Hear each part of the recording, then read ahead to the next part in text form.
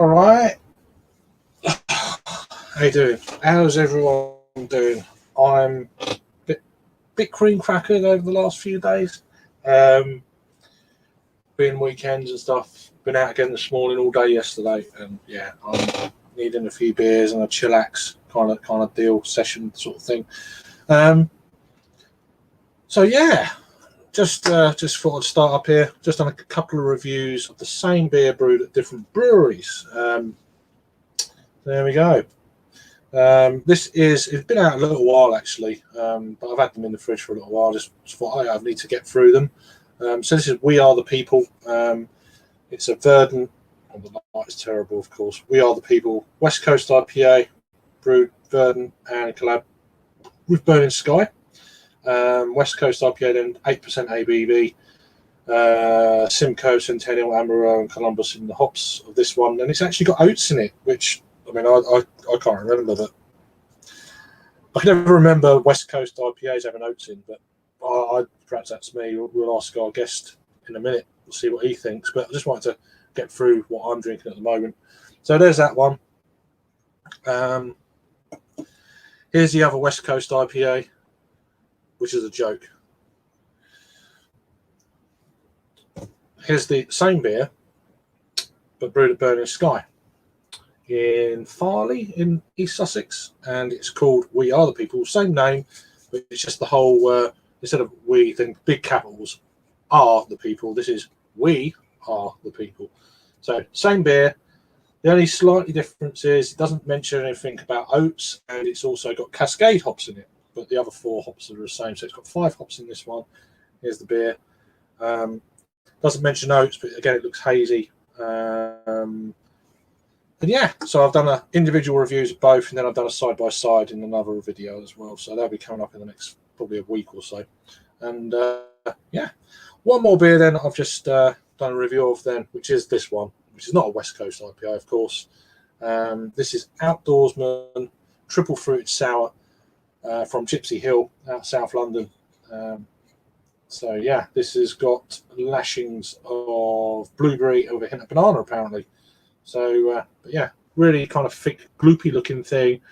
I'm all right with these kind of sours as long as it's got if it's not got lots of mango and that kind of pulpy mango in it. It doesn't agree with me. But all the berry type fruited sours I ain't got a problem with. But yeah, look at that, proper nice beer. And I don't drink a lot of them. It's nice to every now and again just go back and give them a shout. So let's get my page up and running properly. Probably take that off because we don't need it. Hide, and then we'll go back to there, and then we will add a good friend once my shit sorts itself out.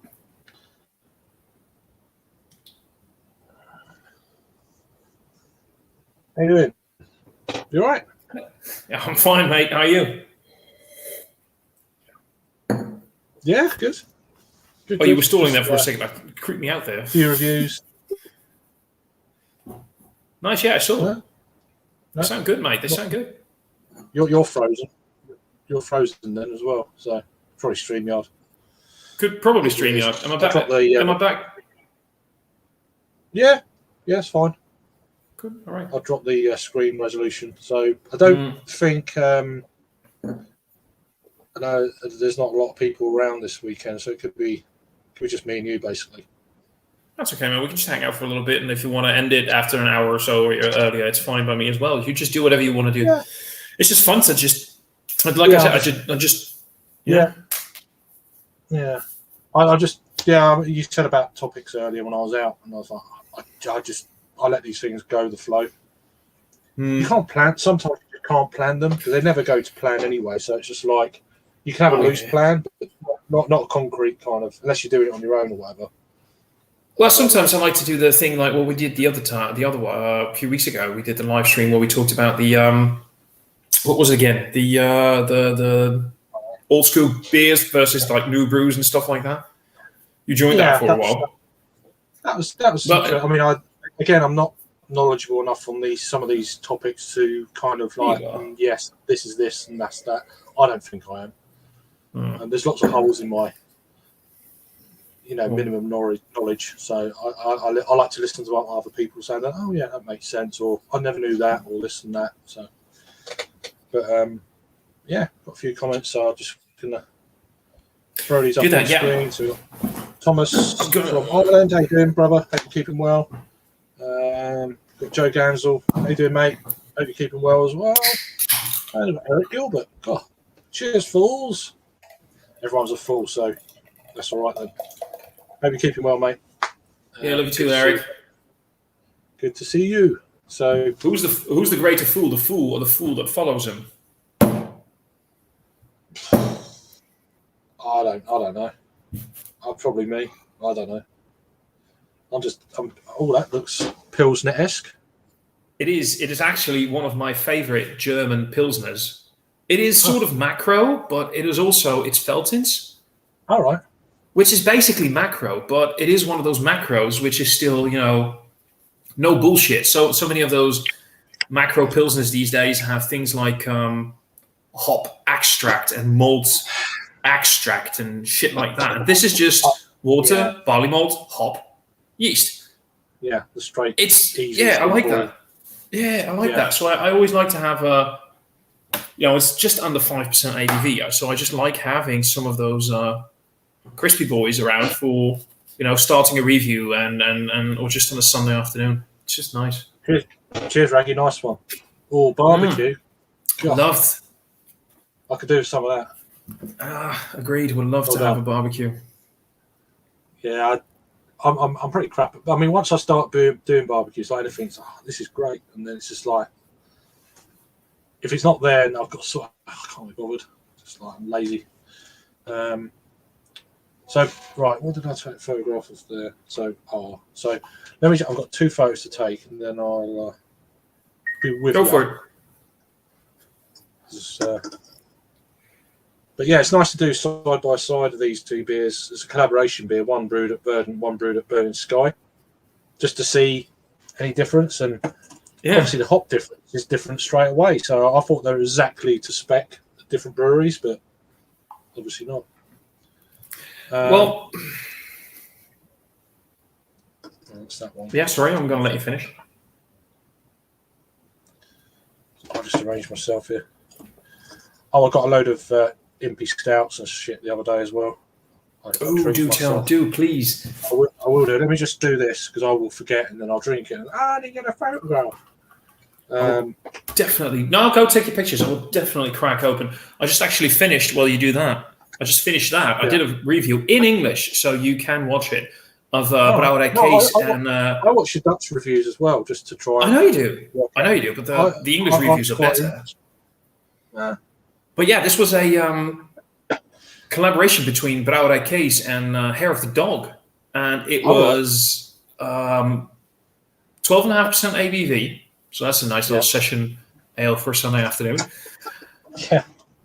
Commemorative ale.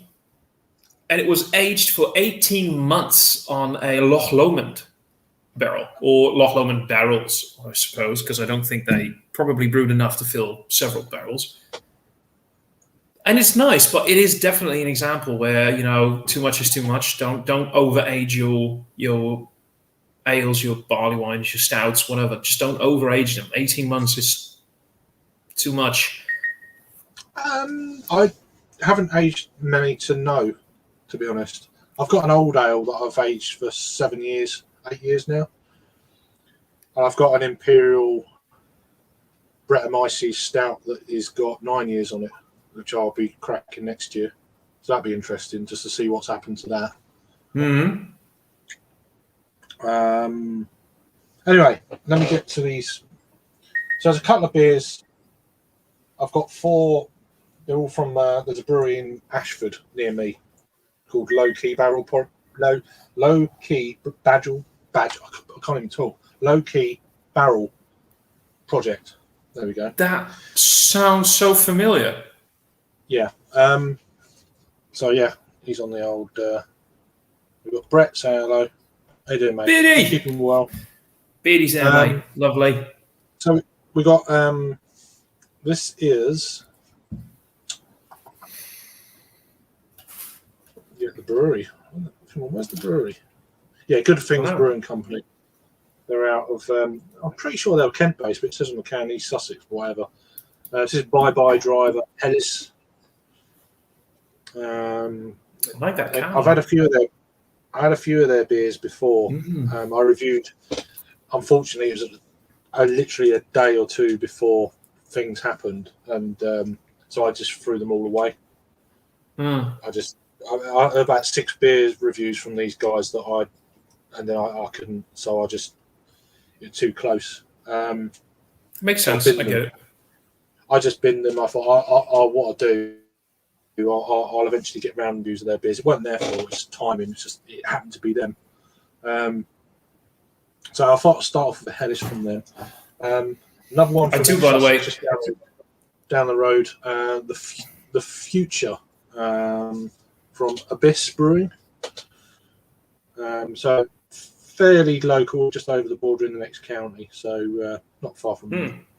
I think these guys are north. I'm trying to remember. Don't know exactly where in East Sussex. I was thinking another brewery, but yeah. So Abyss, and they're going to be at the beer festivals in London. So I'm trying to have a beer or two from each brewery that are going to be at the festival. So when I go there, I've got an idea of what's going on, what I'm going to be drinking. So this is, what bar is this? I don't even know. It's a West Coast IPA, 6.5, so another West Coast beer. Strata, so an interesting one, Strata, a West Coast IPA with Strata in. So that's going to be interesting. Wait, what? Again, a Westie with Strata hops. Yeah, Simcoe, Columbus, and Centennial. So that's going to be intriguing. See, I get the later three. That's the classic combo, but the Strata. Yeah, but Strata and the West Coast. So I'm really intrigued by that. So, yeah, I'll have to go at that. See what that's about. So here's one from the low key. Then this is a Disco Demolition Derby.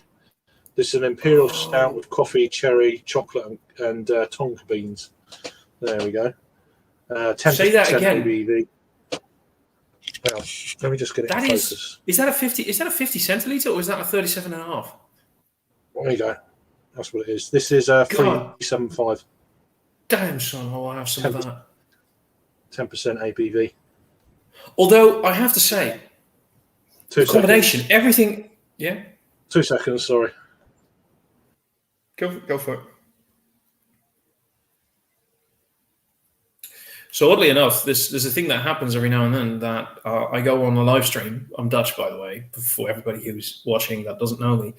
There's this weird thing that seems to happen often where I join live streams that are not on my channel, and suddenly I'm just the only one around. And that's when this is the unexpected thing. You have a planned thing to happen, and then you expect things, and then you have patterns, and then the patterns aren't followed. And then, that's chaos. And to quote the best line about chaos theory I ever know, that's now I'm here talking to myself. The nice thing though, and I can see myself and hello, good looking. I'll just go check my texts, I think, because I'm getting some texts.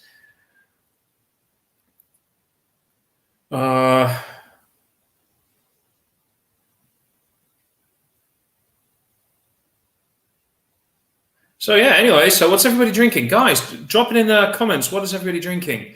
Kind of want to see what I'm... Because I think you guys... Wait, what? Oh. You smelly. I'm smelly? Since when am I smelly? I'm not smelly, Brett. Go fuck yourself.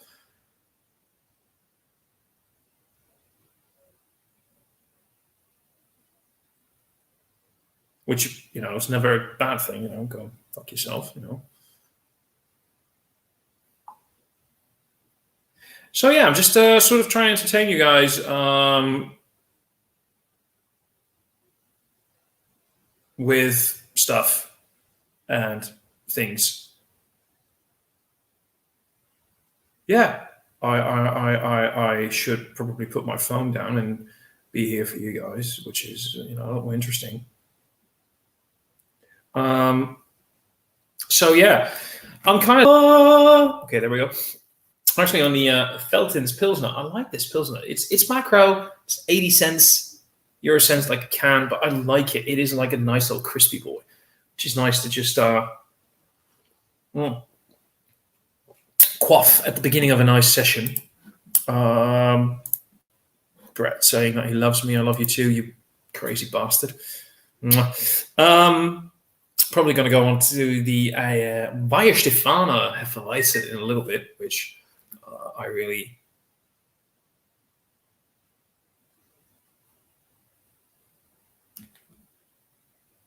Right, anyway.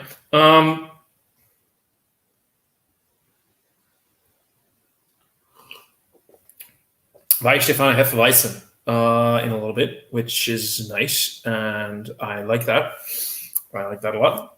And after that, maybe an Impy. So I'm guessing Craig is just doing some stuff around the house. Probably vacuuming, dusting, doesn't think I'm,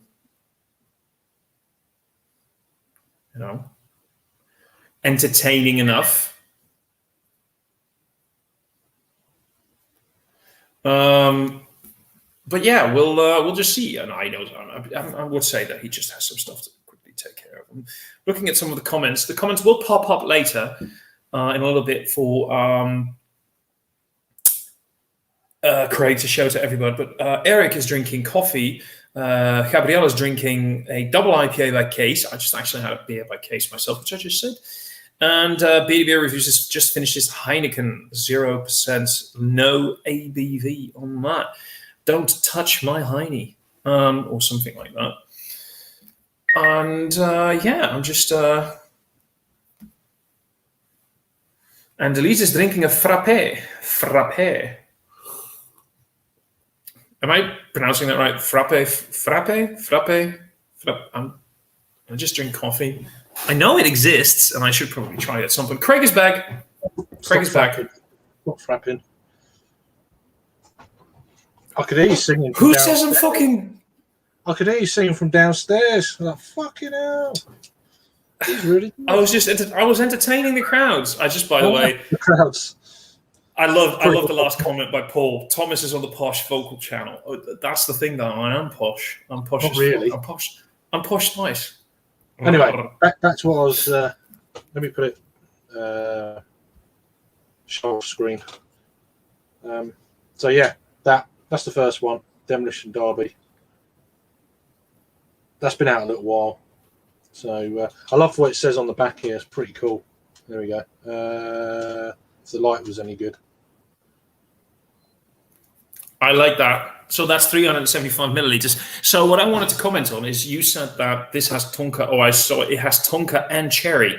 The combination of Tonka and cherry, I like either one in a stout, but both of them sounds weird. So there's 3 beers here. The collaboration with Poptim, which is an online kind of store in the UK. Mm-hmm. Living Out Loud series. So this is again, so chocolate Tonka. I don't know what PB and J.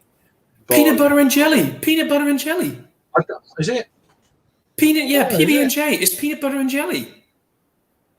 I need to look into the commercial description. No, really, trust me. If you were to, I can Google it for you right now. But PB, yeah. Just no, you don't. I can see in your face that you don't believe me. That you doubt me. You doubt me, Craig, and that hurts me. That stabs me right through the bloody heart, doesn't it?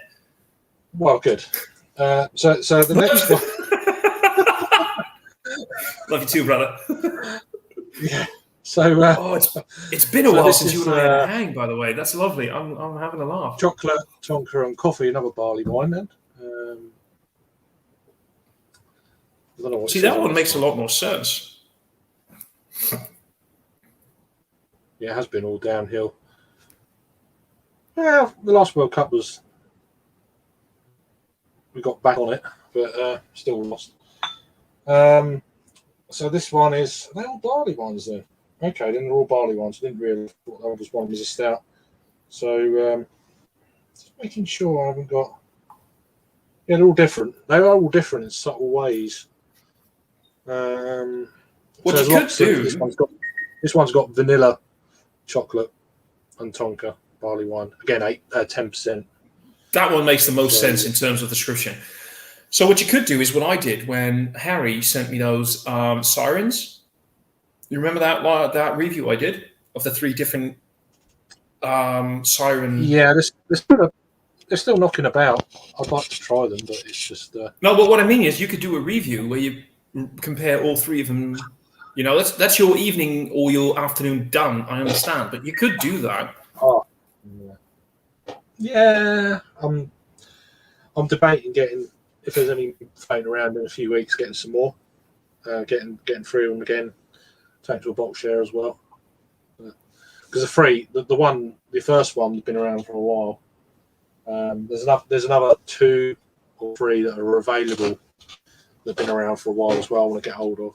But they vary in price between £8.50 and £10 a pop, which is around about the same price. How much? Wait, what? How much?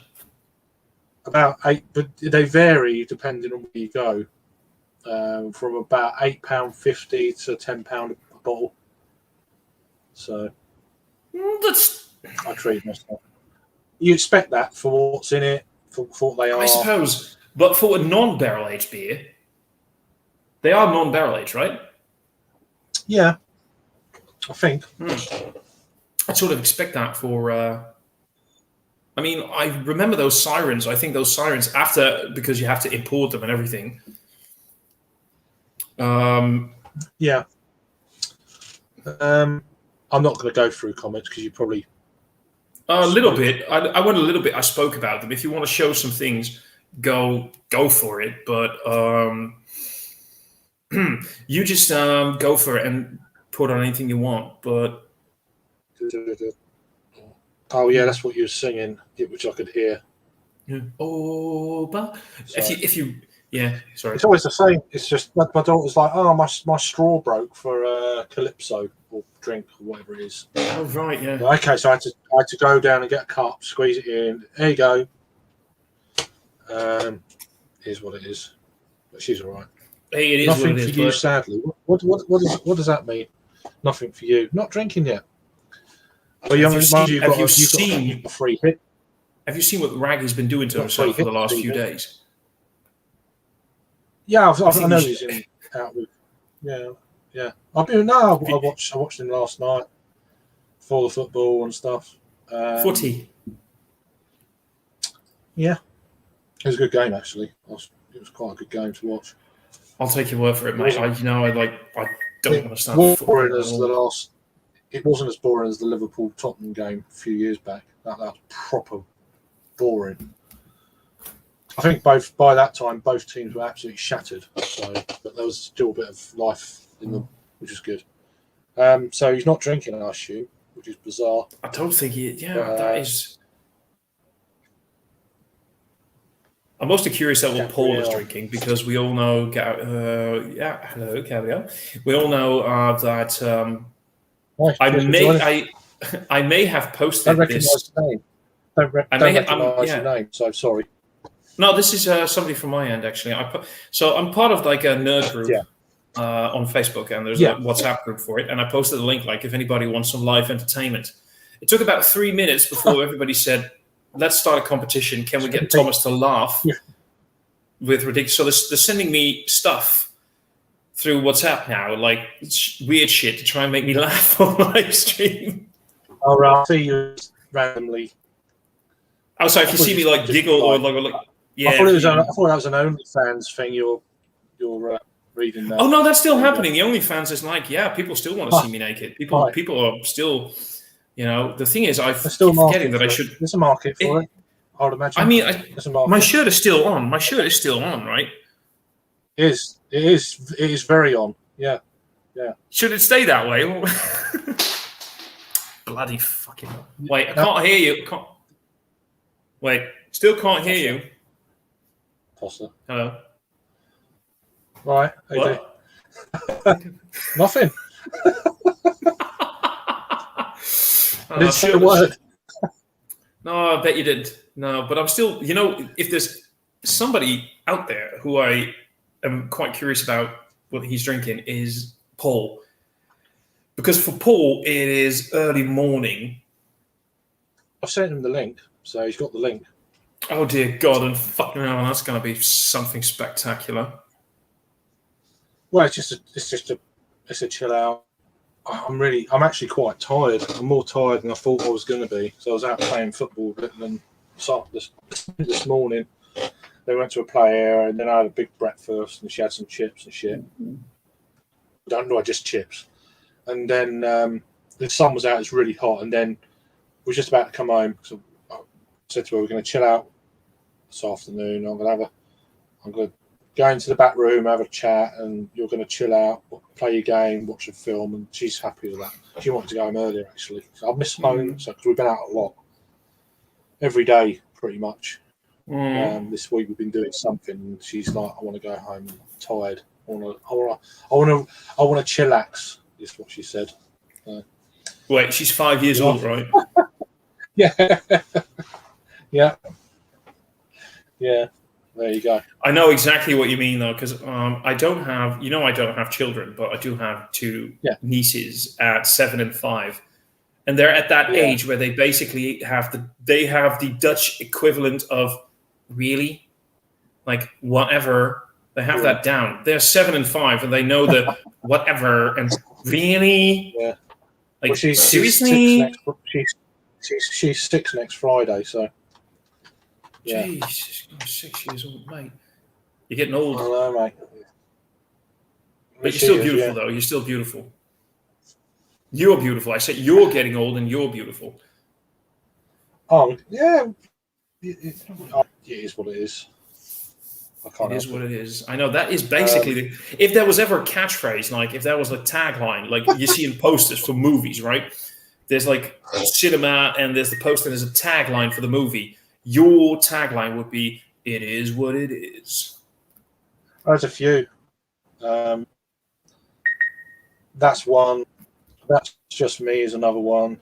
I can't be asked or can't be bothered. Whatever. You know, there's a, you know, they're not really sayings because everyone says them, so it's not really. I don't know. It's just boring. Yeah, but you're chill. You're relaxed. I like that about you. So. You know. Yeah, I am. Sunday session. I'm a bit tired. Am I the only point? Yeah. I say that I know there's a lot of people. I know Jake's up in Derbyshire at the moment. He's at Thornbridge Brewery at the moment. I know Simon, Rob. Rob is at in Brum. He's brumming. Yeah, he's gone down to Brum. Harry's gone up to Brum, and they're brumming it up together. Fancy a Brum. Fancy all that sort of stuff. So fancy a Brum. So they're busy. I was kind of busy yesterday and this morning, so I'm gonna have a few. I'm busy again tomorrow, keeping her active, and then on Tuesday I'm up to London for a week until the following Tuesday. So I won't be around next weekend either. So yeah, so I'm just getting a few reviews in. I think I've got enough reviews till Wednesday, so I'm just trying to do it for today and tomorrow. I'll do a few reviews to see me over a week, then I'll come back and there'll be a review a day sort of thing while I'm away. How far is London for you? It's about an hour and 20 minutes on the train. Oh, that's not too bad. It's really easy. Right, take care. Bye. Love you, Brady. Mwah. You're my little cuddly bear. If you're still seeing this. Just over the rough wave, only 3.9% new. How does that work? A 3.9% new in IPA, as in the ABV for the style. So, I think that people right now have this weird idea that New England style IPAs are supposed to be high ABV monsters. This is one of those things that we wanted to talk about, sort of touched on a little bit. And so, Yeah. just to make it a little bit about an actual beer talk, just have a little bit of a subject. We got the Old IPA, the Brewdog Old IPA. We finally got that, and a lot of people here are trying it, and they're like, "I bought it at the Aldi, Great. so it's shite. It's just like it's just only like a cheap session IPA. It's shite. I've had better IPAs, like it's shite." And they're like, Good "But stuff. you're comparing it.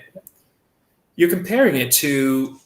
What? Wait, I'm gonna actually look up a comment very quickly, which was funny as fuck, and people seem to really get a good laugh at it. Trying to Let me just find it. I'll have a look. I don't know if you're still there. I'm here. Brett, I'll have a look.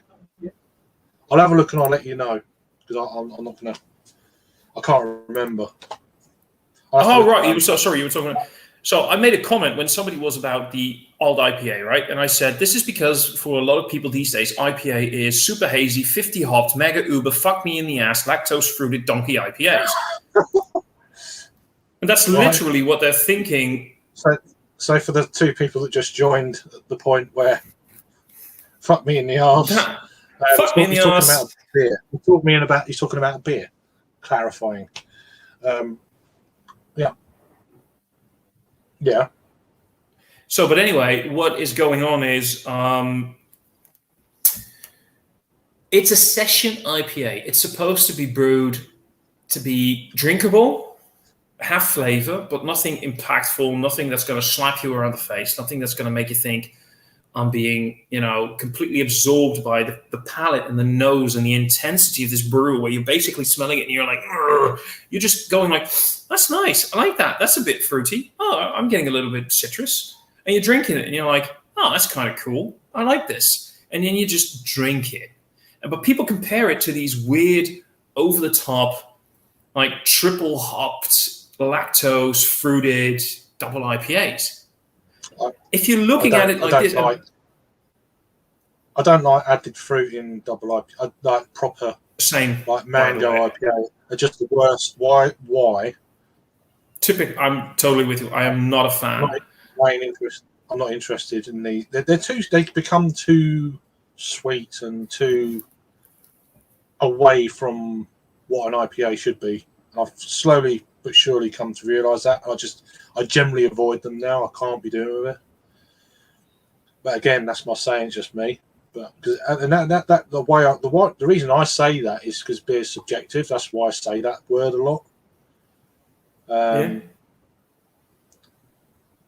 it's nice to drink a bit of bitterness of a beer, give you a bit of a kick. So a bit of ABV, 8%, 8% beers side by side, which is really nice. Just like, come on, I want to drink beer. I want to feel like I'm drinking a beer, not some innocent smoothie thing. Right, that's. But my point is, people have this weird idea these days that a New England style IPA is always high ABV. It is at least 7.5%. It's always thick and creamy and overtly sweet. The big difference between a normal IPA and a New England style IPA is what kind of yeast are you using, water treatment, and at what temperature in the boil are you adding the hops? Because when you add the hops at a certain temperature, you get different extracts from the flavor and the oils and everything. Those three things. Yeah. So you can have a 3.9% session New England style IPA. It is just this perception of people that, IPAs have become. I think in about 20 to 25 years, or maybe even later down the road, depending on how long the beer culture that we have right now is going to be a thing, the discussion of what is the difference between a porter and a stout will become the same, and it already is. That same discussion will be applied to IPAs. It kind of already is, but even in a higher level, because the blurring between the lines will become almost non-distinct. Nah, I'm on a fucking rant, aren't I? Sorry, I'm sorry. I was listening. But no, I mean, I've always heard that like all stouts are porters, and no, obviously that's where basically, and stouts just a. I've heard all that shit. I don't know. I don't know. It's just more of a stout is just a more kind of amped up version of a porter in general. It is. Terms. It is, and then along the lines, the way they brewed it, some things changed a little bit, and you get. It's a long technical story. It's more malt. It's more malt. It's more this, more that. Just because it originally port was for the peasants, and then stout was for the people, the higher classes of that time. It's always a little bit more and more expensive. It was more ingredients. It cost more. And obviously the peasants couldn't afford that, so I think that's where it become diverted from porter. They wanted to make a better version of a porter for the higher classes back in the day, whenever. Oh yeah, definitely. That's a bit of what over the years I've kind of, or of what bits and pieces of information I've remembered, because I just forget shit. So yeah. How come? Alcohol kills brain cells. No, I just. Not overtly interested, really. It's just more I want to drink it rather than have a history lesson. I can do that. There's certain things I remember. It's like, why have you remembered that? And then there's obvious stuff that I can't remember. So, not interested in that. Everyone knows that, so just ignore it. Mm-hmm. But anyway, getting back to the what I'm saying is 3.9%. Even not even the New England part. Forget that bit. Just 3.9% IPA. Why is it not a pale ale? The amount of hop. And why is it not? Yeah. But then you get session IPA. So where's that kind of not being a brewer? No. No. It's good. Yeah, it's a good point, because sort of backtracking on that. I have a beer in the refrigerator. I still need to try it. I got it for my birthday, actually, so it's been there for a while now. But so my main point is, what's the point of like a session IPA? What is that? Why? Just call it a pale ale? Yeah, I know exactly what you mean. I have a beer in the refrigerator. It is labeled a triple, like a triple ale, Belgian triple ale, at 6% ABV. Yeah. See what I mean? I've had beers that saying they're a double IPA. I've had one recently, and it's 7.5%. Now, is that enough for the threshold of a double IPA? I think it's a bit low.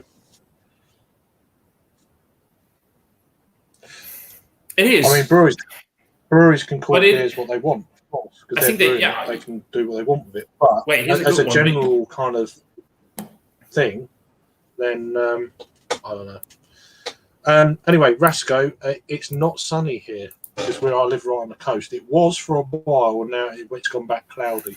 We've got a northeasterly sea breeze, so we're getting a cloud rolling off the North Sea here. But it's probably nice where you are in London, I guess. Just wanted to get through a few more comments here. So go for it. By the way, in the meantime, just very quickly, I just quickly looked up that. It is an online bromance. You and I do have a bromance. I just quickly looked up that beer on Untapped. It is, by the way, on Untapped, 3.8% ABV. And it is labeled on Untapped as a New England Session IPA. Yeah, that's why I was curious. I just, I don't know. I don't know. But then you can get a New England Pale Ale these days as well. Is that an official style? True. It is on Untapped. I don't know. What do I know? I ain't no brewer or nothing. So only supermarket beer from Aldi. Oh, €1.90. Okay. There you are.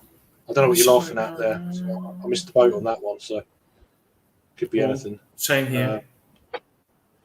So I'm not too far behind on the chat. I thought sometimes it could just jump. So there's about 15 comments, and it didn't happen. So it's good. Yeah, usually it does. Makes me feel Because what better. happens is especially when you leave, I start to be the insane idiot. So you know, Yeah. people start commenting on that, and then you're left with a. Next time I can just sit here. I'll just sit here and go like. More just do interesting, that. and everyone comments. Yeah, people love me, mate. People love me. Hello. It doesn't matter. No, it doesn't matter. But it's just. Well, I'm more interested in what classifies it as whatever they say it does. I agree, because there's a lot of like these hazy IPAs are labeled New England style IPAs. Well, when they're not. A New England style IPA is definitely a style by itself, but anything right now that is hazy is labeled New England because hazy. Well, this is it. I mean, these West Coast beers I've had, the first one I had got oats in it. So that never used to be a thing. The West Coast IPA with oats in. Not that I can remember. Why is that? Am I wrong? I don't know. No, I don't think. Did I miss something? Did I miss something 7 or 8 years ago? Were there oats in West Coast IPAs back then? I don't know. Do you know what the thing is? They used to, yeah. Because then you suddenly get hazy West Coast IPAs, or you get bitter New England style IPAs, and you get New England style IPAs loaded with things like Simcoe and Mosaic. You know, getting that skunky, not skunky, but getting that wee danky. You know, Amarillo used to be a predominant hop in traditional West Coast IPA, like the old school hop. You know, but I'm know just a thing really or two about dominance. So there you go. Well, yeah, well. Yeah, but sorry, no, that was. I had to. I'm sorry. Don't tell me. I'm not going to indulge, but no, it's. I just can't remember West Coast IPAs having and being as hazy. Check the latest comment by Joe. He would know. And I question that in my review of these beers. So that was not something through me being kind of like 100% confident I was right. It was more a question of I can't remember oats being in West Coast IPAs like 7-8 years ago. Same, brother. Just can't remember it. And are they saying style or straight up? A classic West Coast style. So with them putting the word style in, opens it up to putting oats in and maybe something else in just to. But then, for me, if I'm brewing a West Coast IPA, I want it to be as close to West Coast IPA as it can be. But this one, the one says oats, one says nothing. So, well, they're both hazy, so I'm assuming both have got oats in. It's weird. I wouldn't be surprised. I wouldn't be surprised if a lot of beers actually have oats or wheat in them without labeling it. Because I remember, what was it, a while ago? Matt had this lovely. By the way, I would not be surprised if you drop this link to Matt right now. He'll join. If he wants to join, I always forget because I'm not in certain. Drop the link to him. He'll join. Just drop the link. Trust me. If you send it to him right now, he'll probably be here in like 15 minutes. I'd love to. If he's, but the thing is, I know it's early and stuff. Yeah, but he wants to make this. For him, it's a normal time. He might not be drinking beer, but he'll definitely. But anyway, my point was, I remember him saying at one point, you know, Citra is in. I think I remember correctly. He can correct me if he sees this and wants to. I remember him saying at some point, Citra is in almost any IPA you'll ever find, even if it's not labeled. It's in there. It's almost like a bittering hop for some of these brewers these days. Not any beer will have Citra, like the modern stuff. I'm going to go quickly grab a glass and a beer that I mentioned that I was going to drink this, and when you see it, you're going to love it. So I'll be right back. Okay, mate. Yeah. There'll be no singing while I'm in charge, because I like you can't sing. Sing for a minute. I can sing if you want me. If you want me to sing in the background.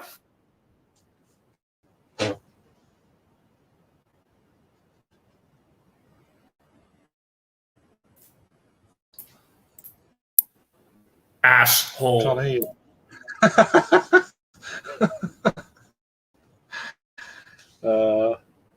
I'm joking, of course, but we'll keep it on mute.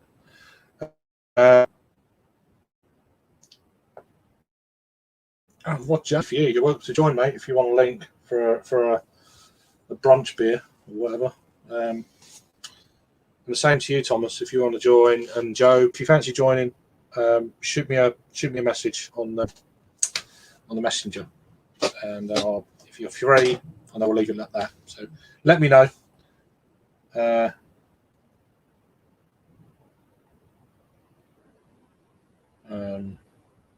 Earlier, I'm actually saying what I'm actually writing, which is bizarre. There we go. That's that done. Let me just unmute you. Sorry, mate. I was joking. Can I unmute you? Hang on. Hello. What's going on? All right. Did you? Oh, right. Okay. So people are saying hello to each other, which is really good. So it saves me putting the comments up on screen.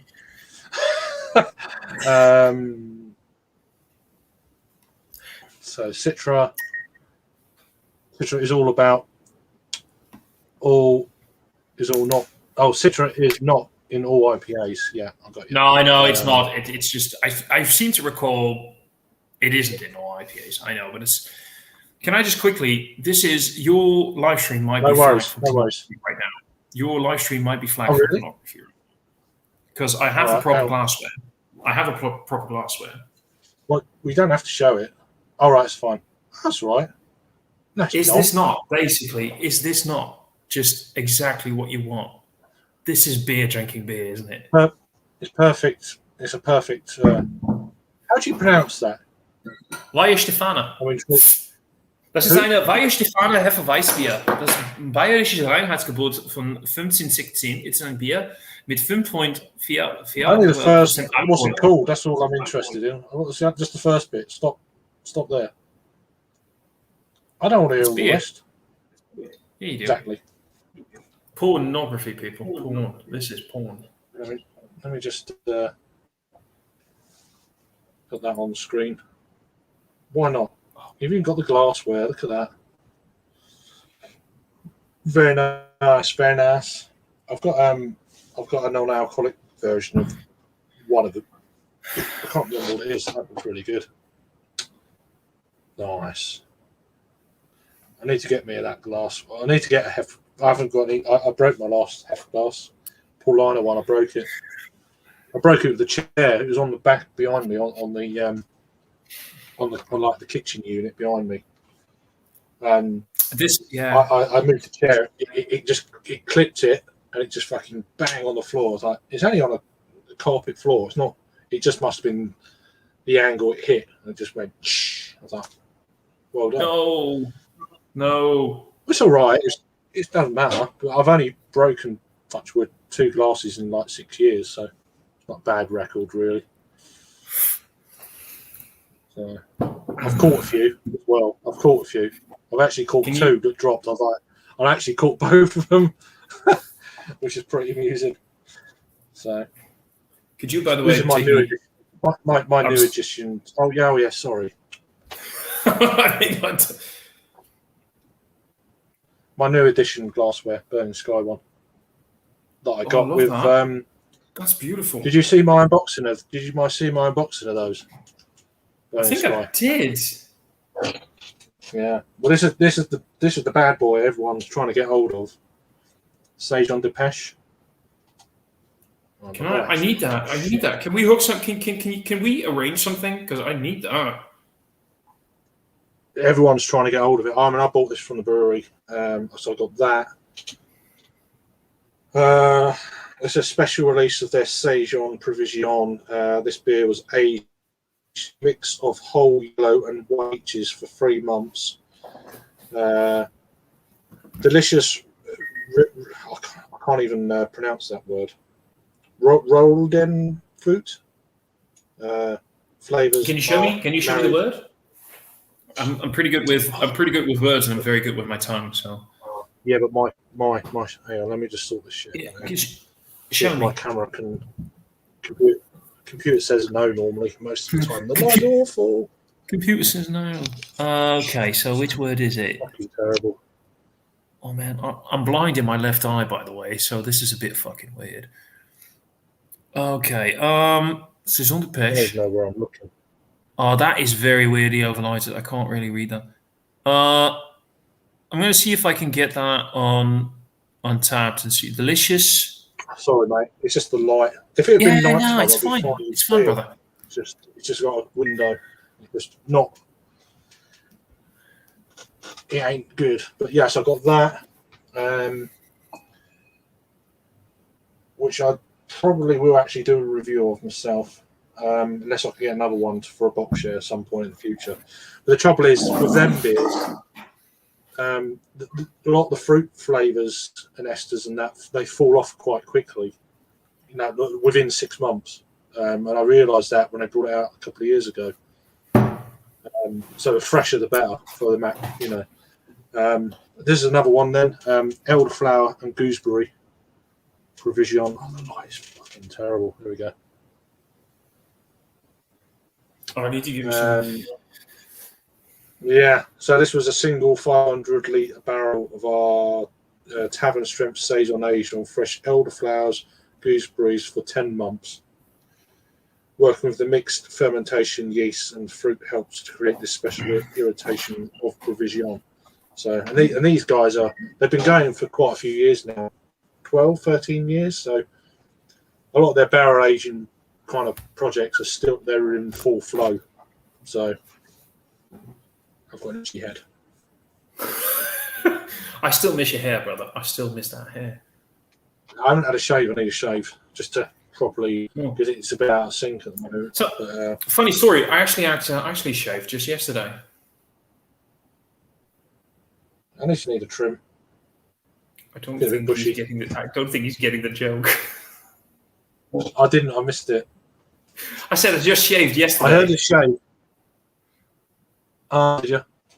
No, I don't think you're getting the joke. Never mind. It's fine. It's okay. I don't think I am. I'm just getting no facial hair then. Okay. So, there we go. He got it. Did you get it? Good. He got it. I just skimmed over it. So, but yeah, I got that as well. Tomorrow Pale Ale. Can. We really need to set something up. 5%. And the Big Easy, which has been around a little while. This is a West Coast IPA as well, I think. It doesn't really say. It's given me the impression it's a West Coast with the hops Simcoe, Chinook, Amarillo, and Columbus. So, yeah, citrus and pine forest aromas. Maybe a West Coast, I don't know. Big Easy. Oi. What a Big Easy? Big Easy. I keep thinking about a speakeasy. That's not it. But what is a Big Easy again? That's a terminology for something. Well, it's a big. It's a bigger easy, I guess. It doesn't. I know it's supposed to be a double IPA of one of their other beers they've got. I can't remember which one it is. That's what I heard the other day. So I picked them up. So I've got a fair few beers, a few West Coasties to try. But I'm trying to move away from a lot of the breweries I generally keep buying beers from. Unless it's local, then I'll do a review. But things like, but the trouble is they're really good breweries like Pressure Drop. I'm just off the top of my head, they are very good. But I do a lot of reviews from them. So I'm trying to incorporate local breweries and breweries that I don't generally have not done a review from them before, just to open it up a little bit, rather than become quite kind of the same old half a dozen breweries or something. I'm trying to get away from that a little bit going forward. Even like reviewing like more traditional Belgian and German stuff. I want to go back to some of those beers, because I will say a lot of the beers that a lot of people freak out about, that people are going like, it's Leffe, it's Grimbergen, Duvel. I don't mind those beers, but I don't consider them the classics anymore. I consider them to be the overproduced. I've had beer for dinner. I've actually have done that. Like literally realized I wasn't hungry. I came home, I was not hungry, I couldn't eat anything. And at the end, like after a few hours, I realized I need some calories in my system. I need some carbohydrates. Otherwise, I'm just going to faint. So I actually did just drink a imperial stout or a barley wine because I liked it, but literally because I realized I need something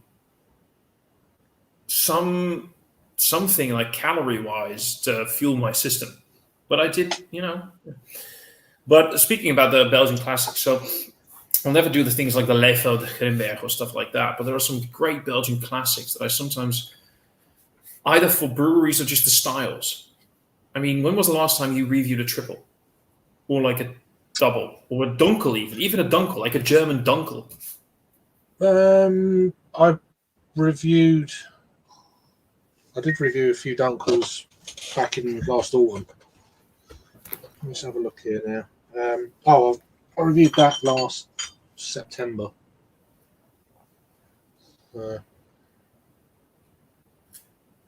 Oh yeah, you did that. I remember those. I remember you talking about those. That was amazing. It's dried out now. What else have I had dunkel wise? Oh, that was good. Speaking about dunkels, by the way, this was funny. I reviewed the Helles yesterday, and I posted it on Untapped, and somebody was like, "Well, that's not a Helles, is it? It's hazy." It was a little bit hazy, that's true, but I just basically commented, "Are you aware that the name Helles isn't clear but light in color? It has nothing to do with the clarity of it. It's not about being clear beer or hazy beer. It has to do with the fact that Helles literally..." Okay, so the Bohemians did their Pilsners, right? We got the Czech Pilsners, we got like the classic Bohemian Pilsners, that became a thing. And then in the Bavarian regions, they were like, this is kind of fun. Can we do something with this? And they were very much into the darker beers. They had the Dunkels and stuff like that. So when they created what is basically a Dunkel, but clearer in color, it was the Helles. It had nothing to do with hazy or not. It was the color of it, because back in the day, all beers were darker colored. Yeah, I must admit, I always forget what these terminologies, especially in German, are for. I forget. It's just little simple things. Do a little simple Google Translate. Like cellar beer, beers like that, beers for the cellar, things like that. I've for some reason I remembered that then. I just put it out there as, it's this, and then I can't be bothered to explain. It's just the way. I don't chill glasses now. No, I don't. So what I do is I often rinse my glasses with a little bit of cold water, because I want to make sure that I used to, but I've been trying to find a solution to, because I clean them. I do it handheld. I do handheld. Not in a, you do it handheld, buddy. Do you? Yeah. Always the best way. With not in the dishwasher. That's what I was trying to. That's the word. Never dishwasher. If you no, I don't put them in the dishwasher. What I do. You done a do. I do. I got a do. What I do is. What I do is I usually just rinse my glasses with very hot water, just hot water. That's what I've been doing. Like overflowing it overflowing it. Just hold Overflow it, warm water. Yeah. And then just rinse it and then overflow and then rinse it out just a few times with very hot water, no cold water added, just hot water. And just turn them up on one of those drying mats. Leave them there for like an hour just to get most of it off, and then just take always a clean towel, clean drying cloth. This is where I think the problem. This is where the problem starts, I think, because then you get a clean towel, and then you get it has to be a certain fabric. I mean, I do it, and it's clean. There's nothing on there. I come to pour the beers after I've properly immaculate. It looks really good. Pour the bore in, bubbles on the side of the glass everywhere. What the hell? It looks like you've not cleaned the glass properly, and I have. So I've been trying. I've been having that lately. So how? Yeah. How do you clean glasses properly? Not the ones on your face, but you know what I'm saying. Your drinking glasses. How do you do it properly? There's so many ways, but what I do. I'm not going to live that one down. What I do. You've got lots of doo-doos today. Got a lot of doo-doo. No, but anyway, by the way, to answer Gabriel here, the cleaning of the glass, the chilling of the glasses has to do with the fact that you got your. Well, Rod actually just commented on Rod. Yeah, commented on that. It's the concept of the very, very, very cold, crispy boy, the lager. So when you're in when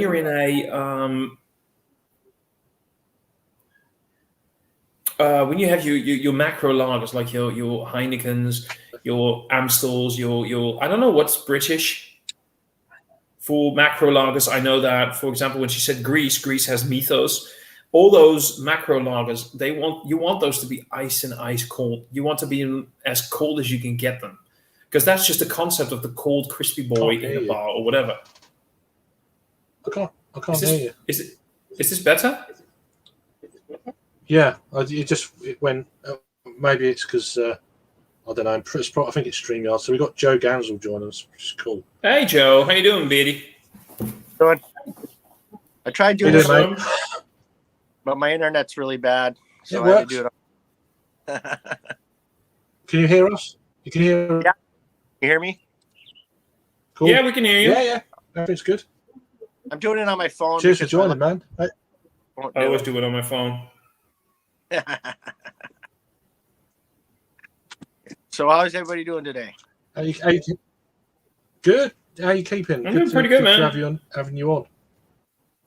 Nursing Must a hangover. Early for you. Holiday weekend here, so. Right. Yeah. Nursing a hangover. Yeah, same. We got a bank holiday tomorrow, Monday, over in the UK. It's our last one between now. It's between now and the end of August is our next one. Well, so. What is a bank holiday? I've heard that say. I don't understand. The funny thing, Joe, I just wanted to say, because I've actually just learned this two or 3 days ago, what that terminology is. But of course, Craig it's not nothing to do with a bank. Oh, it does. Well, that's what I learned. Perhaps it's something to do with like the bankers went on holiday, so they call it a bank. I don't know. Oh, okay.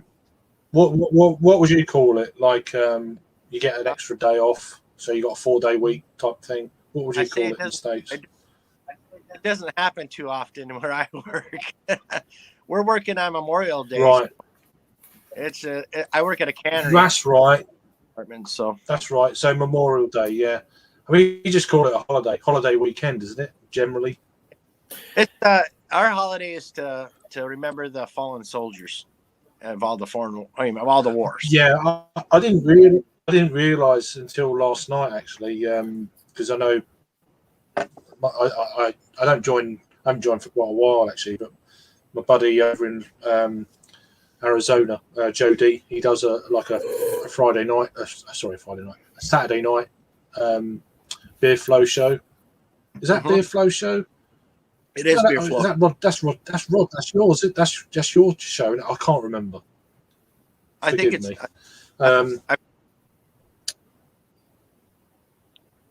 So I'm going to go back. I think that's Rod's show. I get confused. I'm sorry. Rod, I think that is Rod. And he's in Cincinnati. Yeah, no, he does. What does he call it? Rod, help me out. What does Rod J call it? You are Rod J. What does Joe D call his show on a Saturday night? He does one every. For me, it's like midnight. He starts, so he's in Arizona. So I guess it's like 6. Would be about 6. Was he Arizona. Central Time? 6. Joe is share a Central, I beer. think. Share a beer. Share a beer show. Share a beer. Yeah, sorry. And he actually, I'm get just looking at the comments, and he did say Beer Flow was copyrighted by me. That's it. Because I'm behind on the comments, so we'll get there eventually. But I'm just going to flash them up on screen. The comments. Nothing else. But I'd like to go back for a second. I only found out yesterday. It was Memorial Day, so my bad, I guess. Because ours is in like November, Armistice Day, generally. So what's it called? The red 11th. flowers. The red flowers. yeah, poppy like poppies. That's it. Yeah, it's like that's Yeah, our. It's the 11th day. The 11th day of the 11th, and all that sort of stuff in November. So Armistice Day. I keep forgetting that. That- That day here in the United States. Too. I'm pretty sure we have a day, but it's not really. It's not a holiday as such. It's not. It's not as well publicised as what you guys do in the States, which is kind of sad. It's not. So we've got Thomas Smettle. How you doing, mate? Hope you're having a good weekend. Did you meet up with the crew? I know a load of them went up to Boston on Friday. Was it Friday or Thursday? I don't know if the drunken one got up to you, that sort of stuff. What's going on? Yeah, so I hope you had a. I don't know. It's not me. Hope you had a good weekend and you met up with everyone. That's what I was trying to say. So, I don't know. This is talking about the glasses, right? Yeah. 2 tablespoons of baking soda, 1 tablespoon of salt, and 4 tablespoons of water in a bowl. Yeah, and then he comments on Paste. he comments on that a little bit later in the comments. I'm multitasking. I did see that. Yeah, I'm just. Multitasking. No, I'm seeing. I'm just doing all. Really. So I'm trying to. I got sidetracked like you do. Use a small spatula to move the paste around the glass. Okay. And then just Interesting. rinse it, I guess. Yeah. Rod's chiming in. Ice cold because then when warm and then taste. It's interesting though. I find this sort of stuff quite.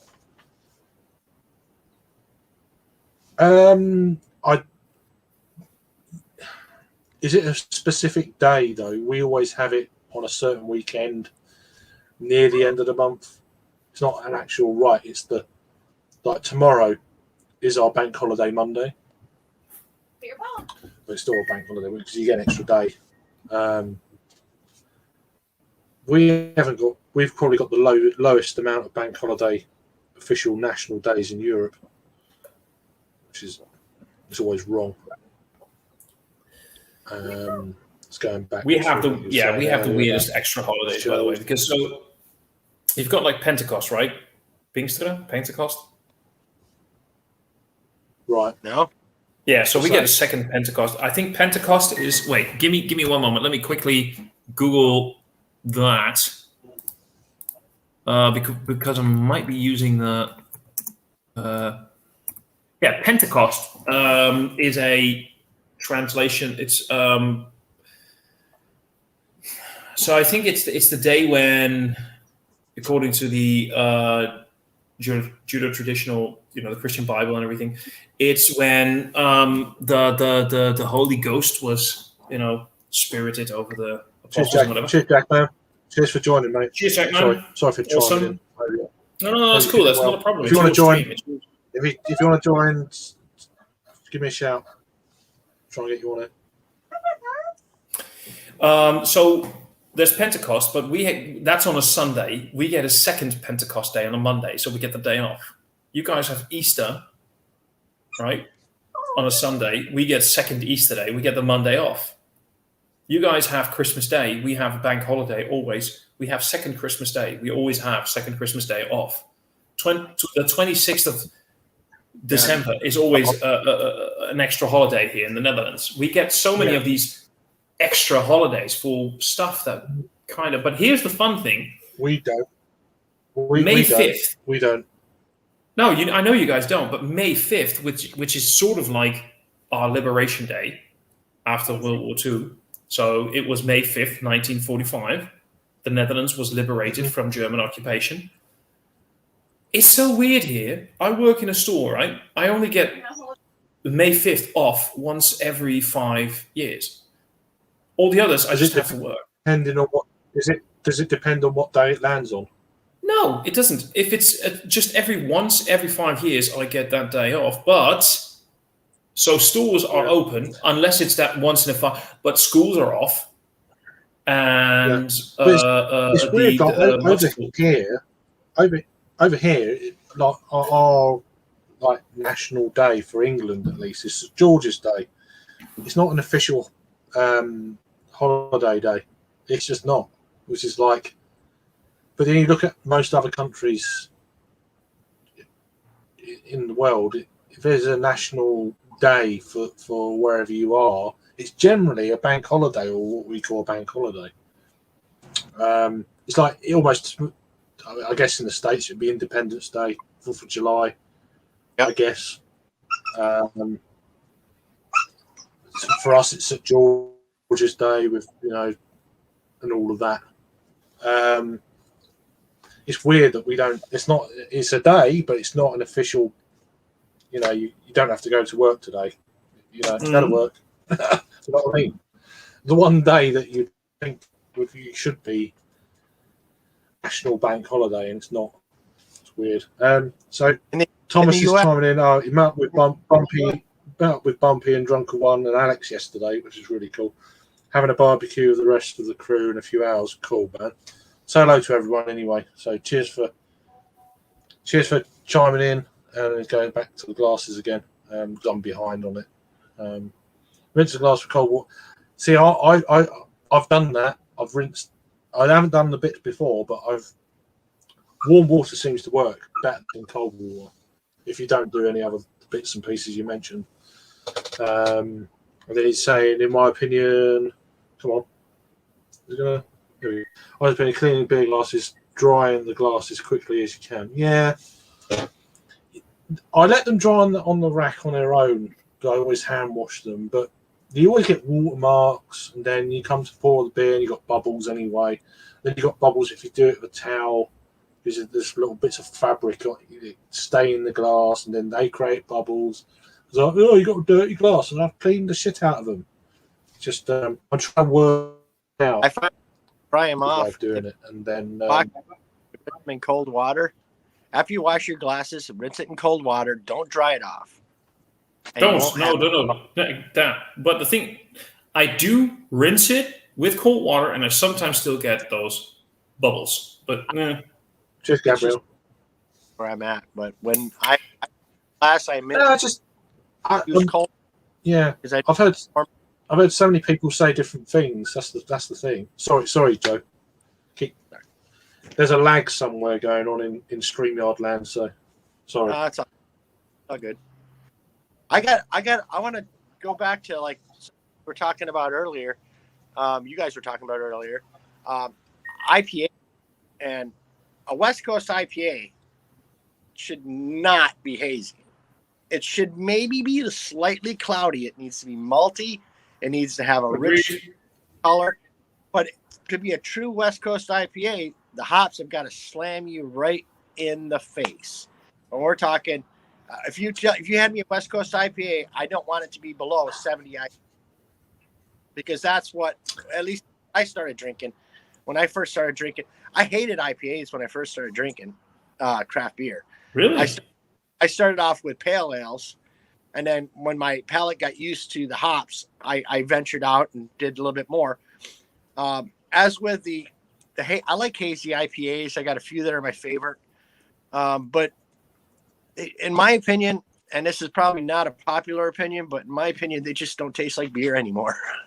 Nope. They taste like mango juice, or, there's no beer quality. It's hard to pull the malts out of it. When it's so sweet and fruity and no IBUs there to like wreck your palate a little bit. I don't know. I mean, I drink hazy IPAs, but I prefer West Coast just because that's what in my head, that's what an IPA should taste like. So I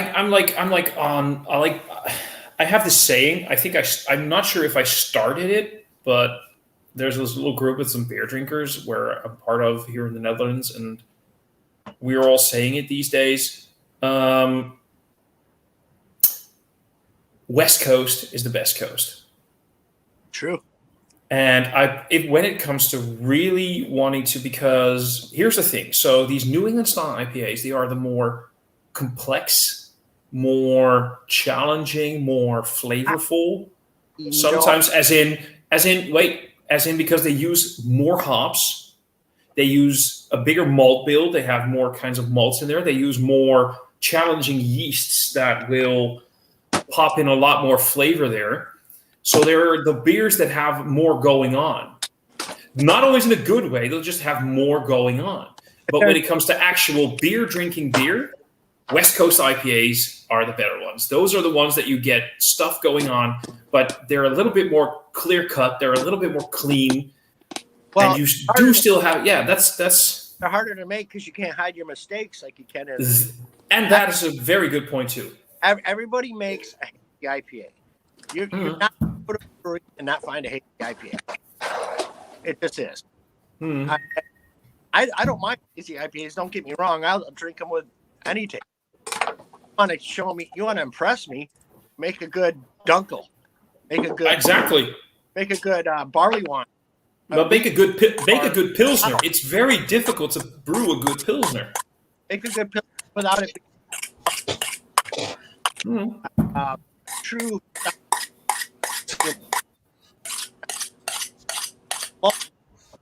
I mean, there's no juice like chocolate flavors.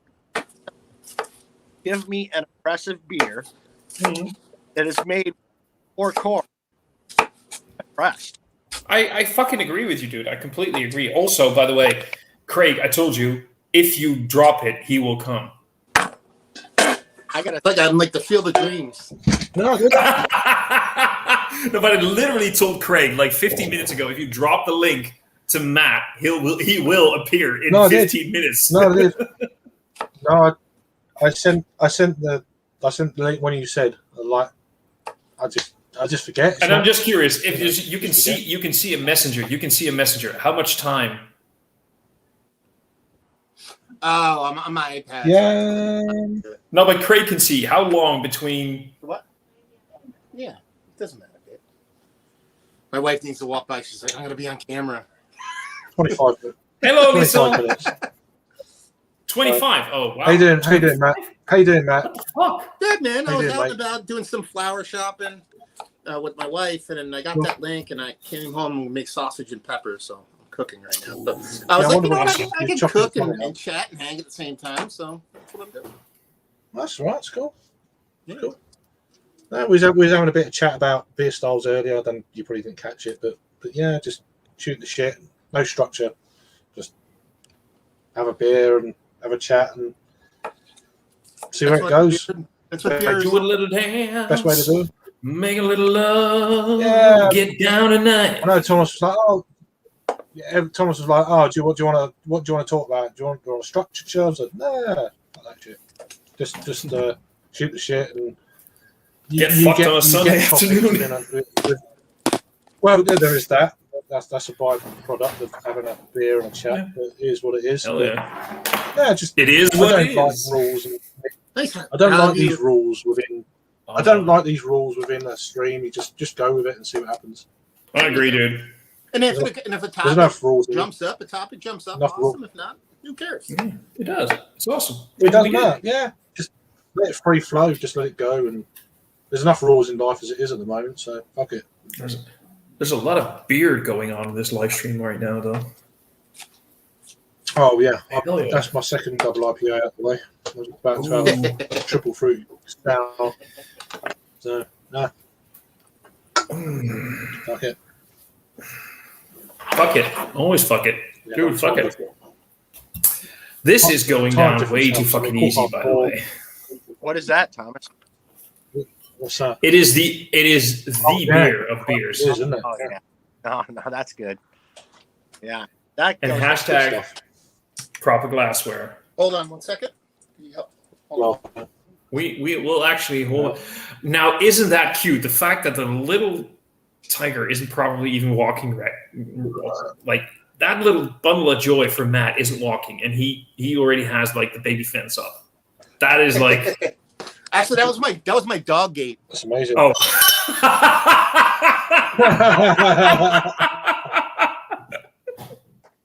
Sorry, baby proofed the house years before he ever had a baby. No, if you're a Lost. dog, you put those things up. I'm telling you. And everything. Yeah. So here's my what I'm drinking next. Look at that. What the Oh, that fuck looks is that, mate? What the fuck is that even? Okay. I just wanted to be twinsies with from Thomas picture here. Oh, My heart! I'm drinking a Pilsner, not the wheat, but we're Even drinking though- glassware right now. So. Matt. Ah. Right, nice. Look at that. Everyone's on it. And I actually had this on deck. Nice, when we did nice. that. I was gonna drink it out of my dimple mug, but I figured might as well go. No, but that's like, isn't this? So a while ago, the Nerd Sense guys and I, we did this live stream where we did the Weihenstephaner. We did the Hefeweiss. Yeah. And we talked about the fact that of all the glasses that you can have, this thing, the way that it forms around your hand, the way that you can grip it, the way that it sort of just becomes a part of your arm, the way that this becomes an extension of your drinking experience. It's not just a container to hold your beer. It becomes part of the experience. becomes a way to your beer up because you're. Right. So this is just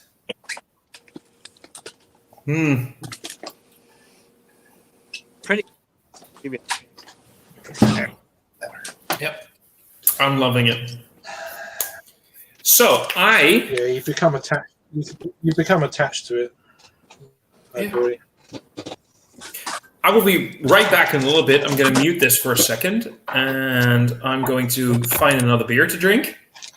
And I will talk to you guys in a little bit. I'll be right back. Have you been, Okay, Craig? mate. Not bad, not bad. Just been busy with the little one this weekend. Yesterday, all day, pretty much. I took her to a pub yesterday for the first time. And met with a nice couple that I've known for a while, and it went all right. It went well. It's my local, but it's open, but it's just like seating only. There's less seats for social distancing. Rule of 6 to a table and all that sort of stuff. So I thought it'd be a good time to do that. It's like proper busy like it would normally be. So that went well. A couple of hours down there, had a few beers, and then they very kindly ordered pizza and shared it with us and all that sort of stuff. So she was all happy. That was before that we took them to. Where did we go yesterday? So I'm just trying to wrap. We've done so many things the last few days. You just kind of lose track. Yesterday we went.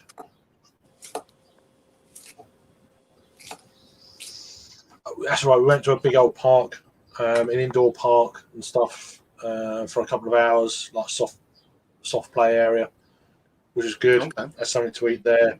And then from there, next door, there was a real big kind of whether those animals and stuff that she could pet, like dwarf ponies and all that sort of stuff, and that was like great. a played. Almost a petting zoo kind of thing. Yeah, and it was really good. Knackered her out. We done all that first, then we went to the pub. Then we come back from the pub, and then she chilled out and crashed out quite early, which was decent. And then we got up early again today. Went and got some breakfast with a mate of mine. He had his little boy this weekend. Done that. Went to another park. It was really cool. Played some football and stuff like that. And yeah, got back about lunchtime. Sorted out with lunch and the usual shit. And then I thought, right, you can go and chill out now. I'm having a few beers, and that's it. She's happy in there. So yeah.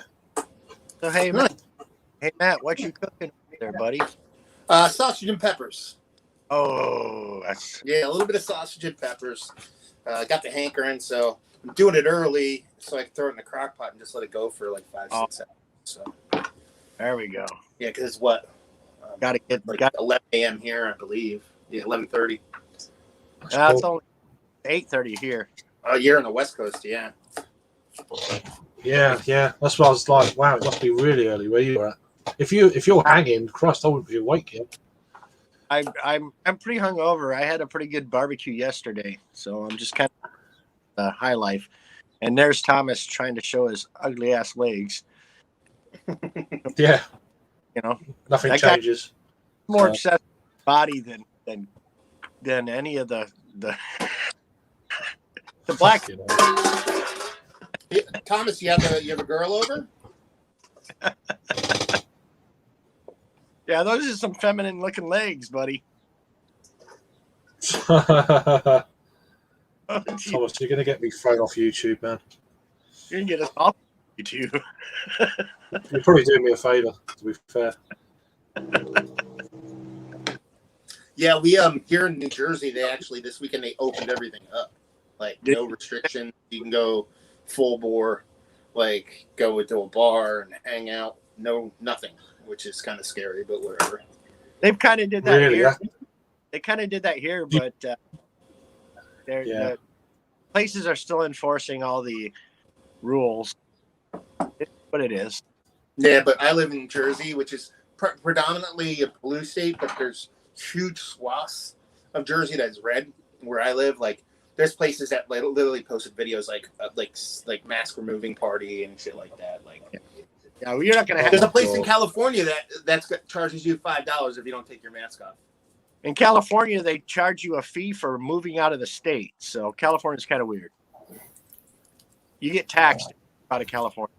They charge you $5. They charge you $5 in if you California. don't take the mask is off. charging people $5 if they don't take their masks off. Like Yeah. if you leave your mask on, he's charging you $5 fee because That's you need to pay for all the money you lost. That's unbelievable. Is that legal? Anything's legal in America. They do whatever they all want. Yep. Well, actually, everything is legal if you can pay for the fine. That's unreal. Yeah. It's weird over here right now. And if you go to his establishment and throw your mask in the trash in front of him, he'll give you 50% off your bill. Yeah. Wait, what? Well, you got to understand. You got to understand though that United States tool. That's unbelievable. That is unbelievable. That is unbelievable. Instead of parties working together to fix the situation, they've used it. Say this party's bad or that party's bad. It's just all it is. I mean, it's real. I'm not saying it's not real. I got vaccinated. I got my, I'm fully vaccinated, so I know it's real. Yeah, so am I now. I've had like. I'm still going to be. Yeah, 100. I'm just thinking more, not myself, other people. So I'm more thinking of other people. So I work tested positive for COVID, so I know it. I'm not. But our politicians are using it as a tool to fight against each other instead of working together to fix it.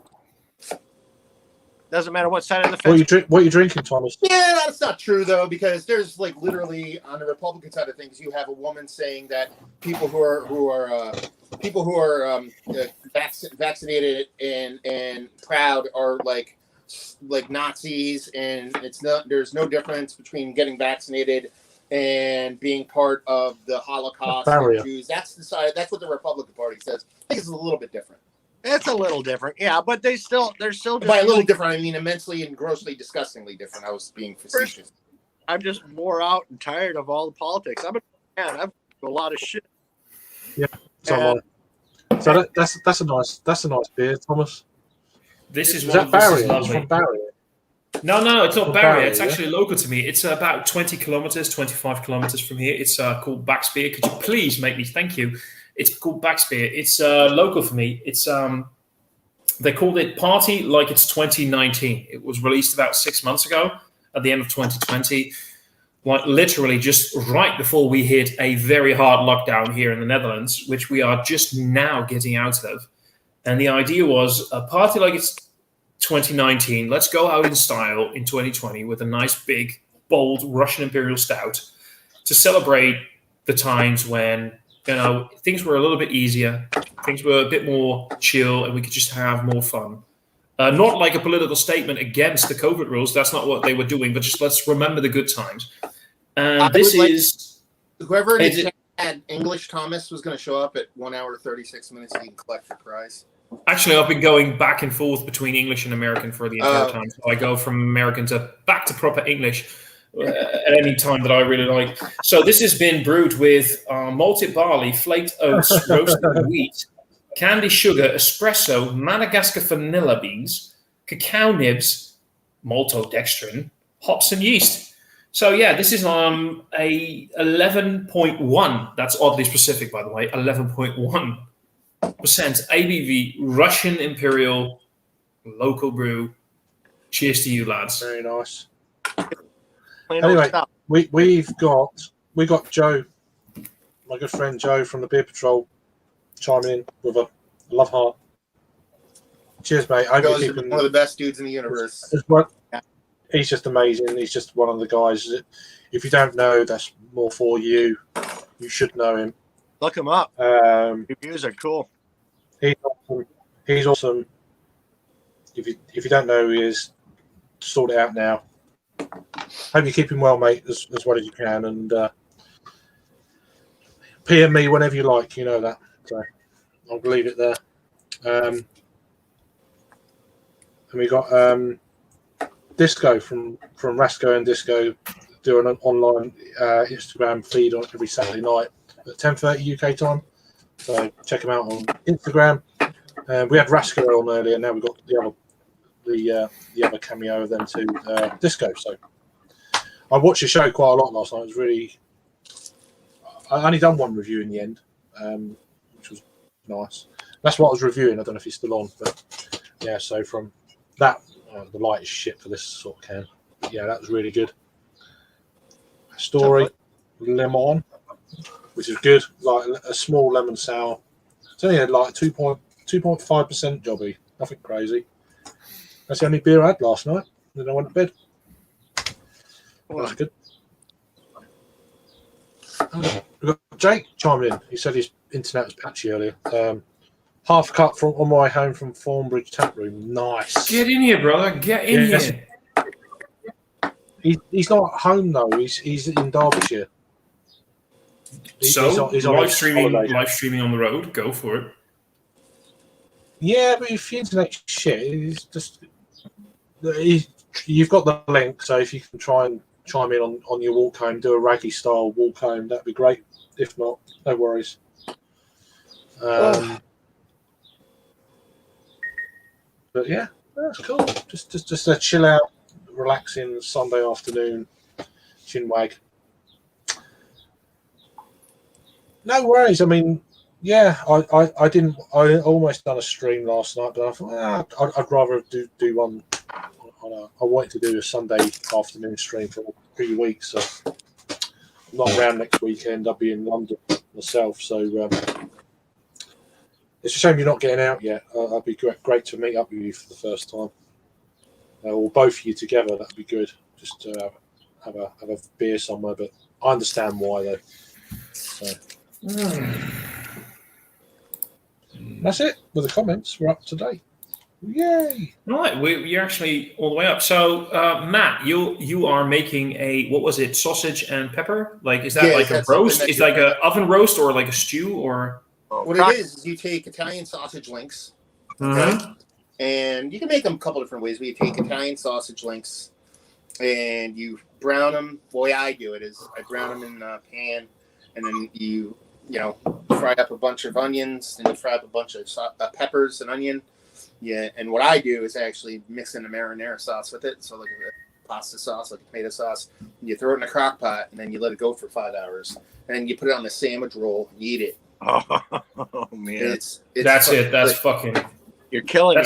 Yeah, but that sounds like the thing I kind of want to put like on a slow roast for like a very low oven for like 2 or 3 hours and just. Well, that's kind of what the crock pot is. The crock pot is a self-contained like slow roaster. You could do it in an Instapot or a slow roaster in the oven. Crock pot's way easier. Throw it on a counter.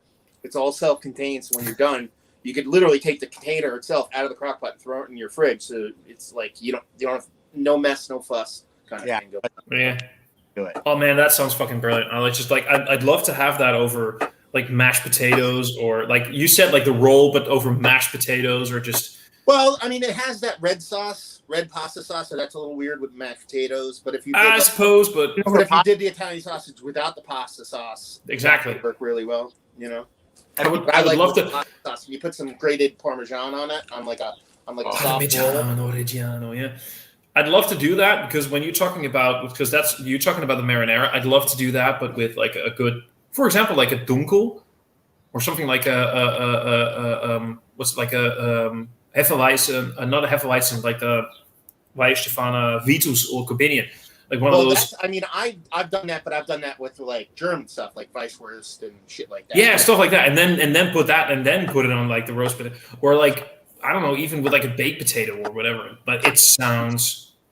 At my house, we do it with sauerkraut and cabbage and onions and a little brown sugar in the crock pot for about 6 hours.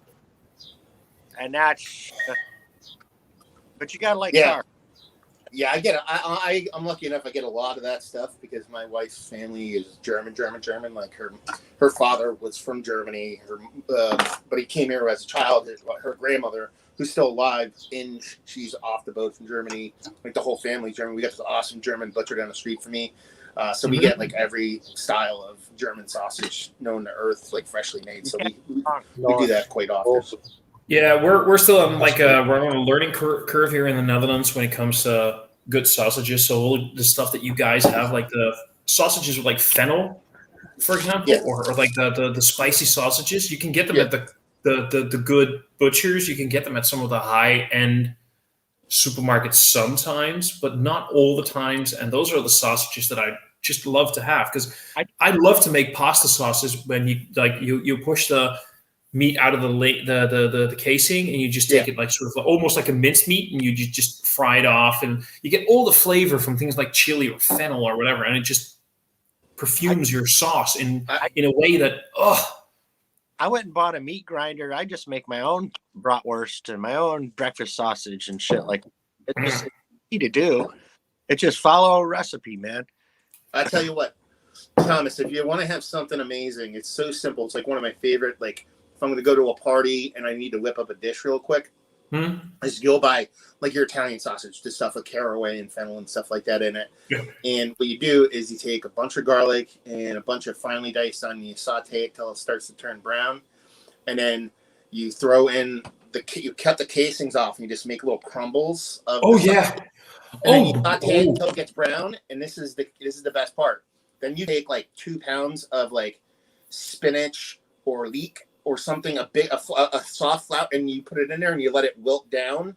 Yeah. And then salt and pepper, and that's it. And then it's just you stir it up. So it's like spicy sausage with garlic and onion and this kind of spinachy, kind of leaky kind of thing. And it's so fucking good. I learned it from a French chef, Jacques Pepin. And it's like such Jacques Pepin.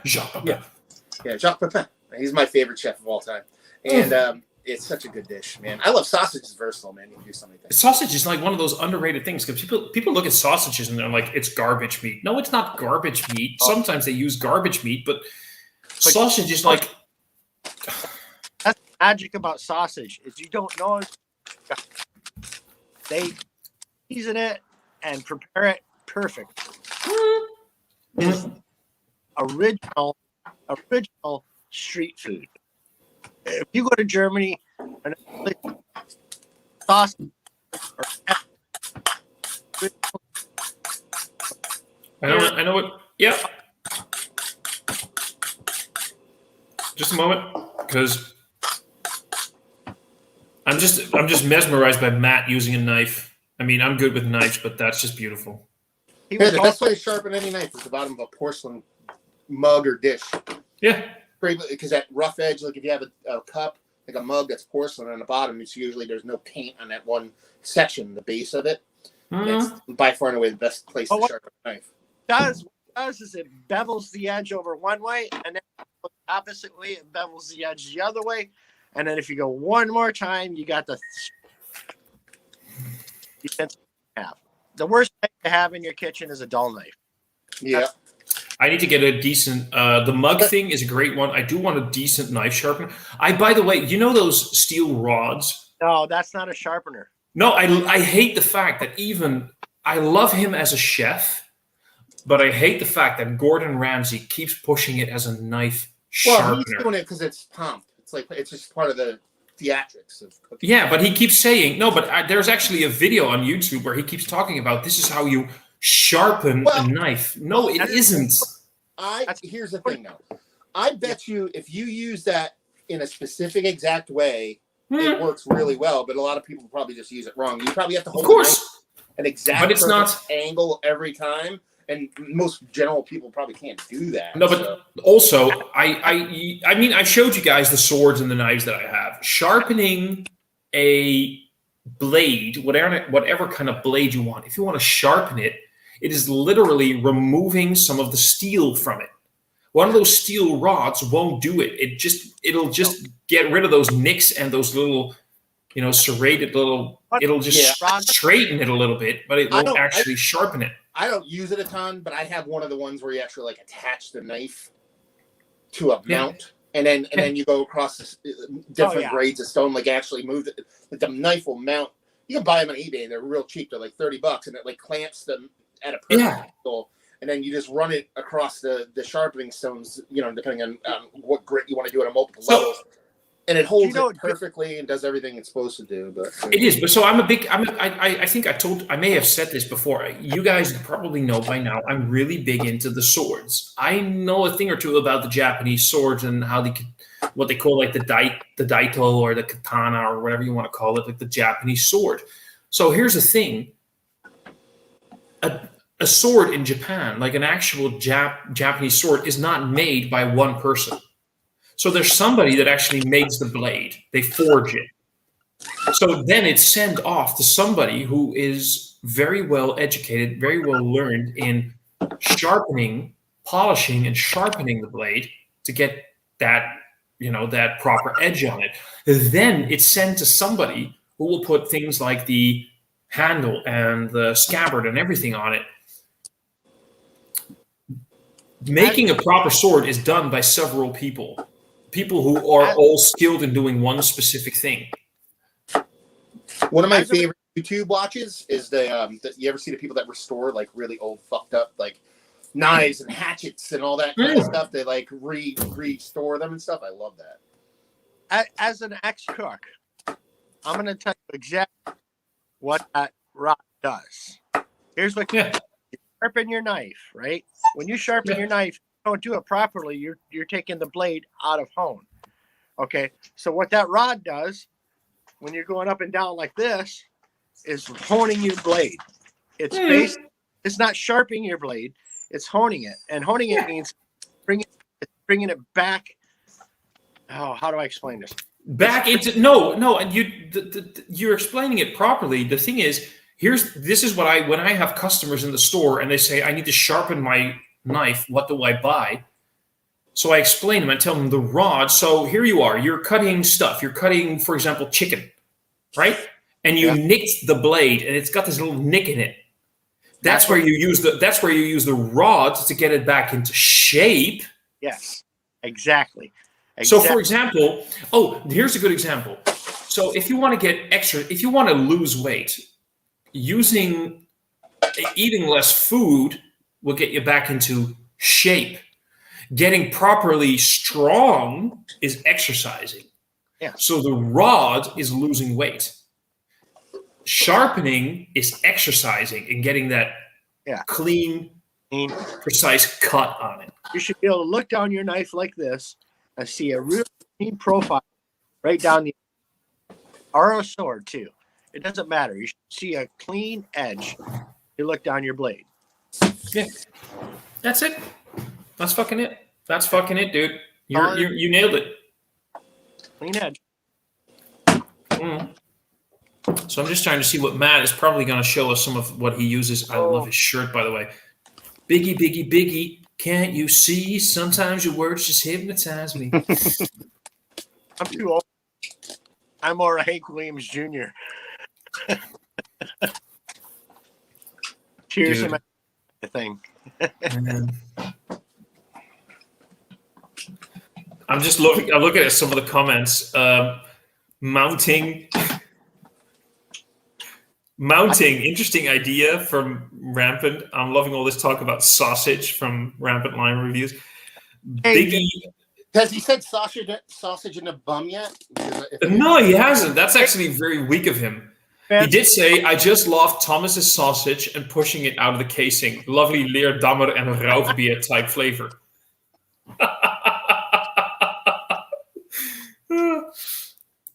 Fancy a bum? An old bum? Fancy a bum, dude. And then he says, Thomas should just sharpen it on his central beard hair. Oh, come on. Come on now. That's actually, like Crazy Bearded. He's called Crazy Bearded Beer Review. There you go. And he says Biggie Smalls versus Thomas the Tank Engine is the bollocks. Fuck me, dudes. This is awesome. I wish Craig was back. This is like sitting in the pub. My house is full of Thomas the Train. My son was a train nut. Got all Thomas the Train shit. Oh no, I know what he's talking about. Actually, no. Do you guys know this YouTube video? Biggie Smalls versus Thomas the Tank Engine. Yeah. Okay, good. I love that shit. So, Matt, what are you doing? You're cooking. Yeah, I'm about to grab all the. I'm just grabbing a pan. I'm just gonna start. You have a pan. Yeah. Get the pan lotion. Okay. Huh? Jim just actually posted the best comment. Yeah, but Joe just has to look at it, and that knife sharpens itself out of sheer terror. Yeah.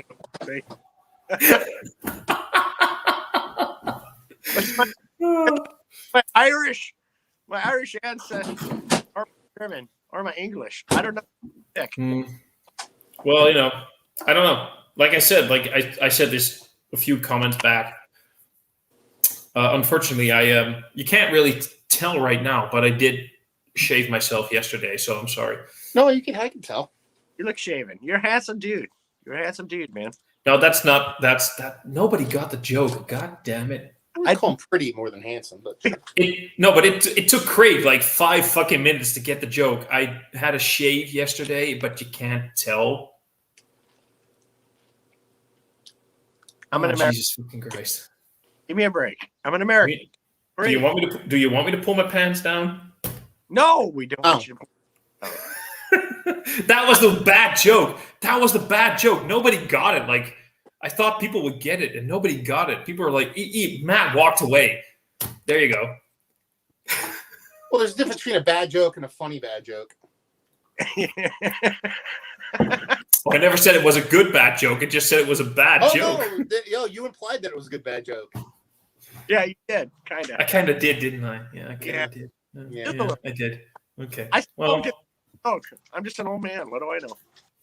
Maybe you're a pretty old man, though. I'm a sexy beast.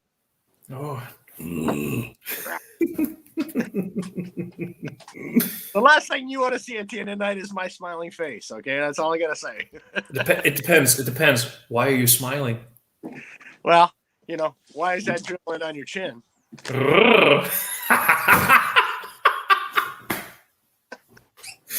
Oh my god! It takes a specific kind of guy to be able to make jokes like that amongst guys and still have fun, right? There you go. I joke. Mm. On your best friend, he's a fag, then you're not have a best friend. You joke around about that shit. That's what it does. Look at what Matt's doing. Oh, it's beer. I need to get me one of those mugs, man. Creek. Oh, Creek. Is that Creekside? Creekside Dry Hop Lager. Neutral. Yeah, that was my orgasm. That was my orgasm. I'm done. I'm Clear off. beer. Goodbye.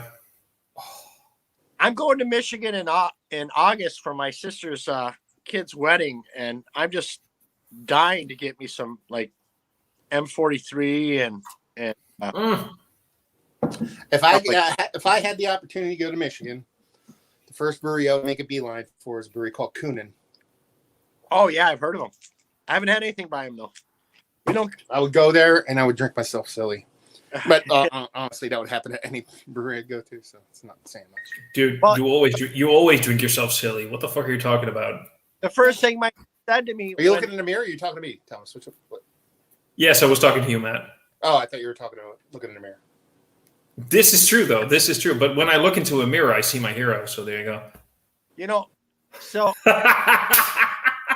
my niece called me up and says, "What kind of craft beer do you want when you show up?" I was like, "Anything I haven't had before.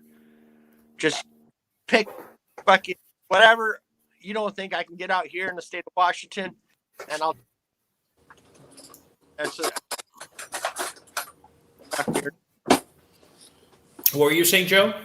I was just saying my niece. I'm going to her wedding in August, and she wants a list of breweries I want to try. I just go find breweries that don't make it out this far, buy some beer from it, and I'll try it. I mean, that's I love that. She's a dealer herself, so she's. But it's gonna be so much garlic in this room right now. It's fucking amazing. Oh, I love. Wait, Matt. There is no such thing as. Oh, you said so much. No, that's cool. That's cool. No, because there's no such thing as too much.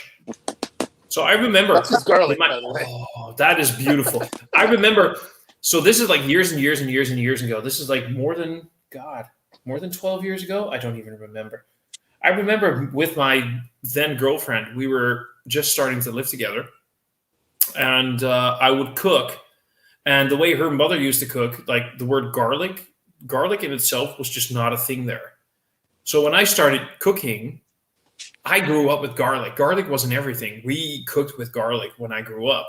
So I started using garlic, and she was like, "Oh, don't use too much. That's garlic. That's not weird. Oh, garlic. I don't know. Just use like half a clove or something." It took about 6 months. It took about 6 months of my cooking, and she would just look at me cooking, and she'd look at me prepping and cutting and whatever. It was like 2 cloves. What kind of weak shit is this, you bullshit motherfucker? It's like, what the fuck is this? That's just like 2 cloves. What are you doing? Now I'm gonna pull a dish from a major restaurant chain. Isn't popular, but elephant garlic that's roasted, bread over hard toast. So what I love to do when I make like roasts, sorry, that was a little bit of a burp. What I love to do is I like to put these whole cloves of garlic in there, or just like a whole bulb of garlic in the oven. Take like yogurt. Oh my God, Craig up there with the kernel. Oh, sorry. Damn right, so. That is beautiful. Where were you, by the way, mate? Because you just dropped off and you were like gone, and I was like, what fucking happened? No, I done a review. Oh, you done a review? All right, not a problem.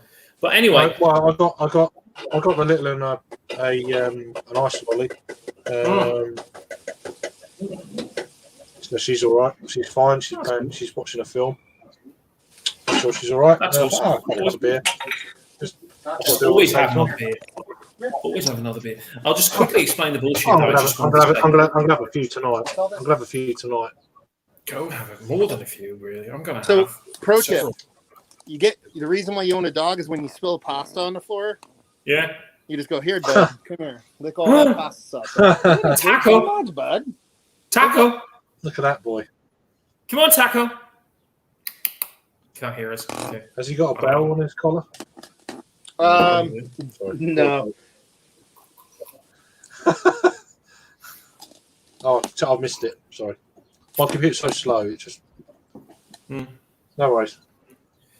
What I love to do when it comes to garlic, I love to roast a whole bulb of garlic on a low roast in the oven. You know, with aluminum. Fuck. And Whatever. just roast it, but squeeze those roasted garlic thingies out of the skin, mash it, mix it with. I don't know. That was in. I have no idea. You I don't know haven't what it was in placed reference all to. this. That was probably that was a while ago though. When was that? That was, I don't know. dude. That was like half an hour ago. No, well, yeah, a little while ago. Just before I went to do the Thomas, review. I do pretty much I the did same see it. thing, man. Like, I'll take the clove and I'll cut it across the way and open the two bulbs up, put them in a roasting pan, drizzle olive oil on it, bake it for half an hour, 40 minutes, then spread it on crackers and eat it straight. But put that roasted garlic, that sweet roasted garlic, mash it up into a puree, mix it with yogurt, whatever the fuck you want, and a little bit of lemon juice, a little bit of salt and pepper, and maybe a little bit of dried chili or fresh chili if you want. You will have the most epic garlic sauce ever. If you put that on like some roasted meat or in like shawarma, that is some next level bullshit right there. I would rather make it a spread though. I would rather you roast your garlic, right? You take clarified butter, mix the roasted garlic, clarified butter, and you spread it on toast. And then just the way, or you take potted salmon. If you pot salmon with clarified butter, so the butter's there, and then you get it, when you cook it, it gets all mushy. You put clarified butter on top, sit in your fridge for a while, you pull it out, you spread it on toast. And basically what you got is a salmon butter spread. Look, dude, I heard your words, but you lost me at clarified butter. I'm sorry. I think what we're talking about here is that butter makes everything better. Butter. Like, are you aware when people are like, they go to a restaurant, they're like, why? I have mashed potatoes in a restaurant. They're like, why does my mashed potato not taste as good as the one from the restaurant? Because it's 50% butter in the restaurant, you motherfucker. You're eating butter. You're not eating potato. You're eating goddamn butter. I've worked for in a restaurant until the COVID thing came down, and then I switched over to right now. I mean, I was a kitchen manager. I mean, believe it or not, you would probably look at me thinking I'm doing. Oh, I believe you. But I switched over to working a forklift because it paid more. And the restaurant I was working at shut down, and then opened back up, and then shut down, and opened back up, and then shut down. So I'm good with. I'm going to go back in the kitchen as soon as all bullshit blows over, because I can make more money doing that, running somebody's kitchen, than I can, loading somebody's trucks. So, but right now, loading trucks is every day of the week, 6-7 days a week, $16 an hour. It's not too bad. I get you, dude.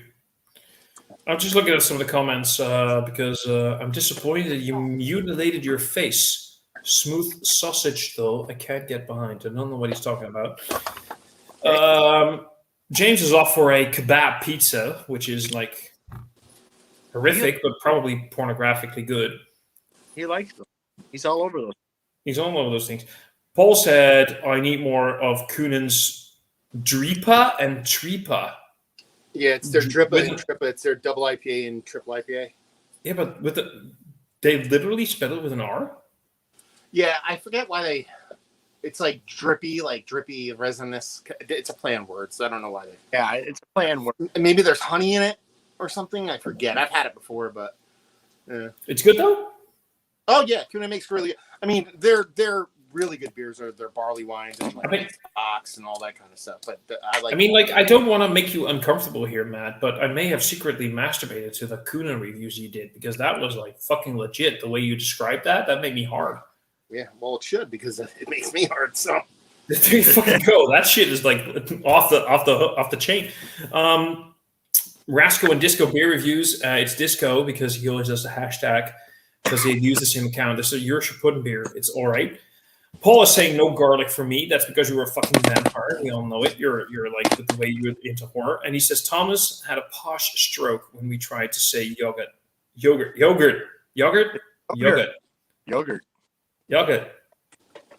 I don't like yogurt. I just don't. I love yogurt. Yogurt to me is like dessert. That's it is like fucking good, like that soury, creamy, sweet, fatty, depending on which one you want. But flavor without using yogurt. Use heavy cream and some kind of acidic, like say lemon or lime, and you get that same thing without having to use yogurt, and you get a better taste. I actually did both in a curry the other day. I did both, like a little bit of yogurt and a little bit of yogurt, whatever, and a little bit of lemon juice. I did both in a curry, and that shit blew my fucking mind. Try next time you make a curry. Try using, instead of yogurt, use heavy whipping cream. Yeah, but my belly, I'm fat, dude. I'm fat. Add your acidity with, like, say, a lime or a lemon or anything. I do. But skip the yogurt, go with heavy cream. It'll be a lot better, I promise. I did both, and I wanted at that moment. See, here's the thing. I do all of those. Sometimes I want the fatty McFat bullshit, and then I do all the heavy cream and coconut, whatever. And I'll if I really want some creamy goodness, I'll add Craig to the mix. Yeah, okay. That works. That really works very well. There you go. There's that smile. I love that smile. Creamy goodness. Oh, no. But no, I'll just do what I do. But I understand you though, Joe. You're right. I just want to chime in. I just want to say hello to a few people. Sorry, there's been loads of comments. I've been in and out, sort of nipping out. Now she's talking to her cousin on video call, so hopefully that gives me a little bit of a.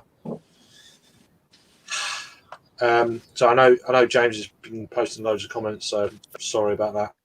Oh, James was basically James was talking about my sausage. Right, so I've not missed much. No, wait, dude, what? What? Do you want me to? So it wasn't very. It wasn't a very long comment then. So yeah. Nope.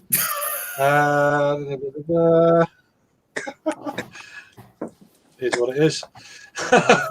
And we got Paul chiming in again as well. So, and then I think I don't know if any of you. I mean, I know Brett, you wanted to join. So, if you want to join, James and Disco, join. If you want to join, come on.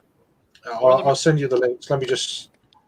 That's why I'm a little bit behind on shenanigans. So let me just try and find the link and copy and paste blah blah blah blah, all that sort of stuff. So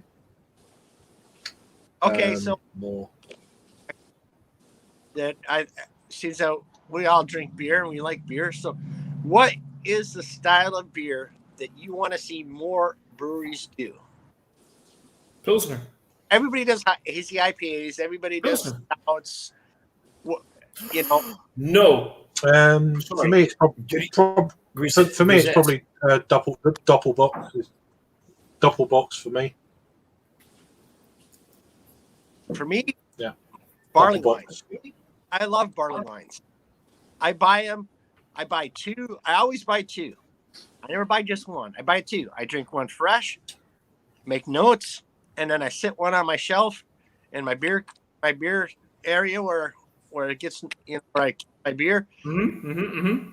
A year or two. I got one that I forgot about. That's about 5 years old, so I'm going to crack that one. The problem is uploading videos for me is really difficult. I have to make the video and then have to go to town and find a good Wi-Fi signal and then send it, because at home it takes 8 hours to upload. How much? 8 hours. How shit is your internet? I got 10 megabytes, and I'm only getting about 7. Hot damn. Send me an email, dude. I'll send you the trick. Okay. Because I have to go to the local McDonald's, sit out in their parking lot. Nah, send me an email. I'll tell you what to do. It'll cost you probably about to get started up. It'll probably cost you around $200 to $300. But after that, then you're $35 a month, and you probably have 100 down and 20 up. Really? For $35. Oh yeah, I've done it for 3 years straight. Oh. I take Wow. What I do is there's these modems that you can buy, these LTE internet cellular modems that you could buy, and you can flash their IMEI number, Sorry. which is it's an identifier. Yeah. And the modem ends up being thought as whenever the Wi-Fi or the cellular signal hits, it thinks it's an iPad, and then AT&T sells an unlimited iPad plans for $35 a month. I use about 1.5 terabytes a month of data on cellular, and I've done it for 3 years. Oh no shit. It's just so fucking weird because Dutch internet is basically before that, my bet I had 5 down, half a megabyte up. That was my internet before that. 5 down, 5 megabytes down, half up. That was my internet before. Right now. So I know you guys have to use these tricks. I know America has shitty internet in some places. For me, I will say, by the way, Wi-Fi is always slower in the download. Upload is always basically the same. If I use cabled internet, I have 300 down, 30 up. And on Wi-Fi, I will have about 50 up. No, 30 up and about 50 down. See, that's your problem. That's your throughput on your Wi-Fi router, isn't it? Dude? Because if you actually have a really good router, the way I get hardwired, I get about 80 to 100 down, and I get about 20 to 30 up. Wi-Fi, I get a little bit less because I don't have all my routers not super brand new. But when at my work, where I constantly have the updated network, our Wi-Fi is exactly the same speeds as our up down. It's just that your hardware is dated. That's what it is. It is, of course, the hardware, but it's also the fact that there's a lot of people on the same Wi-Fi signal. So I live in a neighborhood with the blocks. I have many houses. Everybody has it. You live very, what's the word? Singular, sacred? No, you live on your own, on the farm with the thing. No, but what I'm saying is that if I don't know why are multiple people connecting to the same Wi-Fi you do? Is it does the city provide you with Wi-Fi? Is that how it works? No. But it's because Wi-Fi works at a certain frequency, and a lot of people have similar frequencies in the channels. So they're but you can switch channels and frequencies. Yeah, you can switch channels, but yes, if you know what you're doing. And basically, 101 out of 100 people don't know what they're doing. So that's the thing. I kind of know what I'm doing, but I also can't be bothered to fucking fix it. The problem is that I live in those blocks of houses where you have 4 or 5 houses connected to each other. So everybody's using Wi-Fi. The frequencies are all 2.4 or 5 gigahertz. So all the frequencies and all the channels are blocked. And then we have the bullshit bastards walking around with cell phones all the while through the neighborhood. Do you want to take a break in this conversation so Craig can switch the channel chat to the Kent Wi-Fi review channel? We can do that real quick. Anyway, do you know how much I fucking love Matt? He's the cuddly bear of all the. I don't give a shit. I don't care. Let's just sort shit out, and get on with it. You know? Get your shit sorted. Matt's a classic. Mine's awful, but he's a classic. He just says what he wants, and he says it to the. Gotta love a guy like that. You gotta love a guy that's just gonna tell you the way it is, right off the fucking bat. Oh, fuck, that's I've said it before, and I'll say it again. Yes. But that's end the conversation, though. It's get out, Get your shit, get out. But you gotta give shout out. Matt. I mean, he's about the nicest spoken person I've ever met. This man. He's awesome. He doesn't know me. I've commented on his video. He doesn't know me. personally, but he's always got something nice to say to me.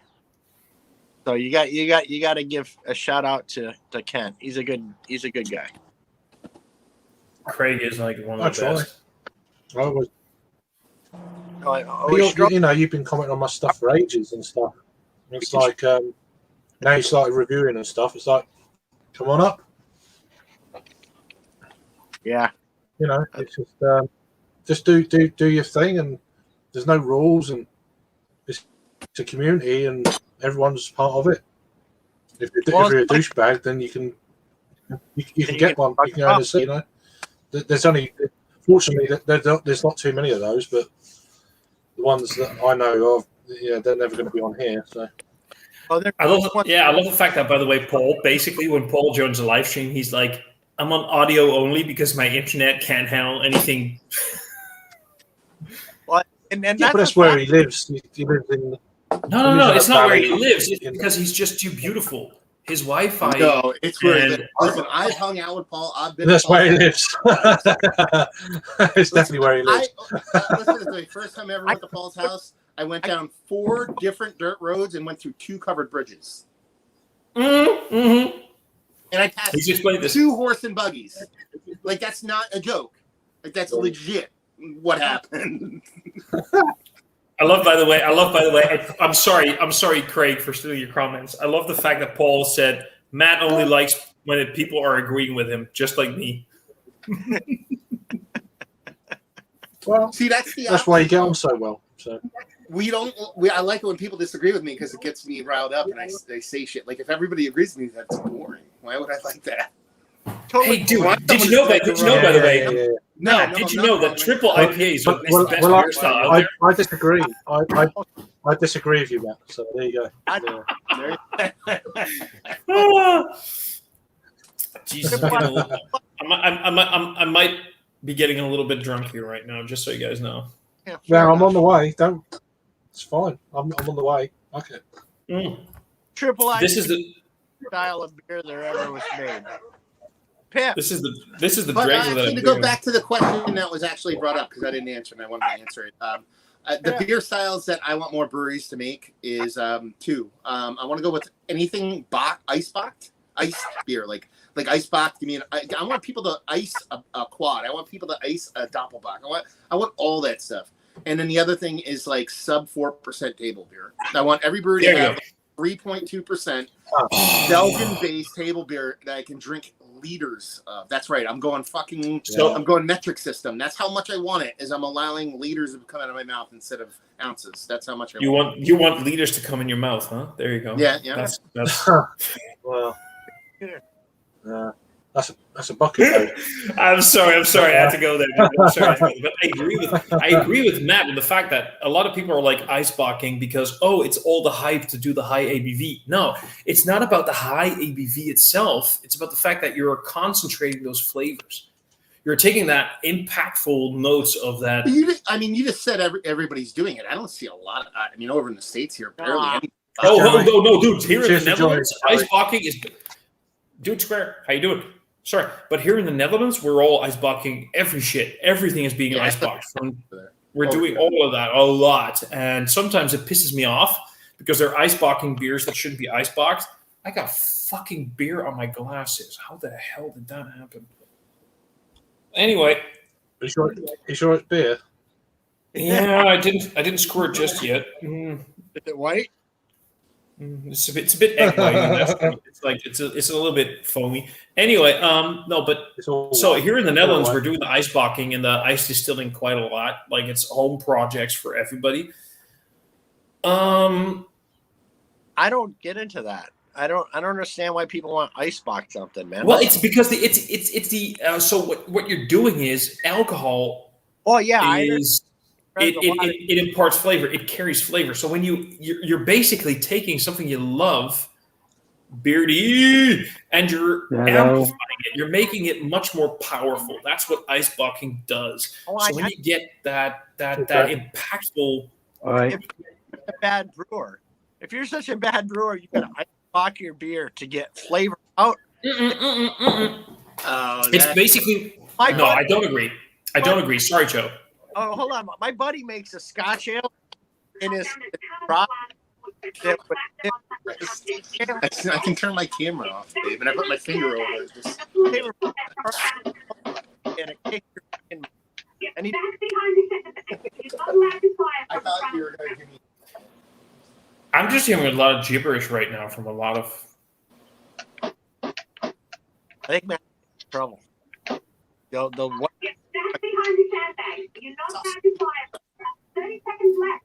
Wait, just give me 1 second. Brett, Yo, are you watching TV? no, I'm playing a video game. Okay, I think we can hear it. Oh, doing turn down. Yeah. I don't know. I'm just hearing some a lot of like. That's what we're hearing. That's what we're probably hearing. Not like Joe. I agree with what you're saying, but what the fun thing about an Eisbock is like we're in a brewery. Is like this beer is so awesomely great. What if we can amplify those flavors and Eisbock it? And sometimes it works and sometimes it doesn't. I'll agree with the fact that it doesn't always work. Not all styles should. I've had like Eisbocked triple IPAs. Like, go fuck yourself. That's bullshit. What the fuck? Wow. We don't want this bullshit. But I had a mystery beer the other day. I still need to upload it, so this is a bit of a spoiler. But it was an Eisbocked bourbon barrel aged double bock. Now, can you imagine what happens when you take a bourbon barrel aged double bock and you ice distill it? That shit was, I swear to God, I knew I was drinking like a 14% barley wine. And this is where I would actually argue the opposite of it is that I like to say making a bad beer if you Eisbock and it becomes good. I think you amplify the shit. Like it already has to be a good beer. Like it's not like you're masking anything there. No. That's what that was my point. So it it's needs like, to be there's a lot of bigger beers, like, if we want to talk about hazy IPA, stuff like that, where people add like a ton of hops, or they do a bigger beer to try to mask negativity. If you're doing an Eisbock, you're amplifying what's already there. So if it's shit, you're amplifying shit.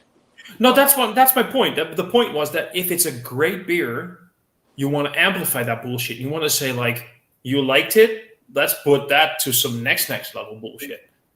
I'm also. Hello. I'm probably just a fan of bourbon. She hates me now because of this, by the way. Bourbon is trash. Dude. If you're drinking a beer and the bourbon flavor is all you taste, then they did it wrong.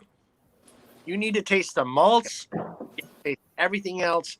Bourbon should just be an accent to the beer. It should not be. I am not disagreeing with you. I just literally had a beer that I really enjoyed. Yeah, I agree. Yeah. I had Eisbock beer by But I don't like bourbon though. So I mean, it's harder. I mean, you give me a Scotch really clear. I'm all over the top of that. Give me some good Scotch or a good bourbon barrel aged Scotch beer, and I'll drink that like it's fucking Kool-Aid. You give me a bourbon barrel beer, and I'm going to be really picky about how much bourbon I'm tasting in my beer. But now I won't with Scotch. So, Joe, would you prefer like a second run bourbon barrel in a barrel aged stout rather than the first run? Because what I want the bourbon to do is be part of the flavor, not all of the flavor. You know what I'm saying? If you understand what I'm saying, which in a first run you'd get more of that. The first run, hotter beer, because it's wet. Yeah, wet. Yeah, I want a blend of both beer and stout and a little bit of. Yeah, you get a barrel that's been times. I'll put my stout in it because it's going to give me that bourbon chariness. It's going to give me that bourbon sweetness and oakiness, but it's not going to dominate the beer. I don't like any flavoring that dominates a beer. But it's all. That's fair. Yeah, that's Bourbon County. Yeah. So I've out some of the variants. Yeah. Like, sorry, Brett. No, that's all right. Sorry. There's a lag going on. I'm just putting it out. There's a lag.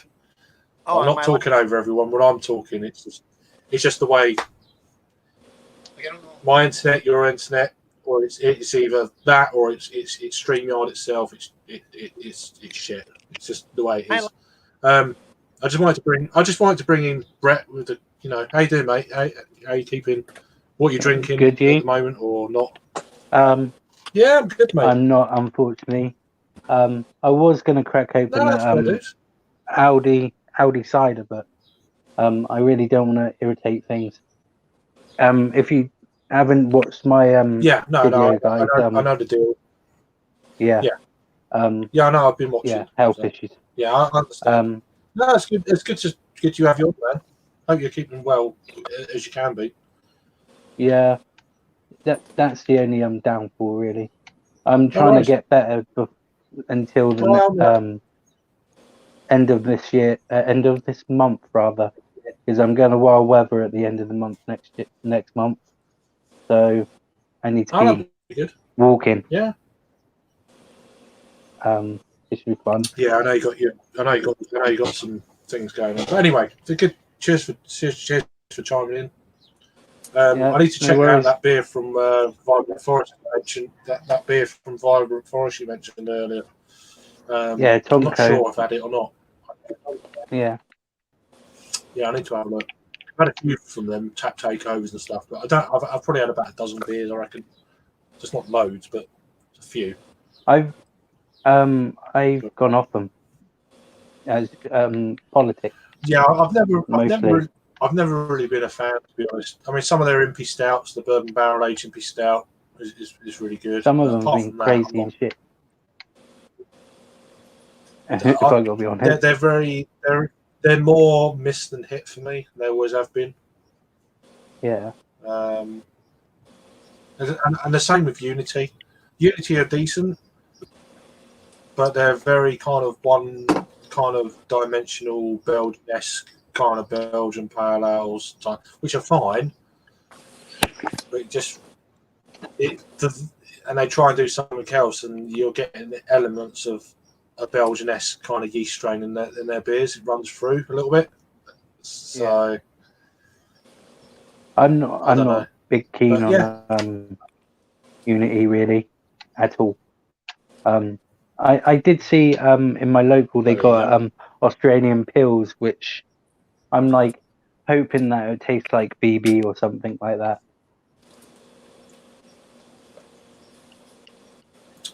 Yeah, no, that's cool.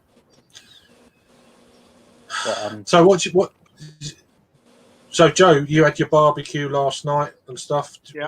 So you say you was recovering a little bit and stuff.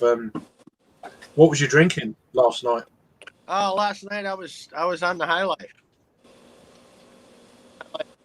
Right. What made it better is what made it worse, I guess, as they saying go. No, I got a few really good beers. I'm trying to hold off until I can do reviews of.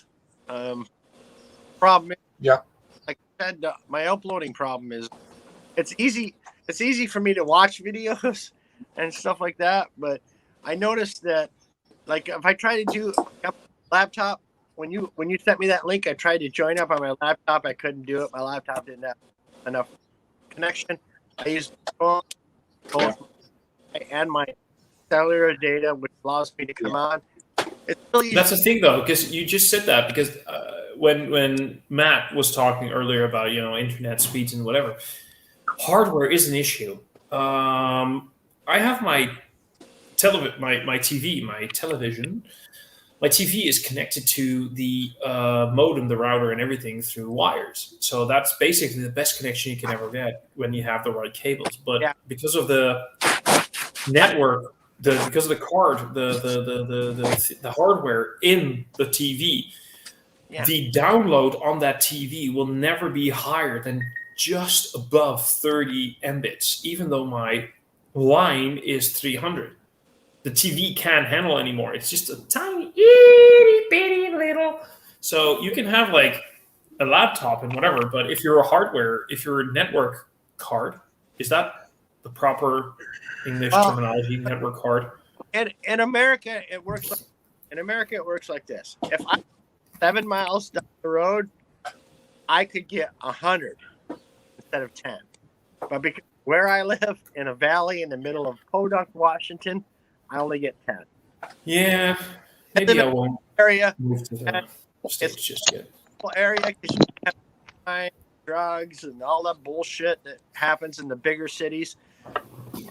If I drive 7 miles down the road to a slightly bigger town, I'd get 100. But I wouldn't want to live in that town because I like living where I live because I can pee off my porch. If I pee off my porch, ain't nobody gonna say anything. You know what I mean? Beautiful. Where I live, because I can have, if I wanted chickens in my yard, I can have chickens in my yard. I can have goats. I can whatever the fuck I want out here. The downfall of that, I'm not going to get good internet. Because can you deal with the internet you have right now? Because then just live the way you live right now. Because at the end of the day, it is what it is, right, Craig? It is what it is. Upload something. I just McDonald's parking lot and use their Wi-Fi to upload. I want to upload. There you go. Oh, smoke and is that what I think it is? Could you lower that a little bit, Matt? Smoky lager. Jackson. Oh, I had a Jack's Abbey lager like a while ago, and I fell in love straight away. I need to. We've been starting to get some of their beers in the UK actually. Oh, look at that! Is that a Schwarz beer? Is it? I missed that bit. Rauchbier. Flat lager. Yeah, it's more a smoked Rauch beer. Rauch. Very light. Rauch. Right. Like you drink like in Germany they would be like, that's not a smoke. You know what I mean? That kind of thing. But Yeah, a little bit of Yeah. Well, I'm gonna have to bust out a good beer though. Everybody's drinking good beer. My life. Oh man, I'm like, what am I gonna do? I'm half knackered. I'm like half tanked, and I'm like half drunk. I don't know what to do. I'm either gonna put a pizza in the fucking oven because there's like a frozen pizza, or I'm just gonna get another beer and you guys decide. I'm probably gonna have one more pale beer and then either crack open a stout. Yeah. I am going to get a stout. I'm just going to get a low ABV stout. It's early for a stout though. It's only 5:30. I suppose I'll start on the stout. So I'm like, yeah. Okay, I'll be great. mashed later. Craig, I love you, but weakness disgusts me. This is the good beer that I will not review but drink today out of the bottle. Bitch, I guess. Ooh. But there we go. So keep it there. A Tout le Monde Megadeth beer. All right. Nice. There, so I'm gonna try to get it mixed up in the beer because I like everything in my beer. I like all the fat. You gotta have all the fat in your beer. Yeah. But it's a 5% alcohol beer. It's tribute to Megadeth, and I'm not going to try to say the name of the brewery. El Tout le Monde. A Tout le Monde. I'm an American. Tout le Monde. Let's see if I can open it. Set me free. Yeah, well, I'm American as well, and I ain't got, I class myself as- Guys, I'm just going to go grab a beer. I'll be right back, right? Be right back. It means set me free. I'm getting people. Good. I'm getting people pissed at me, and it's great. Wait, what was that again? I missed it. What was that? It means set me free in English. Unibrew. This is actually a pretty good beer. Nice. Yeah, I even though Unibrew is basically Sapporo based now, Yeah. I really do dig what they do. So, Maudit was probably like my gateway beer in the beer when I got in the beer like in the late '90s. That's actually a really decent beer. I should eat it. Oh well. There'll be more beers to review. Not that better. I got the bloody song in my head now. The chorus. Go ahead, buddy. Let's hear it. A Tout le Monde set me free, and then it kind of like, and then I got the solo in my head as well. Tell us. Unfortunately, I can't play that. But yeah, it's a good song.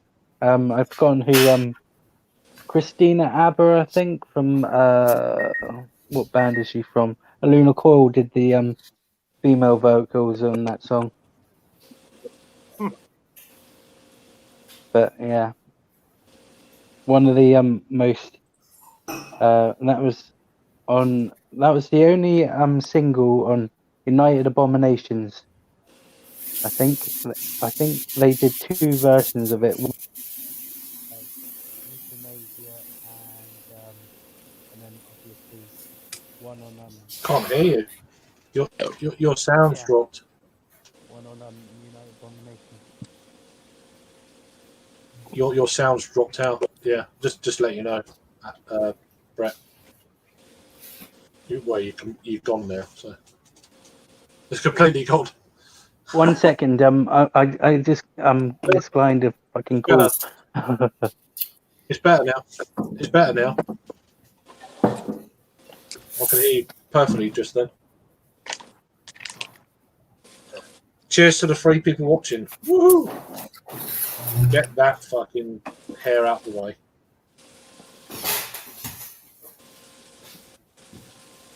That's better. 3 people watching. Are you drinking yet? Are you in my time zone? Are you in American time zone? Are you having a lunchtime beer? Come on. Get commenting. They really frown on lunchtime beers where I come from. But I really. That was my belly. I'm glad it was your belly. Yeah. For once. Just, yeah. Nah. It could have been worse. Is that comment ever going to actually show up on screen? There we go. That's how shy it You want some is. onion? Uh, Do all that down there, bro. This is gonna be delicious. Love the shirt, Matt. So, anyway, we'll I wasn't sure if she so was saying. cheers, Gabrielle. Yeah, I wasn't sure if Yes, Gabrielle cheers was for saying. hanging on throughout. Yeah, sorry. I wasn't sure if she was No, saying cheers for- cheers- love the shirt We Matt keep or doing love the that. shirt We're doing this. Well, I don't know. Who knows? But cheers for hanging on in there, Gabrielle. Appreciate it. Hey, Nice. comment. When are you guys gonna do another one of your comic book? But what's his name from Nerds? When? No. Wait, go. I want to Go. beer. No, the beer. Show the beer. Drinking. I do love it when those classic Belgian breweries send you beer. Yeah, Nice. That would- There you go. they can send me all the beer they want. It's a So flax what's- infused blonde. What's that brewery's deal? I saw they sent like pretty much everybody in Europe beer. Yeah, they were like, whatever. They were like, can we send you shit? I'm like, fine, whatever. Are they I new mean, or are they old? the Afghanis, they've been hanging around. They've been around for a while. Like They're not like, or but they sent us beers like a year ago or so, and they're like doing the tour for all the, the Instagrammers and whatever. They're doing their thing, and yeah, it makes them happy. yeah.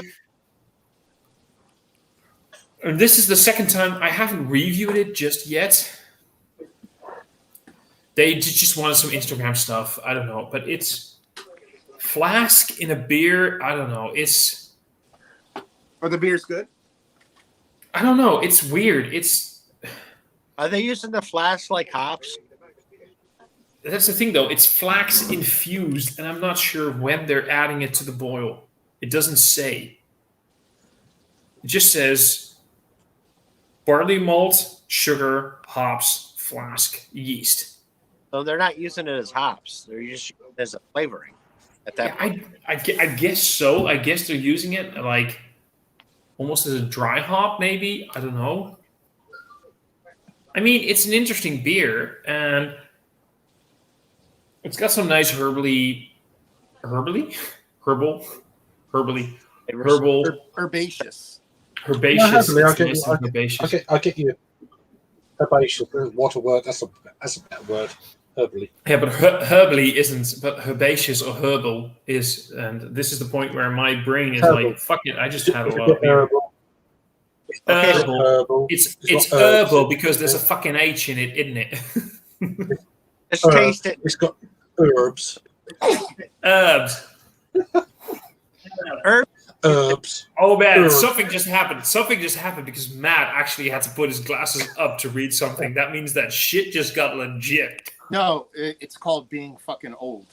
That's I what know, it's dude. called. I know. Like When I read something, I have to go like this, man. I'm sorry. If I want to see something, I look at the bottom of my glass or the top of the glasses. Yeah, there's so you didn't wear glasses. Well, you weren't nearsighted when you were younger. You were farsighted, correct? Yeah. Yeah, that's the thing. If you're nearsighted, I'll never have to wear bifocals. But it's like a weird way the eye works. But Yeah. I won't be able to. In order to read, I have to move my glasses to. Yeah. I know.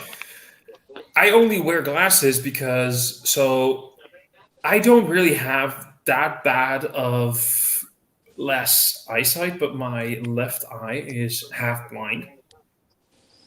And my right eye has to compensate a lot to process everything that's going on. So to sort of make everything a little bit easier, the glasses are basically for just my right eye because they can't even measure my left eye.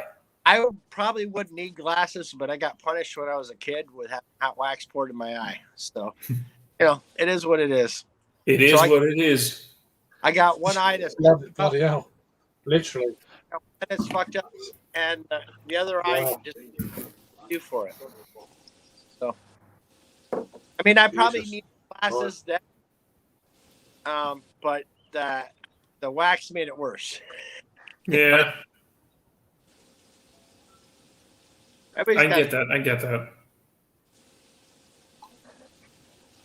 Sorry about I just- Lax and Wiracle. Good beer. I don't know. If you got a chance to drink it, it's got a really interesting taste. It sounds interesting. Wow, he's on it early. Christ. I was gonna. There was an advert with that beer, and I clicked on it. It's like $15 for. It's a flash shell. $15 for a 6-pack, and I was like, That's about. I paid $5 for this beer. A single beer. I paid $5. Five American, which would probably be. I think what your guys' dollar is a little stronger than ours right now. I think pounds Don't for know. me. I've looked. I haven't checked for a while. To be fair, pounds and Wait, we what? always Sorry, get what? ripped off though for American. We always get ripped off for American beers over here. It's like Oh yeah, we do. for one beer over there, you can get them almost within a 6-pack for one beer that we get, okay. and that's with the currency better in our favour as well. It's like they're ripping the arse out of it. Been like that for years though. But yeah, but no, because it works the other way around. I was talking, Matt and I discussed this in a live stream at some point. Like he pulled open this Zundert 8 a while ago during 2 weeks ago during a live stream. Remember that one, Matt? Yep, I remember. And that was pretty expensive for your point of view for one bottle for a not even a 12. Yeah, I want to say it's it's an $7 for a 11. bottle, maybe. Yeah, maybe. I pay €2 for that. Yeah. And it's all the shit. It's so expensive because they need to ship the shit, dude. They need to send it over on a boat or a goddamn plane or whatever. Of course, it's going to get expensive. So it's from another country. Yeah, Of course no, it's gonna. It's a tax you pay for Yeah. Imported beer. It is what it is, But Unibrew is typically relatively cheap for me. I would say I'd probably be able to get a 4-pack of that Megadeth beer probably for around $14 maybe. But he also bought it in singles, which is different because a lot of times, you know what I mean? In UK and stuff like that, they don't. They're singles is a normal thing. Over here in the States, it's not. And when they break packs out in the singles, they mark it up quite a bit. Yeah, they do. Yeah, so that beer is probably $3. That 4-pack is probably for him probably $13 for a 4-pack. But since he bought a single, he had to pay the premium and pay $5 That's like, instead of we don't Green- do that green. bullshit over here. We just have like if you so when in the supermarket, you go into a supermarket and they sell 6-packs, right? And they're like, oh, you just want to buy one. They take the price of the 6-pack and divide it by 6, and that's what you pay. Oh no, not in America. Yeah, but in America is bullshit. So there you go. It is. No, we can't see what I'm jealous about. What really gets me jealous watching, because I watch a lot of European beer tubers because I'm interested in what beer is being drinking over there. I mean, what? No, what's going on? Joe. You just think we're hot and you think we're sexy because of our European accent. You Denmark people have to go. Denmark, go fuck yourself, dude. Denmark.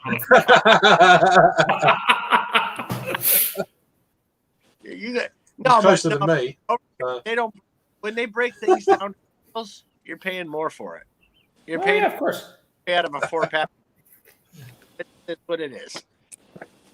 I'm jealous though. I'd like to be able to go to a bottle shop and just buy singles, because sometimes I want to try a beer before I buy 4 of them. You know? Because what if you buy it? Because I've done this before. I was like, "Oh, this beer looks great. I'm going to buy it 4-pack," and then I have to choke the other 3 down because the beer isn't as good as I thought it was going to be. You know, I can be the asshole right now, but I could say that I'm okay with choking something down, but whatever. Yeah. You're used to choking things down. Us Americans, we don't choke things down. So this is my favorite part about doing like a bunch of beer stuff all the time, is that whenever I get packages in the mail, these are the texts I get from my wife. Not beer. Oh dear God. She's like, So I have the same thing. I have the same thing at work. I have the same thing at work by now because a lot of my shit gets delivered to my work address. And whenever like a parcel delivery person comes in, they're like, "Is it going to be work related or is it beer related?"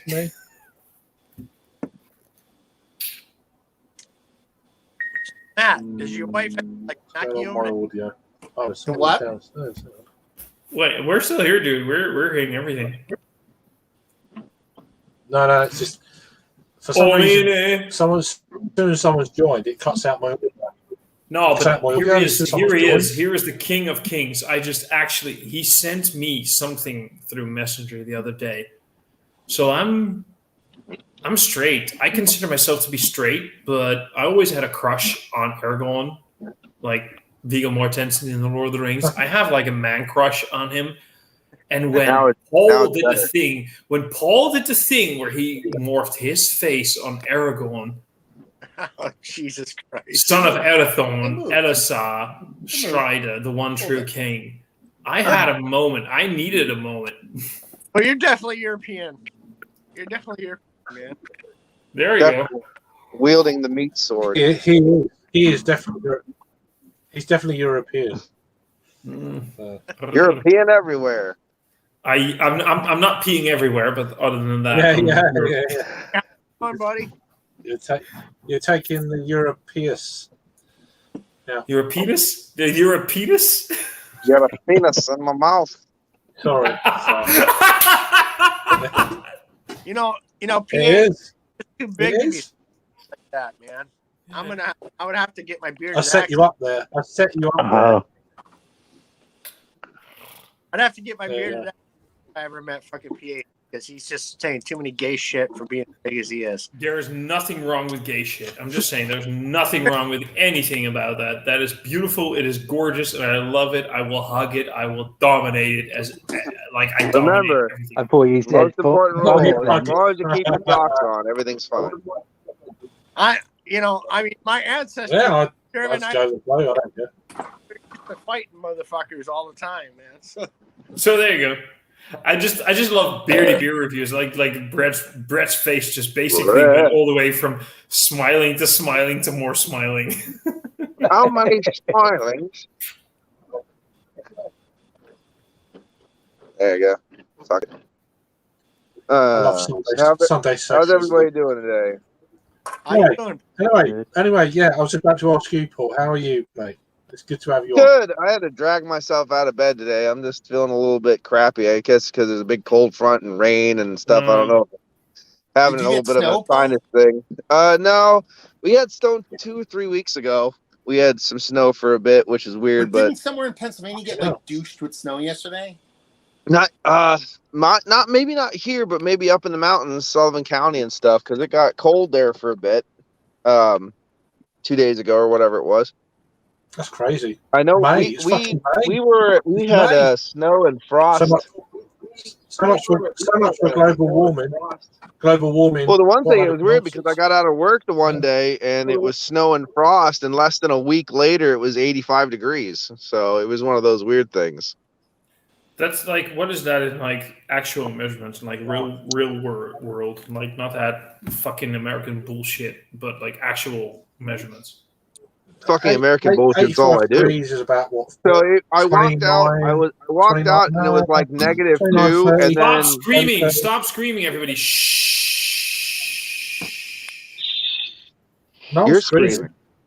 screaming. People were like really screaming and talking very loudly. Paul, you I were walked, saying? I walked out of work and it was like negative 2, and then I guess later it was like what, 20 degrees or something like that.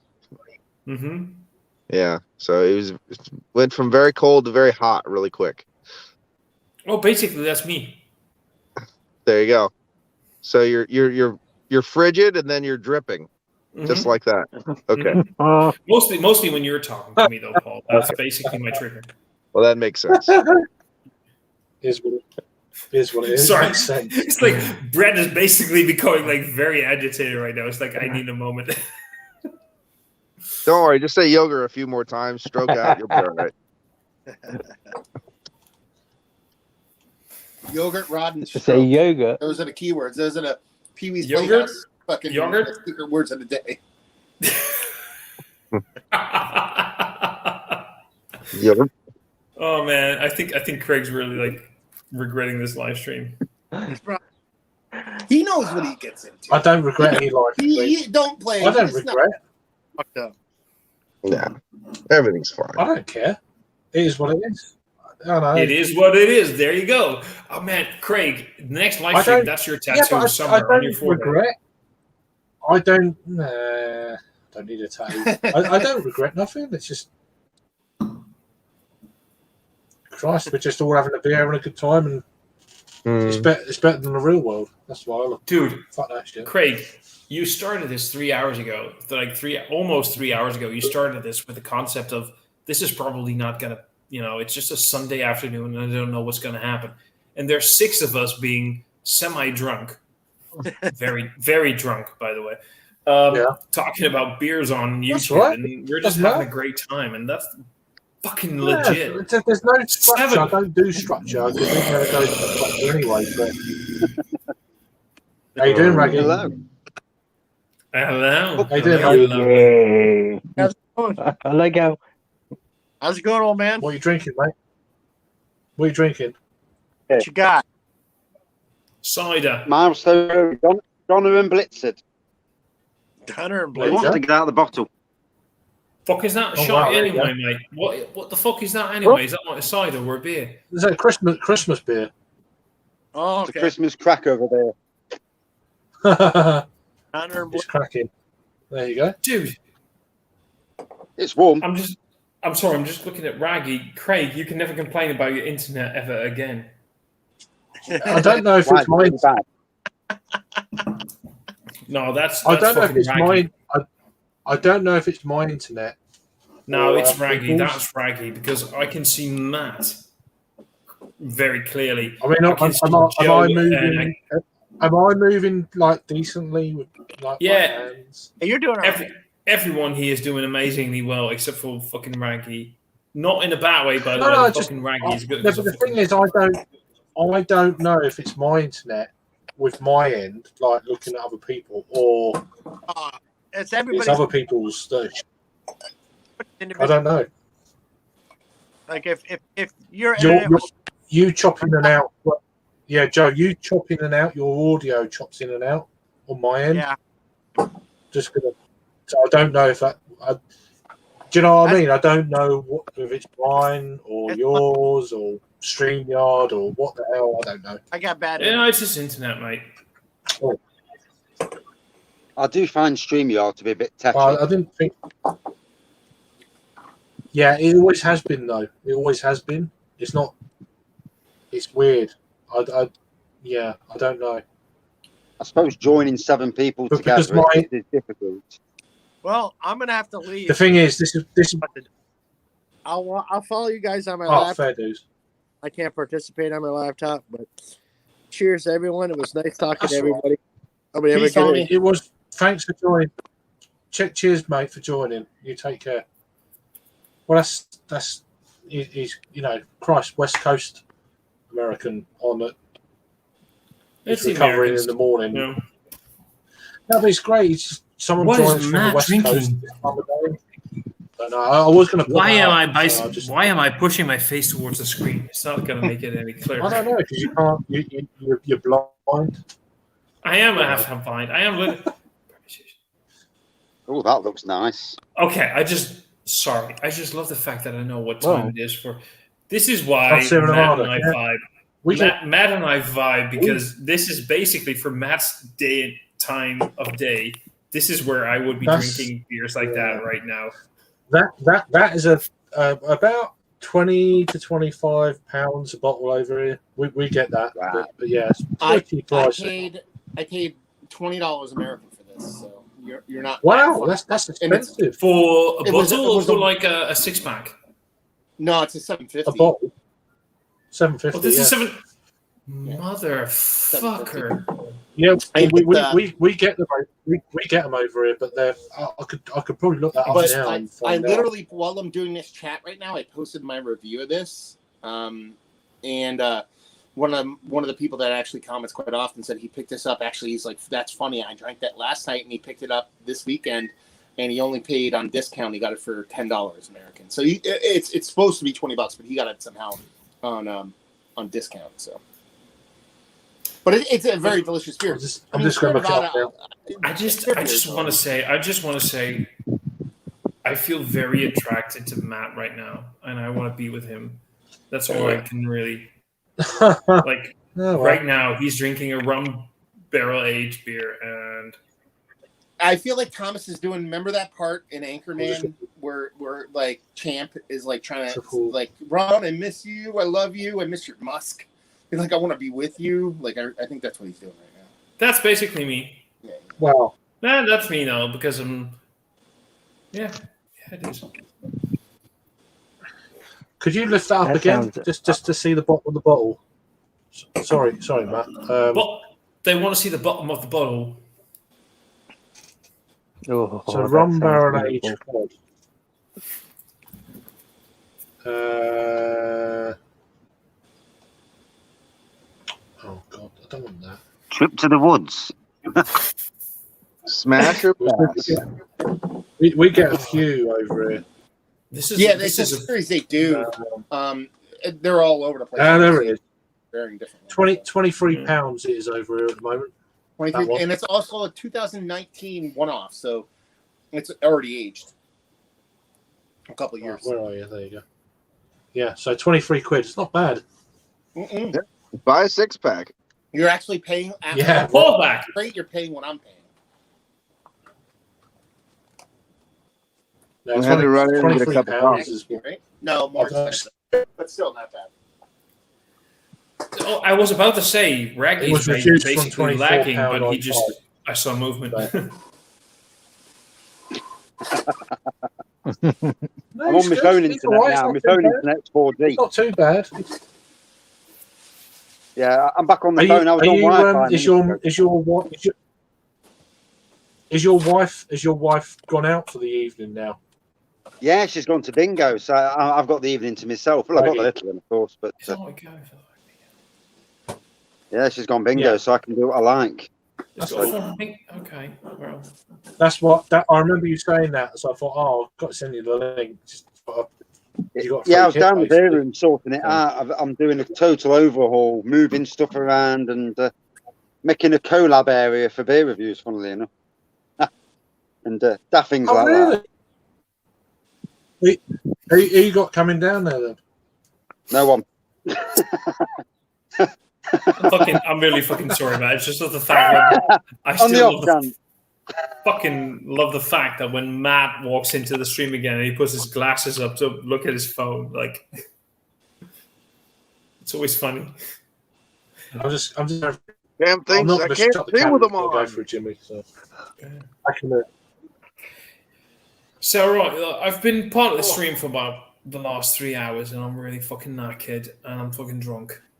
And it's only like It feels like 6 3 hours o'clock. as well. No, yeah. You know what the thing is though? Paul feels me when I say I'm fucking drunk, but I wish I was drunk fucking. Yeah, there you go. There you go. Yeah. I'm just at a gas station sipping coffee, so you have it better than I do. I just want to say, Paul, I miss you. I wish I could feel your body right now. I want your strong arms around me. You know, It makes sense.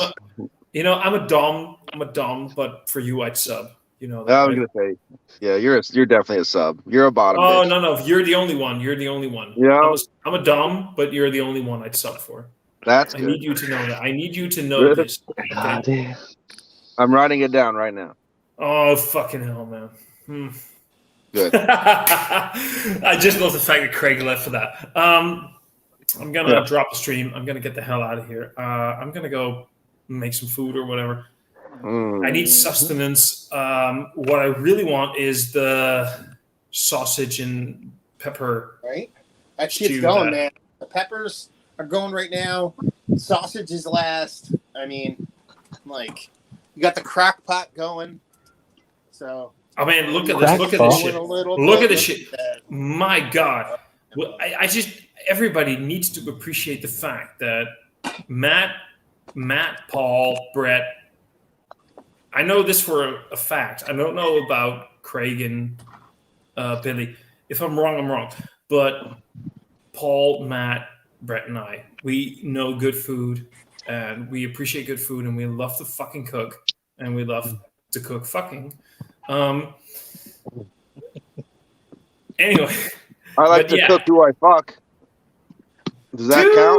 Dude, that's some creepy shit right there. Does that count? All y'all are like, I love you guys. I'm gonna get the fuck out of here. I'm basically wasted. Yes, you are. Well, tell Craig guys I love him, and talk to you guys later. Right? See you later. Oh. Cheers. Bye. Bye. Cheers. God, at last. I'm joking.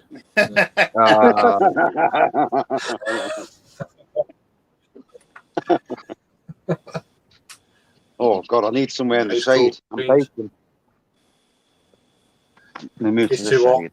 I mean, I've been out most of yesterday, and it was weird. This morning it went really hot, sunny, and then it came over lunchtime. Then I got back and thought, oh, great. And the last kind of hour or so brightened up again. Oh Jesus! I was cooking in Yeah, the you're in bare the room. Midlands though, so you don't get any kind of yeah, but you don't get any sea breezes where you're at. We get a lot of like kind of cloud cover on the coast and shit. So You can't see breezes; they're invisible. That's better. twat. Oh, I'm in the shade, Yeah. but the sun's in my eyes. The ocean. What am I French? What, on my channel? You're joking. Mm-hmm. No, I can't sit there. Yeah, that's good. Keep moving. I Well, didn't don't have, sit there then. I'm not gonna. I didn't have any beer yet today. I haven't filled up to it yet, but I have a couple. I don't have any review beers. I already reviewed them all, but I still have a couple different things to drink. I got a new one from the Captain Lawrence Brewing Company called I Was Learning to See, a double hazy IPA that's really good. I got some more Unicorn Farts because I love that beer. It's the only sour that I rebuy all the time. I got a Straffa Heinrich, the quad, the regular quad, and it's good. It's just not that dynamic for me. But it's good. It's one of those ones that could pair awesome with food, if you know what I mean. But I got a quad from But on the other end of the spectrum, I got a quad from Weyerbacher, and that is just a little bit too bold and brash, and only like 3 notes screaming at you at the same time. So it's Their kind of bass- like, you know, or, like a variant on the bass, like their quad, the just Weyerbacher quad. just the Rybacher quad, the 11.8% one. Yeah. And I was like, wow, this is just like, you know, unrefined, and this is too refined. It was one of those kind of like in the middle, you know. But Have they you were both been- good. Have you been to Captain Lawrence ever, Paul? No, I've never been up to Elmsford. We should go. I should. I Cheers, like Vanessa. Captain It's Lawrence. not that far away, and there's a bunch of great stuff to do up there. I just got Sorry, a chance to Vanessa. get to Lakewood a couple years ago and hit Southern Tier, and that was good. And I'd like But to. Captain Lawrence is so close to budget. Like Newburgh is there. Their brown ale, their 5% brown ale is like I just want to sit there and drink it all fucking day. How far is it from PA and you? It's Well, pretty where close. I live, it's probably about an hour, bit over an hour from you. I don't know. It was a bit over an hour from Scranton. So however. Oh, well, that's not bad. No, that's it's not bad at It's all. like it's Like it's 2 hour in- drive on the road's not bad. No, it's you basically take 84. Oh, yeah. And then Straight up. you end up there. And work out the buttons. And they give me a reason to go to Sam the Beer Man. Mhm. There you go. No, you'd skip it. You wouldn't go by Sam because you. I would come back down just because. It's not 81. It's 84. Yeah, right. 84, yeah. So I'd Need have to go another into beer. 11 somewhere and go But find there's it. great bottle shops up that way too in New York. And stuff. Okay. I went up to Binghamton recently and went to Galaxy Brewing Company. How was it? It was all right. It was really loud. I don't really like loud places, but they had a band and stuff going Wow. because there's like arcade setup, like arcades. Just gonna They're get a cool. beer. Which is Just cool. gonna get a beer. And so there's arcades and there was a band area and the band was playing and the beer was good though. Like it was good. It was just loud. Yeah. Binghamton's weird like that. There's this small little place there. The name of it I like. I forget the name of it. It's like a tiny little place in Binghamton. And they make like a spiced chocolate, like almost like a Mexican chocolate stout, like Chocoveza style stuff. But it's close to Mhm. Galaxy. It's probably only like a mile or two away. But Galaxy's. I've been there and had a great time, and I've been there and it's up to. Actually, my biggest pet peeve was the last time I was there, I just grabbed like a hazy pale ale at the brewery and left, and it was like 8 months old, and I was like, "How the fuck? Why did you sell this to me?" Like, No, that's not like good. I'm not Yeah. a date counter, but you're selling it at the brewery 8 months old. That's kind of weird. But, Yeah, so the grocery store where nobody knows anything's one thing, but at the brewery is a completely whole nother beast. yeah. That's what I'm talking. Yeah. Here's Kitty. How you doing? Oh no, I completely agree with you. That's that I'd get a little pissed off about that too. But Have you ever been to a place? It's oh god damn it! It's called Delaware on the Water. That's the area. It's near New Jersey. It's called Vault Brewing, and I've always wanted to go I've been there. a bunch of times. Yeah, I because I actually always wanted interviewed- because every time they release that damn like imperial stout and barley wine with the cool like old font labels and stuff, and I'm like, Yeah. oh, I want that. Yeah, they're Yeah. they're down by like Washington's Crossing, like where Washington crosses Delaware. Right. In the Civil War. I actually interviewed the owner for the radio show when I used to do it.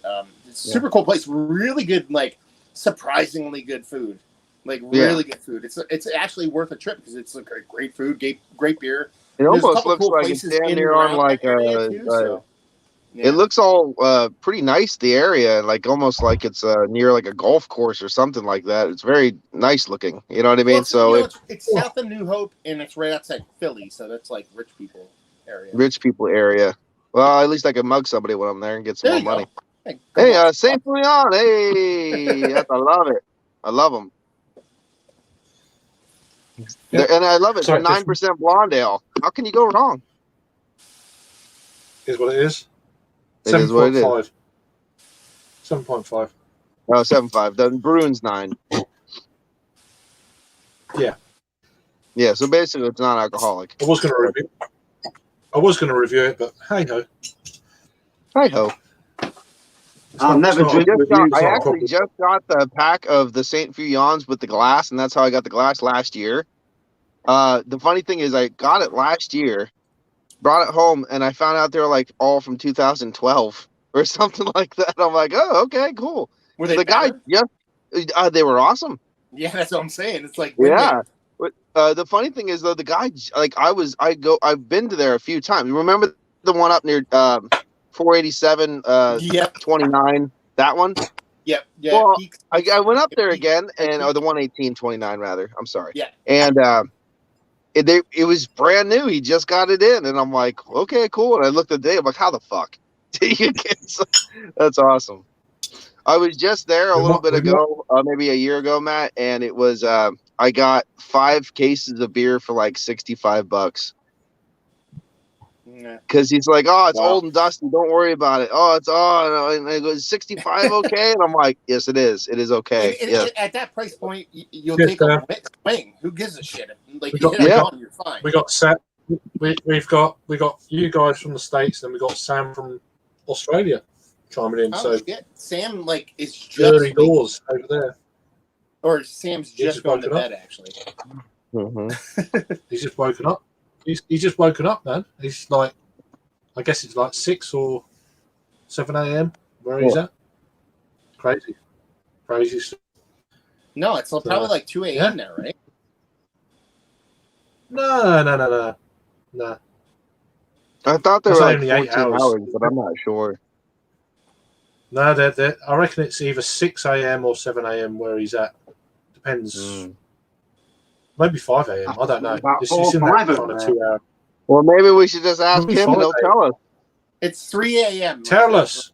3 a.m. Do you know where your Ain't children 3 a.m. are? They're more than 9 hours difference. It's 1 a.m. in Perth the right UK. now. Yeah, they're West Coast. So it's 3 a.m. There you go. You are right. Okay. Why are you waking up this time of night? Stop He starts working Oh, at he's got work 4:30. at 4:30. Bless There you you. go. Christ on a bike. Well, I'm sorry you're not drinking. You're probably needing your coffee. Who says he's Right. not drinking? He said he didn't say that. He said he's going to work. At He could still be 4:30 is drinking. plenty He's of working time at to drink a beer. If he's, I doubt it, but I'm joking, obviously. we might be getting a special guest on soon. We'll see how it pans out. So if you're watching Stone the this, you know you Crow. are. No, I said Piece of special shit. guest. So I like Wait, it. who's the special guest? Come on, spill it. no, he might not join. I don't want to. He doesn't like loads of crowds and stuff. So that's Does my he only have- clue I'll give him. A nose. What? Does he have a nose? Does he have 2 eyeballs? I'm getting close. Is he small? We'll Very narrow it liberal. down. Yeah, you're getting close. I'm getting closer. See, we're narrowing it down. No, cheers for chiming in, Sam. There he is. Right, there we go. I didn't think he'd joined yet, but Uh-oh. Christ, I'm well chuffed about this. Oh, he does have a nose. How you doing? Good afternoon. What's going Good on? afternoon, Fucking Dean. hell, Dean. Cheers for joining, mate. I really No, appreciate it's all right, mate. I've had a few sherbets, so Cheers, I've got a mate. bit of confidence. I'm all right. it. Ah, good man. Good man. What are you drinking, son? I'm on the What are you drinking, mate? Black Albert to Strauss. Fucking hell, your shirt's Oh, bright. that's a good One of the one. best beers in the universe. You know? Yeah. I've been on the Wow, I've been on you don't the fuck around, do you? I've been on the German beers all day, so I thought I'd have something a bit darker. But yeah, top Oh, drawer man, that's stuff, cool, man. Cheers for joining. I really appreciate it. It's really cool. No, it's all At right, last, mate. you know? Thanks for sending me the link, mate. Cheers. No, hello, you're everyone. always welcome. It's just a case of where I remember to send people the link, and it ain't personal. I just forget. It's just one of them deals, you know. No, it's all right. No problem. No worries. Because I'm not in any kind of group where everyone's on it. I've kind of backed out of them a little bit over the last sort of 6 months. It ain't personal. It's just I can't be. My phone's going crazy. I was like, nah, and that's all it is. just It's I can't. tough being a king, man. It's I mean, only- when people are hitting you up that often, I mean, it's. I'm not king. Gotta be, I'm I just get out. joking. I'm joking, bro. Nothing to do with that. I just can't. Not at all. That's a nonsense. But It's I making just your can't. life, making your life easy, man. Like disconnecting from all this shit is so liberating. I and can't. so comfortable. Yeah. It's not personal. It's just Yeah. I can't be doing it. It's just no. Yeah, I just do it when I want to do it. sometimes. Not you know. When my phone's going nuts, I'm like, I'd rather throw it out the window. I can't be asked. You know. No, I get where you're coming from with that, Craig. Yeah, I put it down, and pick it up, mate, with social media because it does my nutting. Too much. I like it to a degree, but I do it on my terms, not on outside to me. I like that. When I look and stuff, and I'll find out or look or whatever. When it becomes too much, I just fuck it off. I just actually deleted my Instagram because I was just getting too pissed off, and then I don't get on my Twitter anymore. And then I found out with Facebook you can unfollow people. So what I do is I add someone and immediately unfollow them. Yeah, I do that on Instagram. That way, I mean, like, yeah, if I want to go see what you're doing, I'll go see what you're doing. Yeah. You know, but then I don't always have to see what everyone's doing, you know. Yeah, it takes too many people. I need to trim my I need to trim my Instagram down, but at the moment it seems to be more tits than beer. So yeah, I want a nice balance. So, yeah. Very fine line. Very fine line with that. I opened up a secondary Twitter that is nothing but tits. That's all the secondary Twitter is. There's no beer related, no horror, just porn. That's all it is. I get on there, go woo woo. Okay, I'm off. But I'm honest with it. I don't, you know, I'm honest with it. So I think people like honesty, and I do let them know. So. Well, I hope they do. If they don't, I'm fucked. I might have a dicky. Do you have a what? Put a dick in it? The wife would have a go at me if I was looking at that on my phone. Oh, right. Ah. I think that's just a Nottingham thing, I reckon, between me and you. So, a dicky. Yeah. Not the other type of dicky. Don't know. I'm drinking. I don't know if you saw, Dean. I'm drinking this. It's not obviously a classic blonde. Yeah. M&S was it, Craig? It was, mate. It was one of my 2 beers I got from M&S. I can't remember what the other one was. I went on Thursday when I got my second jab, so I'm I'll be fully vaxxed in about 2 weeks. Effectively. Cool. So I went into M&S. I got 2 from there. I got 2 from Raggy. Is it what's that discount store that I said? B&M. B&M own bargain. B&M. It would be B&M. Yeah, I got a flax. Yeah, B&M. I got a Flax 10 and a Ginger Tom from Robinson's Brewery, and I picked up two beers. I got both the Vault City from Tesco's Extra. I come home with 6 beers, and I was happy with that. I'm finding it very difficult going into supermarkets and that since we've been open properly. I'm finding that's probably since shit's happened. It's been the most hardest part. At home, I'm fine, but going out regular places, it's been a bit of a struggle, to be honest. So I just get out. I just can't be asked with it. Look at this food porn coming on here. I missed the crock pot. Shit. Crock of shit. Yeah. Let me just get that off. Look at that. Food porn. Yeah.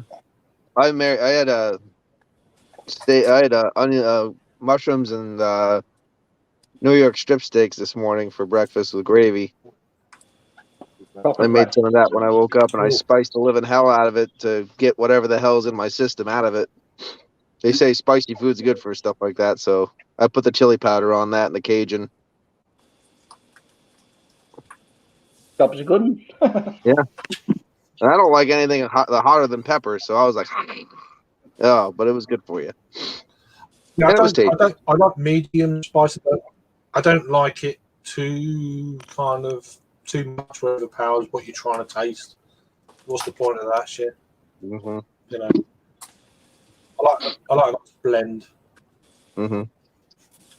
And I put onion powder on, not Ray, onions, because I can't do onions. You're in your beer room, and it's looking really quite sharp now, mate. I'm in the dark. Yeah, so I've had a bit of a change around. That's right. The That's really sunshine. sharp. Your picture's really your picture quality is really good. Looking quite old and You peculiar. know, you've got all, The old peculiar. So yeah, it's had a bit of a change around. Got all my beer barrels there, all brewing away. Vimto, been brewing about 6 months. nice. Fucking thing, I hate it. Okay. St. Peter's cream stout, but basically added sugar. It's going to be an imperial cream stout. I don't know what it is. Only about way to imperial. make it. Just love it. This one, an imperial ginger barley wine from Beerworks, as you can see the label. And this one, Nice. imperial mild, simply mild, loads of sugar more. And yeah, so I've made the beer room bigger now. That area bigger, so you can just about see it. That's really looks really It's a good. bit clearer. The bar area is clearer, so the TV's on the There's wall no up there. shit. Yeah, there's no shit And anywhere. I'm just going to sort this fucking all this rubbish out there. I've got about 15 That's games good. console. But there's room now in front of the bar and around the bar for if I have people around for a chat and even a review, live, a dual collab review and whatnot. At least then they can sit this side, and we could probably get 3 people around this side of the beer room. So that's Look at That's really cool. That's really good. Look, your picture quality is well pin sharp, man. Yeah, it's Really fucking good. yeah. If I turn the lights on, Proper it should be HD, better. that is, isn't it? Really good. I mean, I'd like to have something like that, but just I don't want to I mean- be going down the road of you're copying so and so. I've always had that in mind for probably about 4 or 5 years, but it's just really difficult for me to. On Do what lockdown last year, I do what you started. want to do, Craig, mate. Don't worry about anybody else. Yeah, Fucking hell. everybody No, else, yeah. I do. Yeah, you're right. Yeah, but I've always wanted to do something like that. But it wouldn't be full bottles behind me; it'd be empty. It's just like Yeah. I gotta get I the wouldn't have- dungeon fixed up and start doing it in the dungeon again, yeah. like Yeah, I used cool. to. Oh, he's on another. No, he's on another beer. Look at this. Getting people pissed early in the day. What's that? Kane Brewing. Hey, He sucks Kane's cock. He loves it. Loves that Kane. well, New Jersey, right? New Jersey-based brewing company. Yeah, New Jersey. You on the shore down there. Ah, Very nice. Seaside, Ocean County. free beers, free beer. Free beers, free beer, though. Isn't it? So, Dimple D Dimple. Low ABV Nice. FTW. Basically water beer. Yeah. No ABV at all. Just above 5%. Everything I've drank other than Sierra Nevada, which I actually reviewed the Sierra Nevada last night and I corked it. Oh, Chugging those low ABV gyms.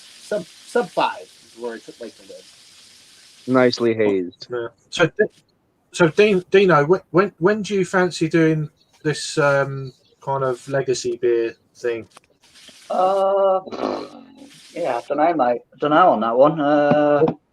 It depends when you're free. I mean, I don't know if you're working. It's bank holiday tomorrow, but you're working or Yeah. you're working Tuesday. What tomorrow? Yeah. Would tomorrow Yeah, be a good fuck it. option? Yeah, fuck it. We'll do it tomorrow then. Yeah, we'll do it tomorrow. I mean, I'm free from whenever. I can work around you. So Whatever. I'll probably get dragged around a garden centre or two with the missus and kids tomorrow. So yeah, that's fine. Early afternoon sometime. Yeah, well, I'll mention it now, and then you just PM me, and I'll work around you because it's going to be on yours. It's going to be on your stream, isn't it? So Yeah. Okay. We'll message each other tomorrow. Then we'll do that. yeah, well, clear with the trouble and strife, and then just let me know. Yeah. Okay, mate. No problems.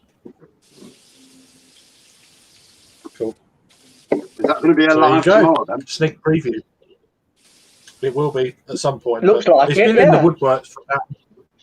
It's been in the woodworks for about flow. It's just the way it's gone, you know, arranging things and Yeah. just we'll sort that out. So it's going to be legacy beers, basically. What got you into this whole kind of craziness that we are in now, I guess. So we're trying to find the beers to suit, or some of them. So bit of overlapping probably with certain beers, but it's funny as well because I put an order in with Trembling Madness a couple of days ago, and I was looking at the table beers on there with a Colonel because I know you mentioned about it, and I nearly pulled the trigger on a couple of bottles of that stuff, but I didn't in the end because I just thought, well, we'll just go with the legacy beers from supermarkets, you know. Yeah, I mean, it's not even necessarily supermarkets. It's just these legacy beers have become supermarket beers over the kind of years, and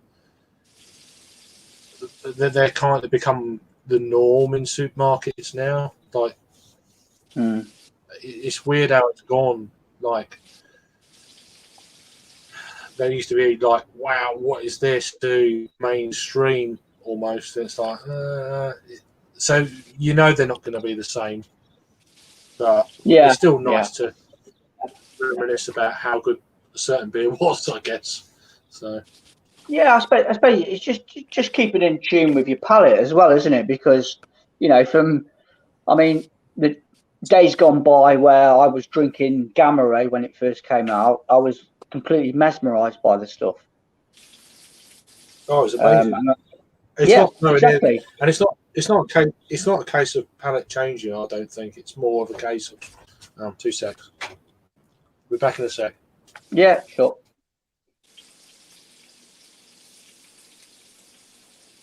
I mean, I find that beers that I liked 10 years ago, a lot of them I drink now. And 10 years ago, these were like box ticking. And nowadays, they're not the same. And be it a palate thing or be it the beer's gone downhill over the years. I mean, Hobgoblin was an amazing beer back in the day, but that's certainly gone downhill. Well, I know they got bought out by Marston's and stuff and got really weird because I used to love it too. Yeah, it was. I mean, the Witchwood Brewery is literally probably about a 10-15 minute drive from where I live, and I can remember the time before the Marston's buyout with Witchwood, and a pint of Hobgoblin it was pretty much everywhere around the Oxfordshire area, around my way. Most boozers stocked a good pint of Hobgoblin, and it was sublime. It was a real good pint of beer.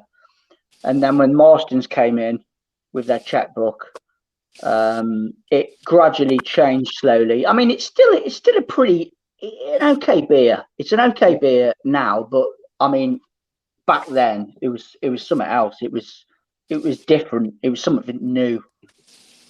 But it just it's what it is now, isn't it? With all these buyouts and stuff, you just like to think that breweries that come in and buy out a smaller brewery won't doctor the recipe, but it happens, doesn't it? There's always going to be hype too when something's harder to get or rare to get, and then it actually comes in more often, then the hype fades away after a while too. Like I remember when people were freaking out about Two Hearted, and now Two Hearted just sits, and then Hop Slam comes out now and again, but even that is not that crazy anymore when it comes out. Around here we have Trogs, that Nugget Nectar. The diehards still enjoy it and stuff, but the hype has kind of gone away from that too.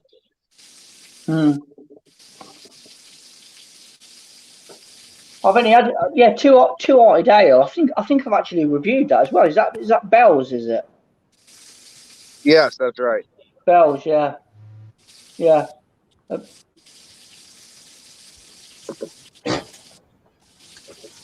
Two Hearted, yeah.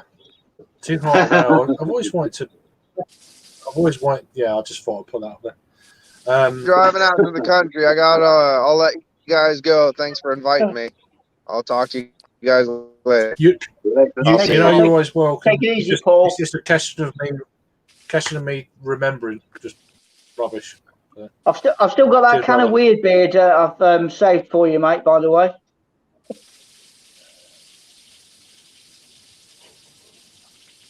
Was he there? Can you hear us? No, he's gone, hasn't he? He's there, but unless it's my internet, I don't know. Well, fuck off, Paul. Go.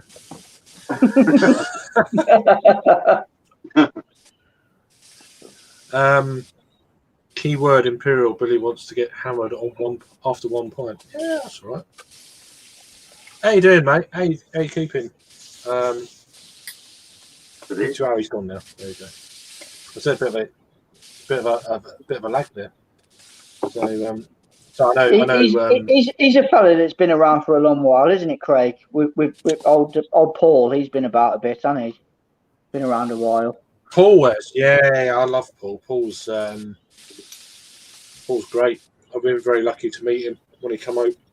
We've done the Manchester Piss Up, which is basically all around him coming over.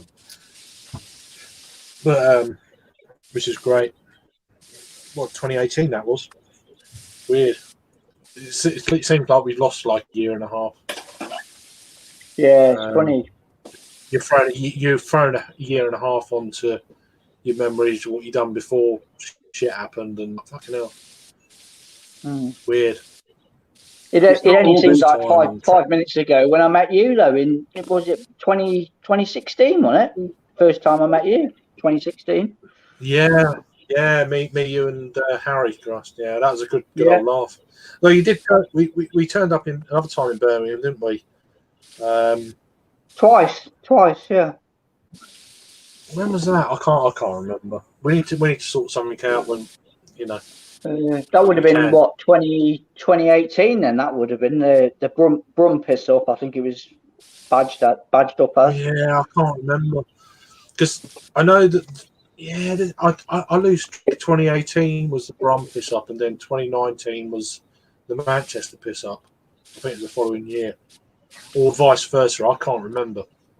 I need to look at those and shit. Yeah, I know I didn't. I couldn't make the Manchester Piss Up, but that sounded like a right blast. That did from the videos that you put up.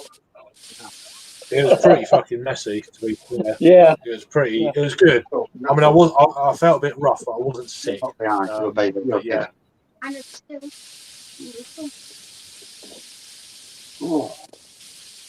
That's good. What are you drinking there, Raggy? Did I have already asked you or not? With something. My 50 pence from Morrison's. However, they got away with reducing that to 50 pence, I'll never 50 know. fucking pence for that? Jesus. That's ridiculous. That's bollocks, that is. That's wrong. Oh, wrong way round. No, I believe you. It's just we don't get shit like that.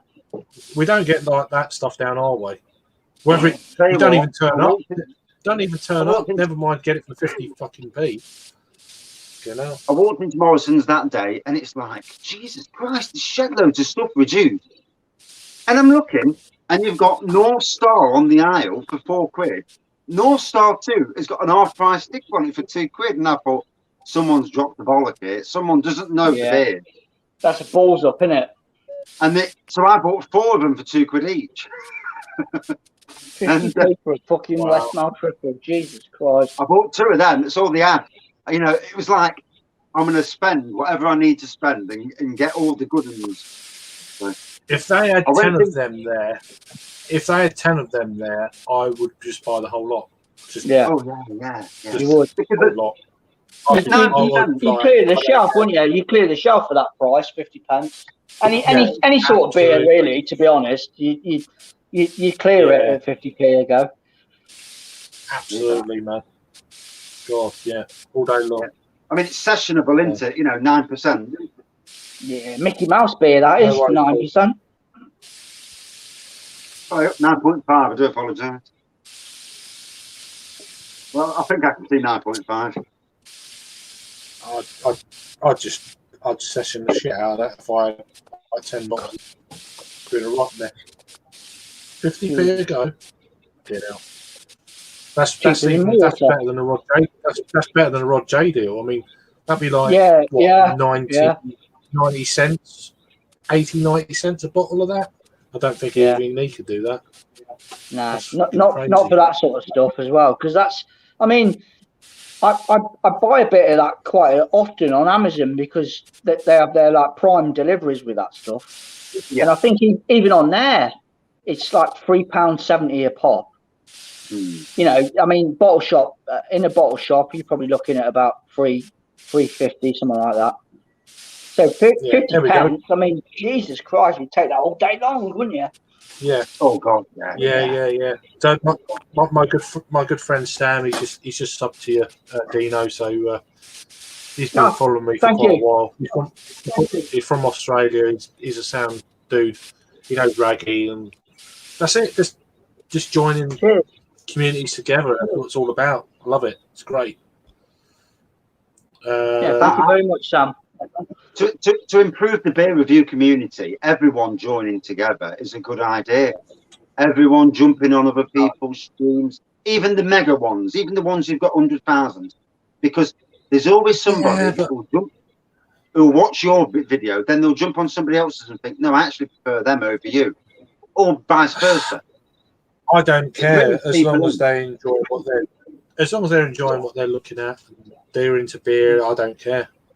I'm not that fussed I mean, at the end of the day, we're all singing off the same hymn sheet, aren't we? When it comes to it, we're fans of beer, regardless of what style it is. We enjoy it. It's a hobby. So, you know, this grouping together sort of thing. I mean, it is good. Yeah. I mean, I've put my hands up. I've probably been a bit guilty of not sort of like interacting as much as I should do, but that's down to nerves and stuff. You know what I mean? I know all about that. That's not. Yeah, but it's not. Yeah, but it's not a rule. It's not. It's not an absolute must that you've got. You know, it is what it is. Everyone's different. People appreciate that. Understand that. I think understanding is the key word. I'd say. Yeah. Agree, Craig. And it's really nice to join the dots like we are now to a degree. It's really lovely because it doesn't happen often, you know. No. Maybe it takes a few sherbets, whatever. Yeah. But when it happens, it's lovely, you know.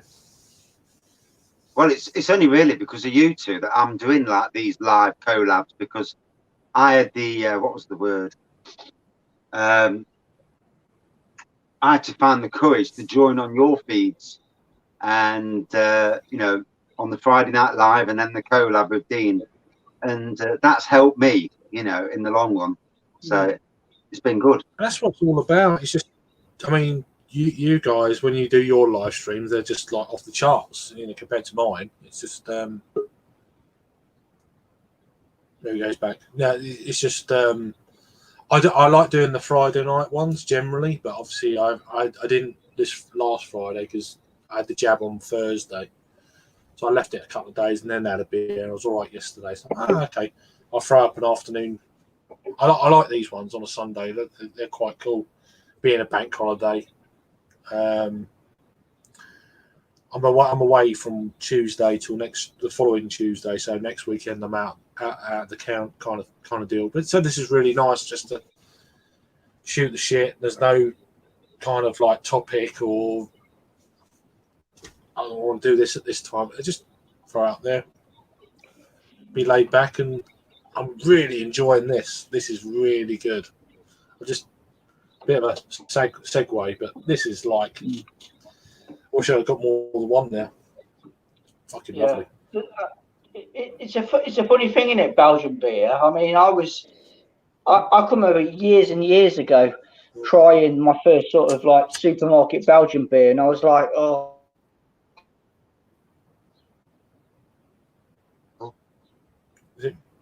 Is it me? Is it me or is he froze? I think it's froze. Good, I can see. I can see Matt's hand going. Yeah, it looks like it's froze. Sorry, Dino. Don't want to stay in that for too long. I just had to get that in there. You froze there, mate, just for a second.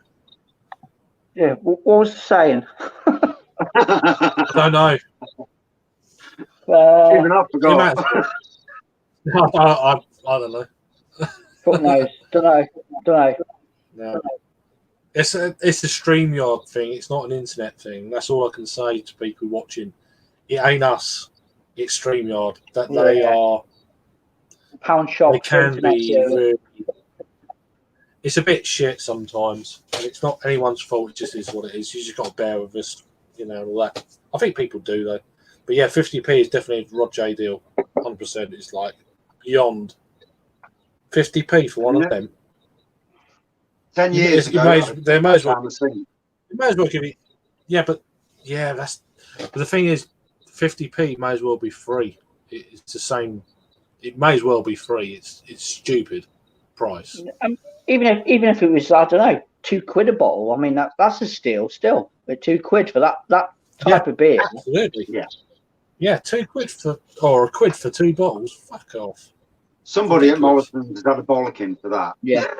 Fucking written warning right there for that. Yeah, but I don't think they have though, because this is the way supermarkets work. They just don't realise when it comes to these kind of beers, they don't realise the actual true value of these beers unless you're in the know. I mean, it doesn't make any difference. They make so much money that it just doesn't make any difference.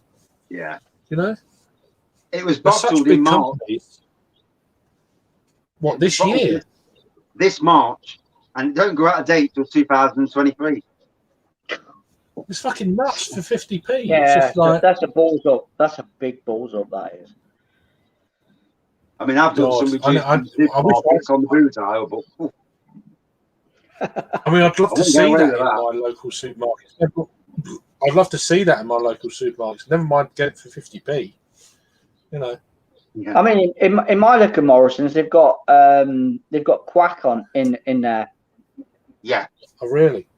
Which is, I mean, if you order that online, you're looking at £3.5–4 a go, sort of thing. Yeah. I'm just waiting to see Orval. I want to see Orval like 50p a go. That'd be. Oh yeah. What about West Bletchland 12 for 50 pence?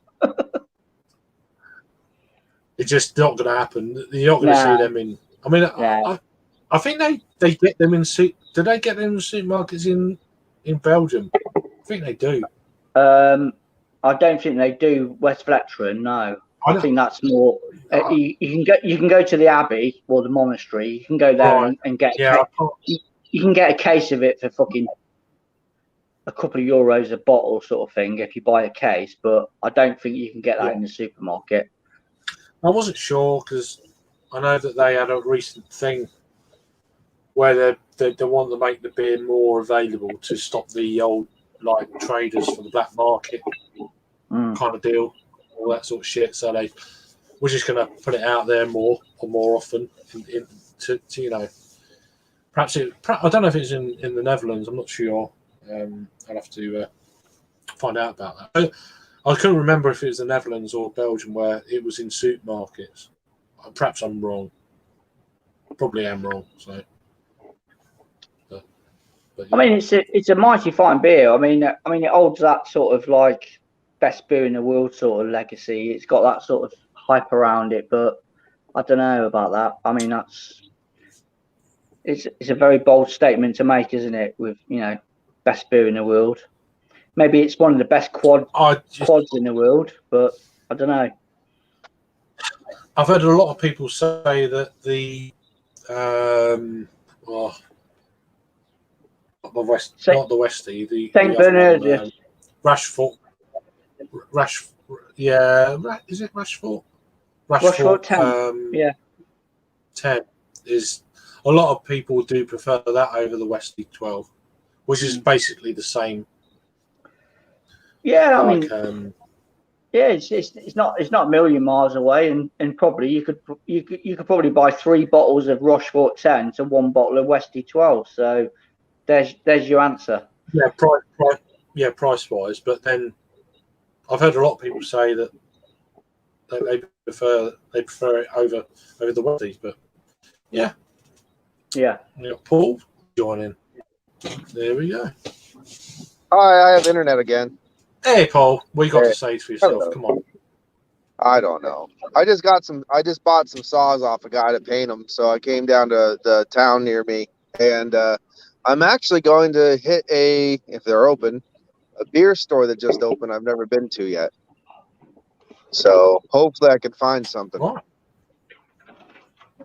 It's one of those things where it's like, I don't know. I have beer at the house, but because I don't have any review beer at the house, I feel impelled to get review beer. I don't know what it is. I review beer, and I've got one or two odds and sods of. I could just go and get it again to review, but I've got so much beer at the moment; it's just ridiculous. So I'm very fortunate at the moment. The last few weeks have built up a little bit, and. As Raggy knows, I've got a few beers here. I'm not too fussed about reviewing. But then I'm like, I don't know. I thought, I might not get it again. It's like, right. So things like this, it's just like ain't a problem. For it to review, but I'll just crack it and get another one. Sometimes you just say fuck it, especially if you know you can get it again. That's part of the deal. I mean, like a beer like this, I've already reviewed. So I actually walked through at the time, which is double IPA Strata Cryo Mosaic and Simcoe 8.3 double IPA. Collab beer with Howling Hops and Flock, which is up the road in Margate. So I've got that. I reviewed it like a week ago, and I've still got it, and it was really damn good. So I've got a can of that floating around. It's just like, it's nice to have a few beers where I don't need to worry about them. Mm-hmm. So. A few non-review beers. Great.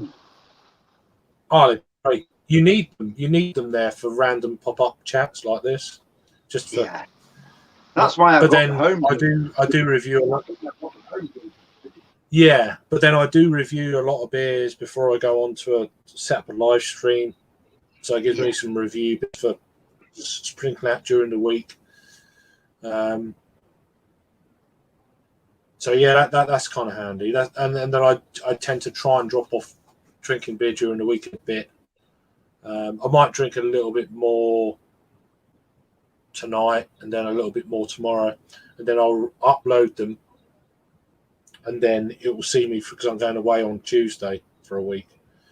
So I could drop a review once a day while I'm not here, and just keep it rolling like that.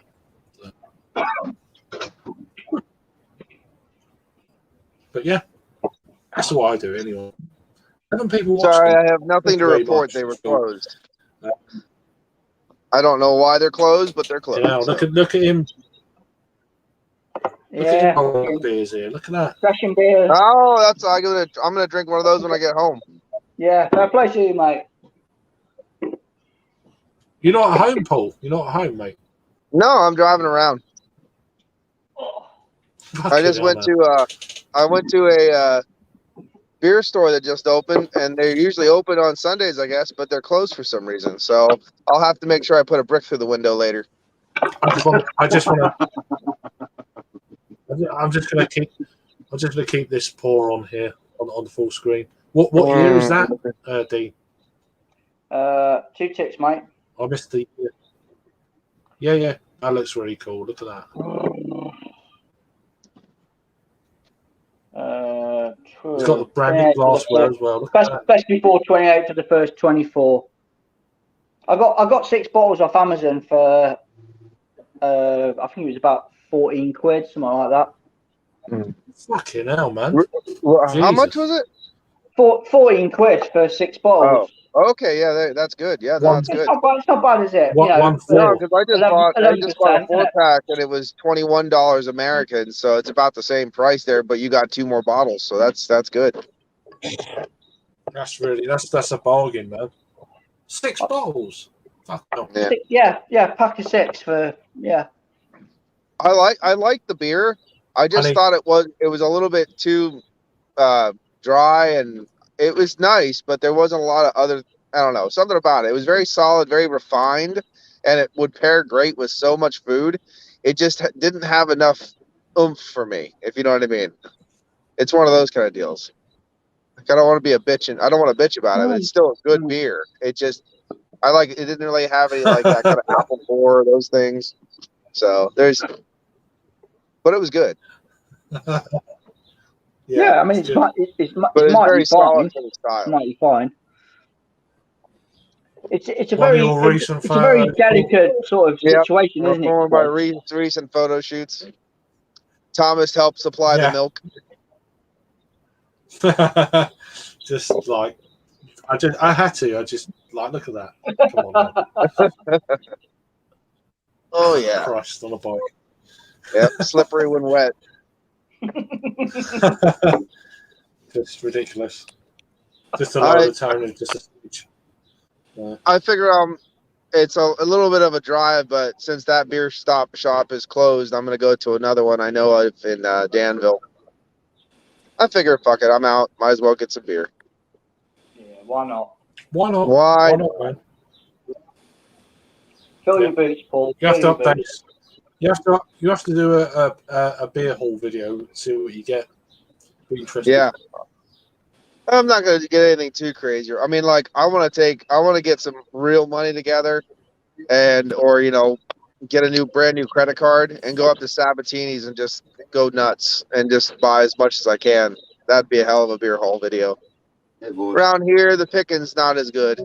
It's a little slim pickings. But you can now and again find some pretty good stuff.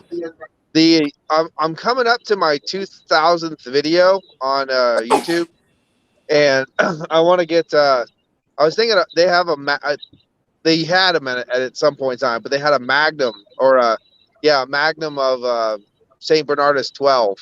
So I was thinking about just drinking that as fast as I can for my video for my 2000. So the place around the corner from where I live now has a Magnum of 2011 Chimay Blue. You grab that Magnum, I grab my Magnum. Let's do a dual Magnum. Okay.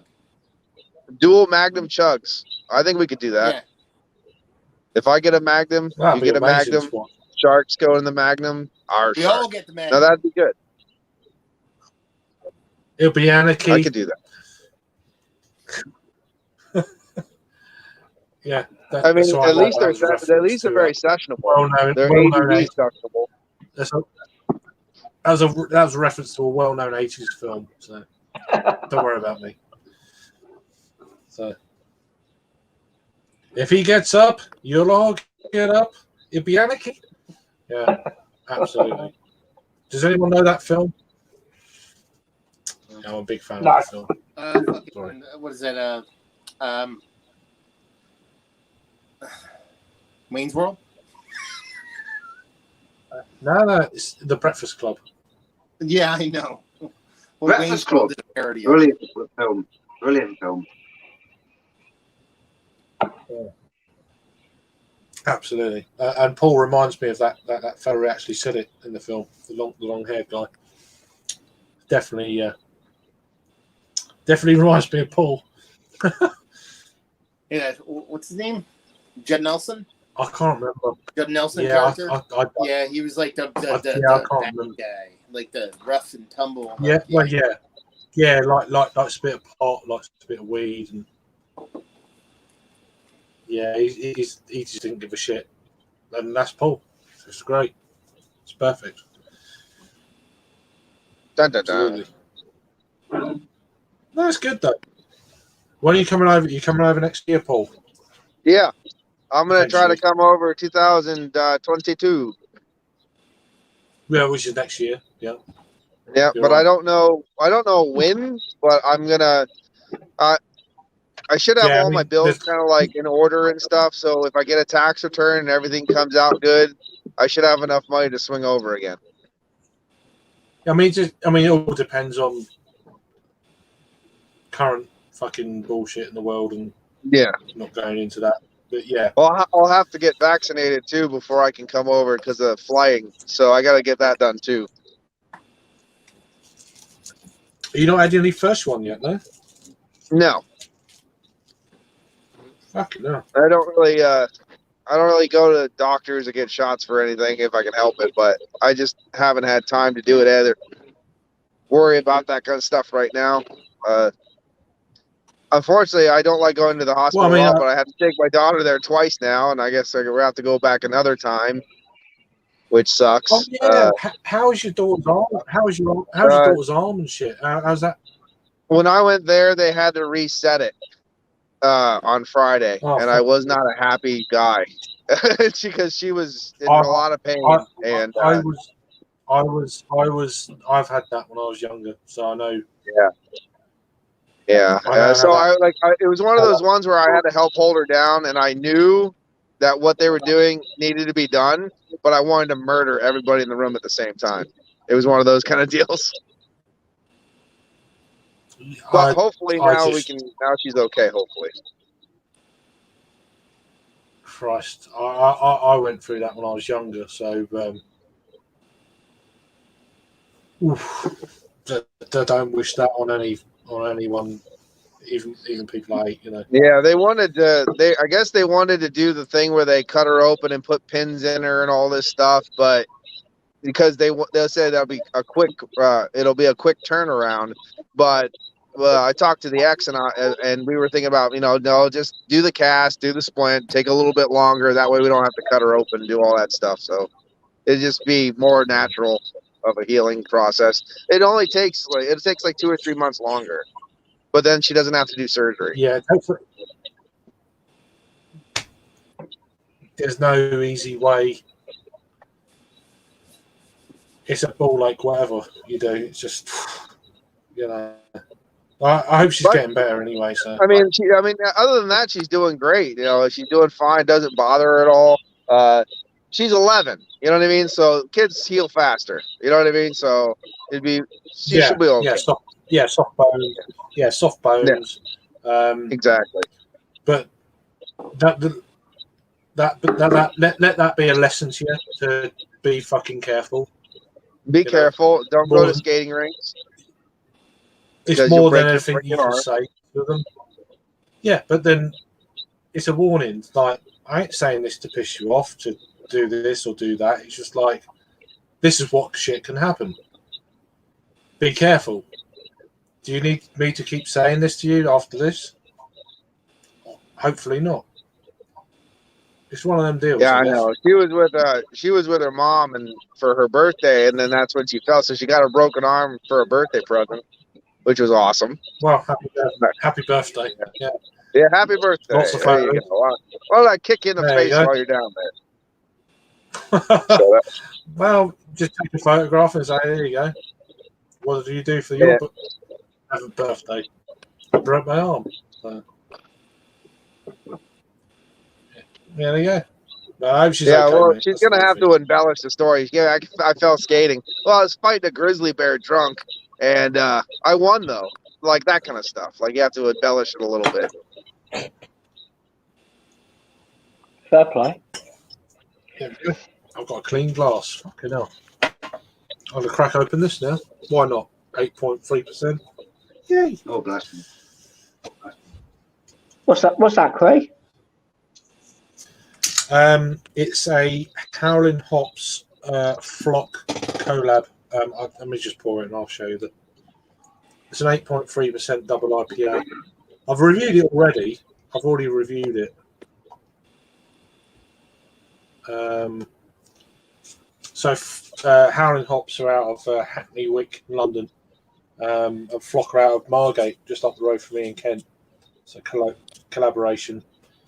It's called Gentle Storm. It's been out a little while, but it's got, as you can see, Strata, Fire Mosaic, and what's that last one? Simcoe. Yeah, there you go. 8.3% ABV. It's a proper juice bomb. So it's a really good beer. Looking good. It's a really. Yeah, I brought it direct from the brewery. It was part of a tasting event a couple of weeks ago or something like that. So I reviewed one before the tasting event, put it online, and it's fucking amazing beer. You know, for the style of beer, it's like you get loads of coconut aromas on the nose as well. It's like, I mean, it's coconut aromas. It's more like you know that aroma you get that kind of coconut sunscreen kind of deal. There's a lot of that. And there's also some like kind of mixed in with that really kind of nice blended kind of citrus, you know. But it's really soft on the aroma. It's not harsh. It almost smells like creamy, if that makes sense. So yeah, it's a good beer.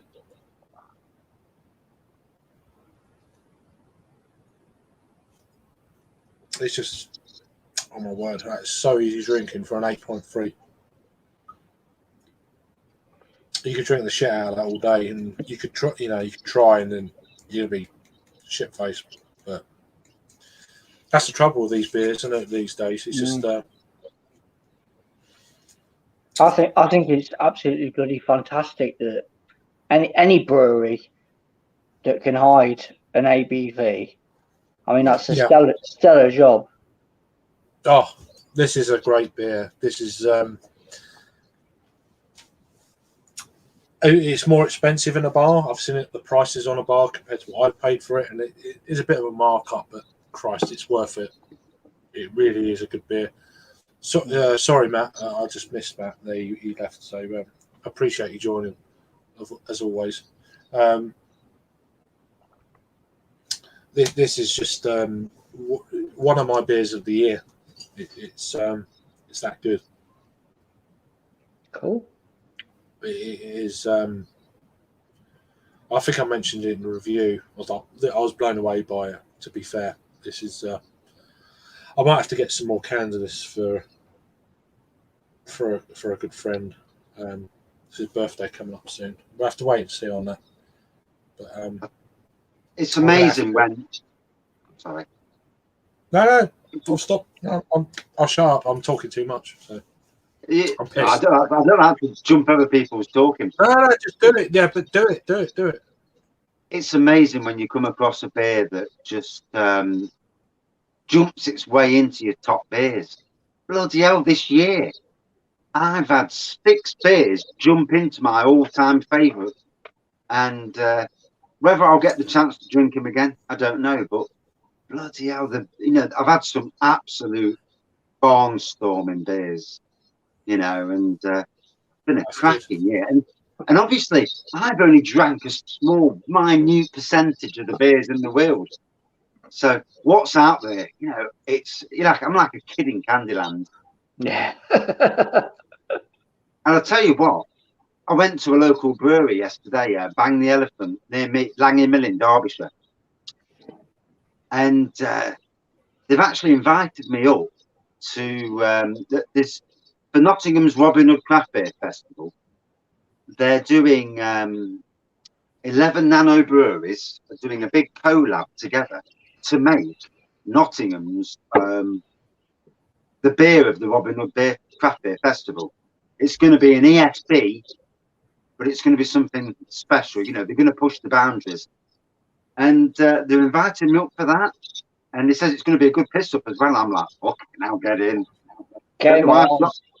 Let the wife drop me off. And I tell you what, a year ago, I would have absolutely walked away and said no chance. But now I'm getting to the extent where I'm getting a lot stronger in my what's the word, anxiety, nervousness, that sort of thing. And you know, as a fan of it, and then they've also invited me up for it. Oh, next time we do a brew day, why don't you come up? And I think, fucking, that's great. That's really good, man. That's really cool. I'd go up. Definitely.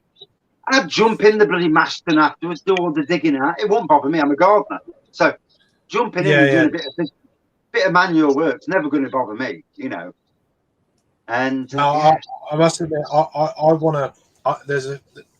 I want to do a collab with a few breweries locally, based on a subject that obviously. But I just wanted to then. You know what it's like with doing a collab for a charity event kind of thing. Mm-hmm. I felt that it's not the best time in history to do that, for obvious reasons with what's been going on in the world, and so maybe during this year I'll reach out to. I should go to certain breweries first before. I've been big fans of them. I've got a few kind of loose plans in my head, but it's just getting people to agree to it, and we'll see how that pans out.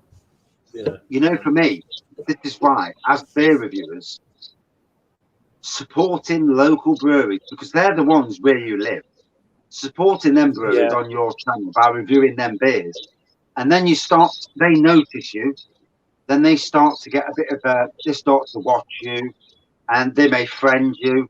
And, you know, this is weird. To me, going out to a brewery for a day and doing all that, bloody hell, it ticks the raggy boxes. It's like, this is what I wanted, you know. Mm-hmm. Yeah, I mean, it's one it of the works. reasons. Works. Yeah. Sorry, Dean. I just saying, just thinking. Then I'm not sure how. I mean, I'm very, very, very glad and happy that I've actually stopped rating beers. I stopped doing that last year. It's one of them deals where I was never very comfortable about rating beers, doing a review. I just felt it was a bit.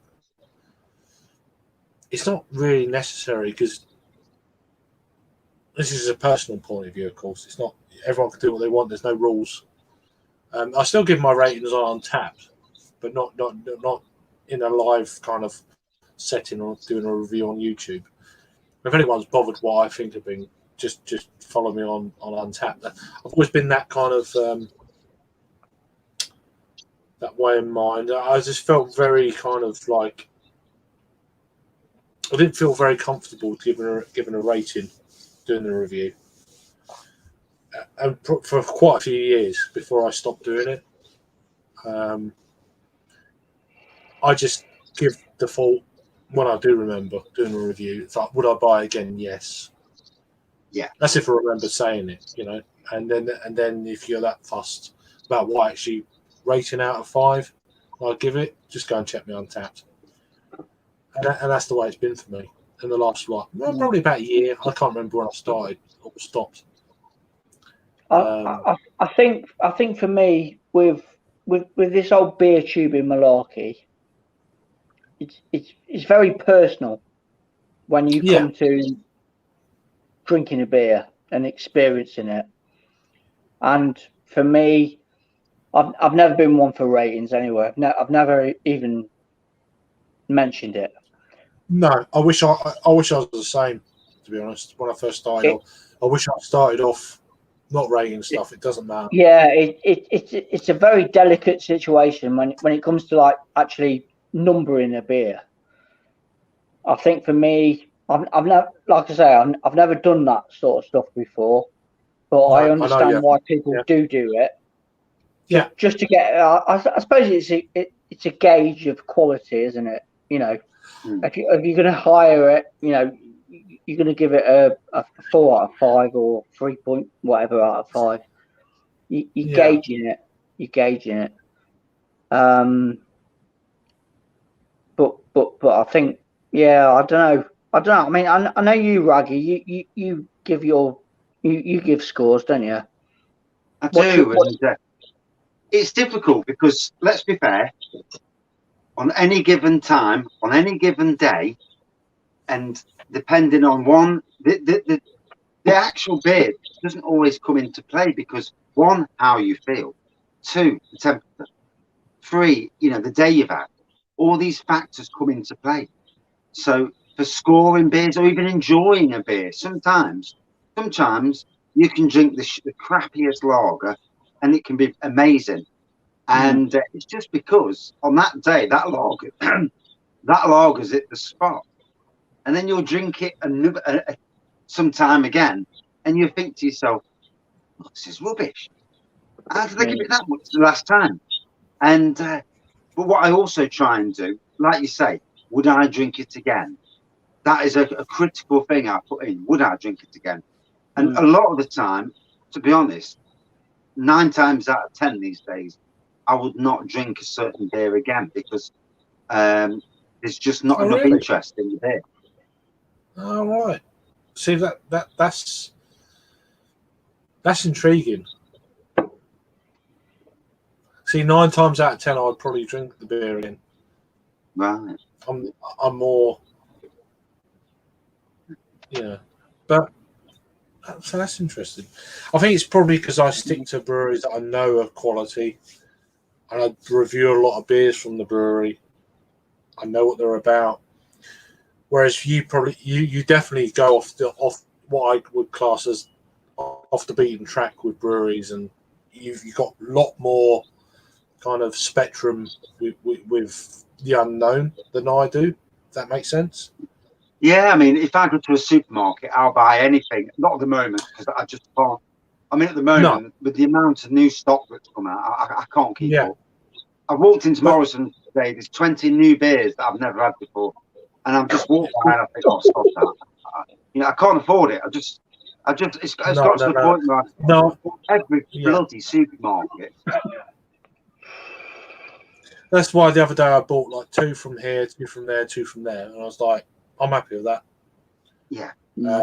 Ginger Tom, I've never had before. It's a classic beer from Robinson's. Yeah, I'll pick that up. I picked up the Flax 10 because I was all right. It's not going to be the best beer in the world, but I've been really intrigued by it for a long time. I actually like that. I just want to give it a crack and see what it's all about. There will be a stream. I think that's what it's all about sometimes, isn't it? With certain beers, that they've been around for a long while, and we're all familiar with sort of, the brewery or the label or whatever you want to call it. And I think it's a case of just you want to dip your toe in the water and try it, and just put your spin on it, review wise, get it out there, upload it, get it out there with what you think of that sort of beer. And there's shitloads of beers out there that really sort of like you can connect with that sort of formula, where they've been around for years and years, but you've never got to try them. Mm-hmm. I've never had Quack. Welcome back, Paul. Sorry, Paul's just joined the stream. Look at that. Look at him. I'm ready, Santa Claus, for your big red nose. Minx. Yeah, I never had Quack. I've never had it. I've even seen it once, but I didn't get a chance to get it. So, I mean, that's something that's been on the shelves forever. But I saw it one time, and I only saw it one time only, and I've never had it. So, Paul, are you Paul's Paintings then? Because this keeps coming up on Facebook, and I'm thinking, loads of mutual friends, but yeah, Craig's answer. Yeah. That's me. And I'm looking, I'm thinking, this is Paul's Paintings from, and now, and today I've just clicked, obviously. So I did get beer. I got 20 beers, three brewing companies. So now they did have a couple 750s of Chimay's and Straffa Heinrichs and stuff like that, but I reviewed them all. So I bought 3. I found some stuff I haven't reviewed yet. So I one Pennsylvania Brewing Company, and then a Polliner product and a Von Stefaner product, a Helles beer. I'll show it to you. So, woo. There we go. Yeah. Yeah. Just That's what it's like. Yep. This is the first time I've actually seen you as well. I'm just gonna. There's a Helles, and then nothing. He's not a woman. My mom thinks I am, but then I got Helltown Sanctuary, which is a Russian Imperial Stout at 10.5 from southwestern Pennsylvania, and then this is a pretty cool artwork. It's got like the kind of demonical pterodactyl, and it's got Helltown's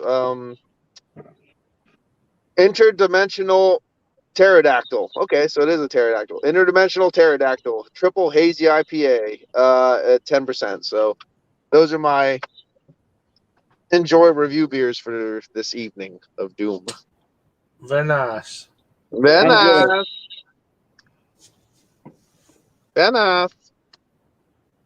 I really haven't had a triple IPA that I've really enjoyed yet. But I haven't had many. I just haven't had anything that really wow, I need more of this. You know what I mean? I just haven't had that many yet. So I don't know. And I could have all had bad ones too. So you never know. But I've had ones that are good, but technically speaking, as far as flavor compounds go and enjoyment, double IPAs I've enjoyed more. I've enjoyed way more double IPAs than I have triples. And the ABV really wasn't that much higher on the triple than it was the double. Yeah, it's strange with this. It's strange how what they class as Imperials and double IPAs. There's a beer kit called Munton, and it's an Imperial stout kit, and it's 4.5%. And I'm like, what the fuck? I would shoot the guy who put that in the thing. That's what I said. I would shoot him. How the hell can a 4.5 be an Imperial? You are also making Imperial mild right now, so. I'll be back in a bit. I'll be back in a bit. All right. Once I get my brew room going again, and I'm trying to make an all-in-one brewing system, I want to make myself a mild as well. I want to call it Mild Mannered Maniac, and then I don't know where the ABV is going to go, but we'll figure it out when we get there. Yeah, the mild. It's there's a company in the UK called Simply Mild. It's Richie is the brand, and it starts off at, I think it's 4%. So I've added 3 kilos of sugar. Wow! And to bump up the ABV, but after the first fermentation, and I've just added it tonight. I've added a litre of 750 mils of pumpkin spice syrup to make a pumpkin spice Imperial mild. Wow. At about 11%. Yeah, ABV. You're going full white girl right now. Pumpkin spiced ale. Look at you. And next to that, I've got an Imperial ginger barley wine. Right. That again is going to be about 11%. So.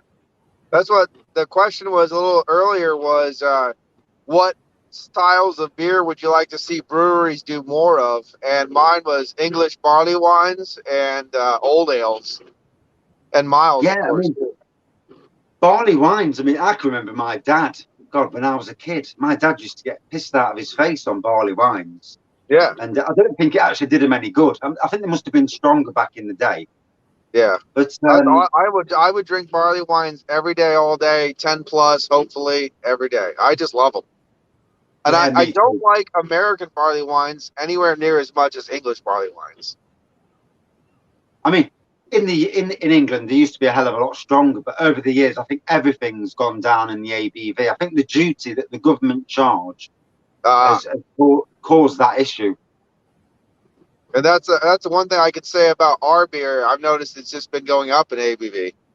Oh, fair it's been going up and up and up. You know, it's like you can get 16% barley wines around here. You know, we always. It's the funny thing is like you have this new triple IPA thing going on, but back in the day, they had barley wines like Bigfoot and a couple different barley wines.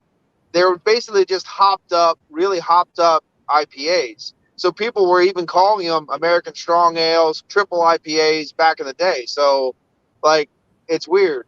The styles have gone kind of a little crazy lately.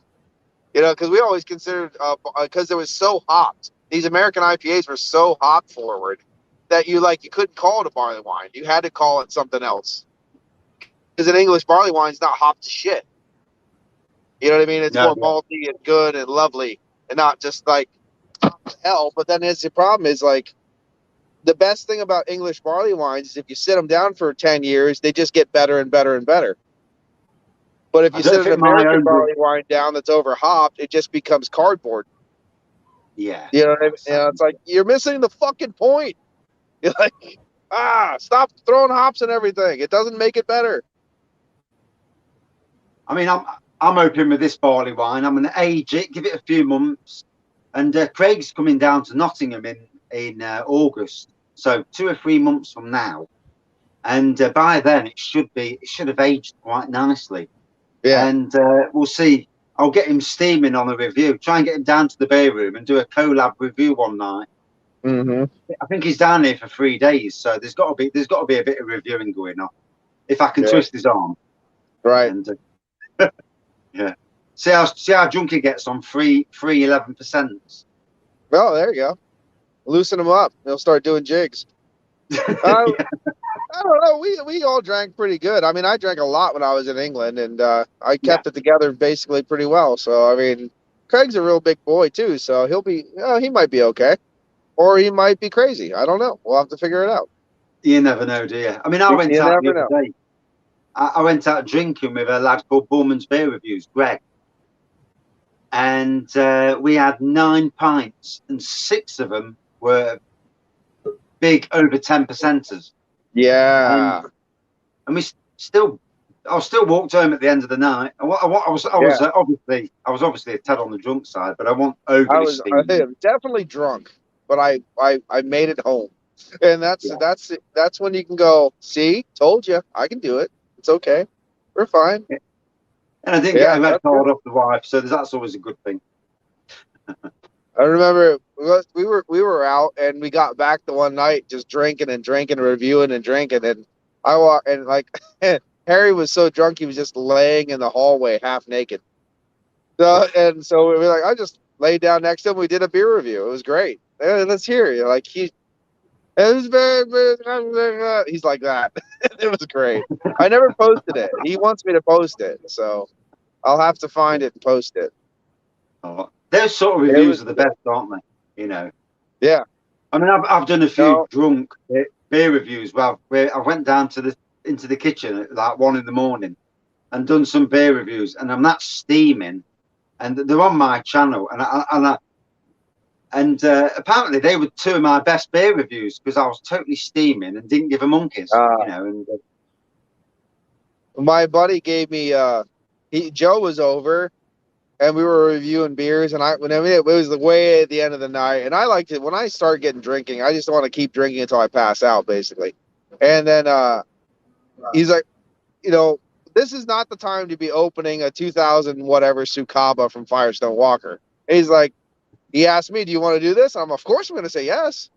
You know what I mean? So I'm reviewing this Sukaba bourbon barrel aged barley wine, and I'm just, it tastes like this, and all this horse shit kind of stuff coming out of my mouth. And I think I said almond husks, which there's no such thing as an almond husk. And it's like, and it's just, Joe's just having a great time watching me be drunk.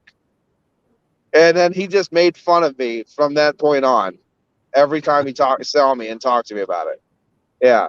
And I have it somewhere. I don't think I ever posted it. I don't know. Maybe I did. I don't know. My memory isn't as good as it used to be. No, my memory isn't either. I think it's the beer. I blame the beer, I do. I also drink everything warm, room temperature. So I don't chill anything down. So I drink everything room temperature. And the one time he sent me a mystery beer, and it was so funky and like weird smelling that I was like, I don't know, is it like American Wild Ale? I don't know. And then I'm drinking it. I'm like, it just tastes like a really grainy lager. And then, but it's got this funk to it. And it was where I live in Pennsylvania, Yingling Lager is like the thing that's been brewing since 1856 or whatever. And that's what it was. And he's like, oh, Yingling, the Great American Wild Ale. I'm like, fuck you. It does smell like that. Okay? If it's warm, it smells like that. I didn't say it tasted like that. It smells funky. Asshole. But he just likes to make fun of you. So, I mean, it gives him something to chuckle about. I mean, I had a farmhouse the other week. It was a farmhouse saison there's a company called Wild Beer. Oh, yeah, Wild Beer Co.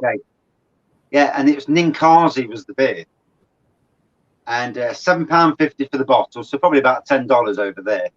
Yep. And it was a farmhouse saison. Well, when I drank it, the aromas were just not farmhouse. It was more shithouse to me. Yeah, it was outhouse. Same thing in America, but oh god, the aroma! I've never tasted anything like it in my life, and I've just got to hope that's not the intended aroma and taste, because it was different on another level. I've never had a Wild Beer Co. beer I liked. However, apparently they also make non-funky beers too. So they have like a regular Imperial Stout. They have a regular this and that too. I just have never seen them. I've only seen the wild funky ones, and I've had them, and I don't like them. No, I've never had one I like. Sorry about that. I've had two from them, and I didn't like them. But I know they do some barrel-aged Imperial Stouts. Yeah, that's what I want to find. I want to find those. Yeah, they do sound nice. Sorry, Rod, mate. I had to go and sort some shit out. That's all right. You doing a marathon today? Nah. Yeah. Trying to go for the record. I'm just about to crack open one of those. So. Ooh, that's a classic. It's garbage. Oh, Paul. I like it. I don't like it. They had big quart bottles of that at the store too. Never a bad time for Sierra Nevada. It's for what we get, and I'm really disappointed that I didn't say goodbye to Dean. So apologies, Dean. Goodbye, Dean. Yeah, I had to go and I went to take a piss and then little and this and that, and I put a pizza on for her and all that sort of shit. So it is what it is. I've got to grab another beer. I've still got this one, but yeah, nothing wrong with that. What are you drinking, Rod? I just cracked open a Lagunitas Super Cluster. Oh, it's a good beer. It's a good one. $7.99 a 6-pack. $7.99 for 3 cases. Is that what you said? Some places I probably could if I looked it up. I went over to my niece and nephew's dad's house last week to do a podcast, and he made a grave mistake. He offered me an Oberon, and I had to physically thwart him. You took the Joe route. You took the Joe route, huh? Yeah, he offered me I was like, you don't even know what you did, son. Let's go. Yeah, I would have been happy to have an Oberon. But yeah. I don't think he's gonna get that Oberon out of his ass for a while.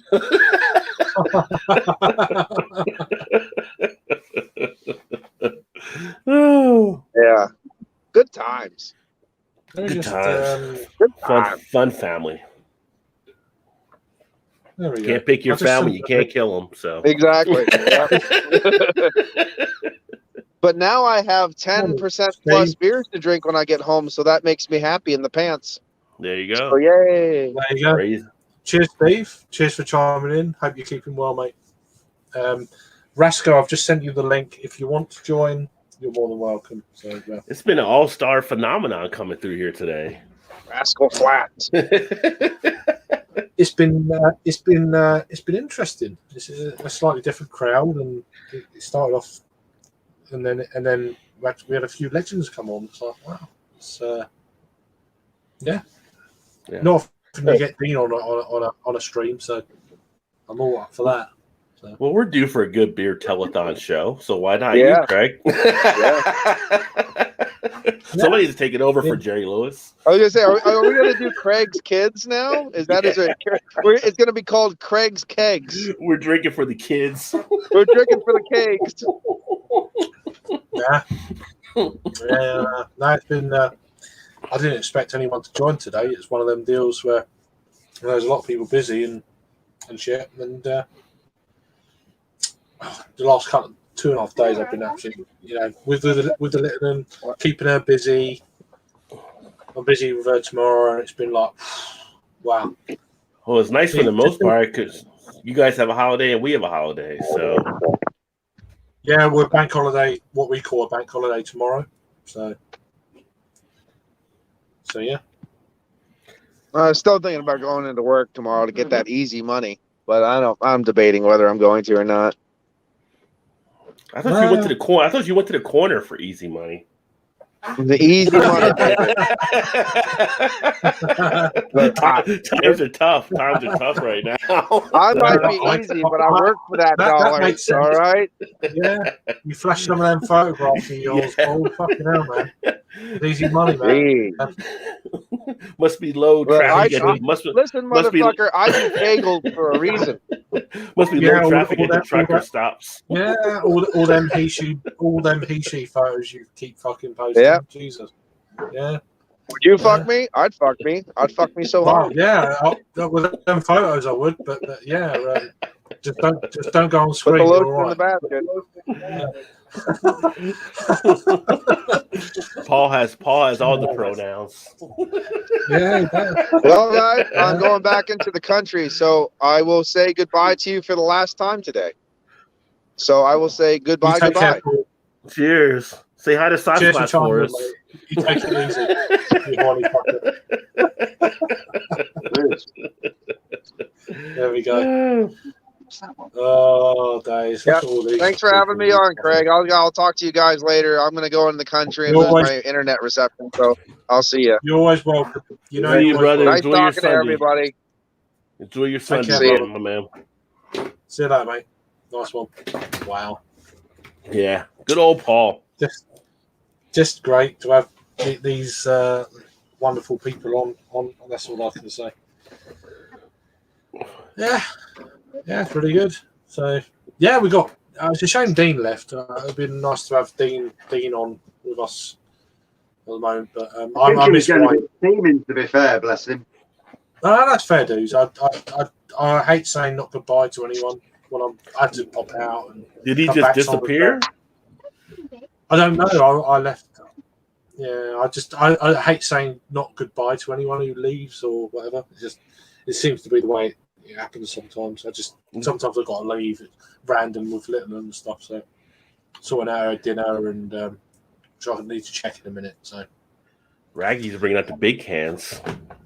Yeah, what the fuck are you drinking now, son? Are you doing a stream tonight or not? Yeah, probably in about 10 or 15 minutes when I get my son his dinner. Yeah. Right. I'm a bit late. And I've been messaged. I've had people messaging me on Facebook saying, "Are you doing a live tonight?" And I'm like, "Oh, I'm sorry." I wonder why my numbers were so high. So they obviously stalking you on my channel, I guess. Are they? Oh, fair play. I guess so. I don't normally get 10 people watching, so. But thank you. but no, it's been a lovely stream. It's only been 4.5 hours. Just to be fair, I was there at the start, but I was cooking on the barbecue. Yeah, I wasn't sure. I wasn't sure when I was going to start because that's why I never put it out there when if I was doing it or not. But it's you never know. It's something. Yeah, I can't commit to a time generally unless it's a Friday night. I know, right? All right. Sometimes I might be half an hour late. Something happens and then it puts me back. Then I want to do the reviews before I come onto the stream and all that sort of shit. But no one cares about that anyway. So just me. I like to be punctual. So Yeah. I hate when people are late. I don't like being late. It's a thing. I just don't like it. no, it's all right. It's early, so we're fine. So there you go. Yeah. I've got a little one who just wants to say hello. Come here. Go on then. There he is. How you doing, mate? Marley, You all right? I'm sorry, yeah. Go on, sit down. I'm not Ow. Don't need listen to the railroad. I know. Don't need to apologise. Like Rob and Jeez. Harry. Oh, had he a got good banned from time. the tap room. Rob and Harry. Just left Harry in Birmingham. Last night I fell over and sprained my ankle. Harry got banned from a tap room for trying to lift a big cask, slipped, fell over, and the barrel landed on him. Oh, sounds like an average night in Birmingham. You fuckwits. It's like a scene from a Simon Pegg movie. This is why when you have a beer, you sit down, you behave. That's cool. I hope you keep him well. Apart from that, Robert, I hope you keep well, bruv. It's I've had a few tonight. It's yeah. It's still early here. It's only 2:26 here. So it's only 7:30. I need to check a pizza because I'm going to forget. So bear with me. I'm not going to turn off the cameras or nothing. Just give me a minute or so. Pizza. Yeah, that ain't mine. It's hers. So. Beer for dinner, thank you. That's the thing for kids, isn't it? You know, you have to do what they ask. I mean, my wife's out tonight. She's at the bingo, first time in about a year or so, and so I'm looking after the little one. Although we've got my older son's in the house as well. He's 24, so I've just had to put his dinner on as well. Yeah, 24, he can make his own dinner. Oh no, not his dinner. Not it. No.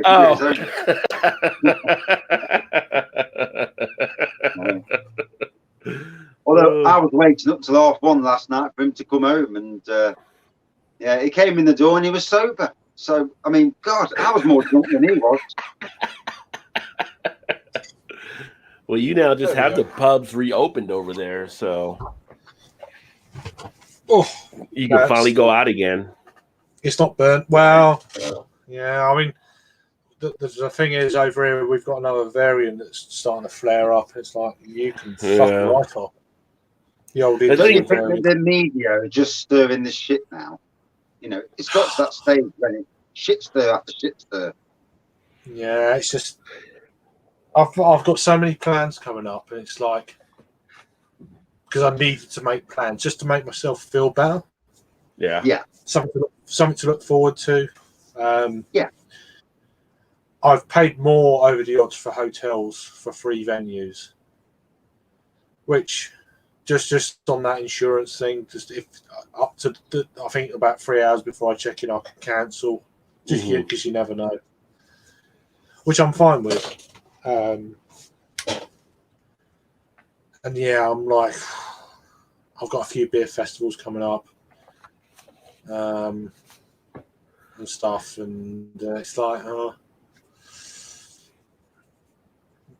Manchester, Nottingham. They're the two main jobbies, and then I've got one in London as well. Yeah, I think Manchester's the first one, and then it's Manchester, London, and then Nottingham in that order. I think late July to mid kind of August, and it's like they're talking about delaying that last unlocking that we've got in the UK, whereas you could just basically go back into normal. And I was like, with all this that's going on, it's like, is this going to happen? Is it going to be delayed? And it's like, it's my daughter's birthday.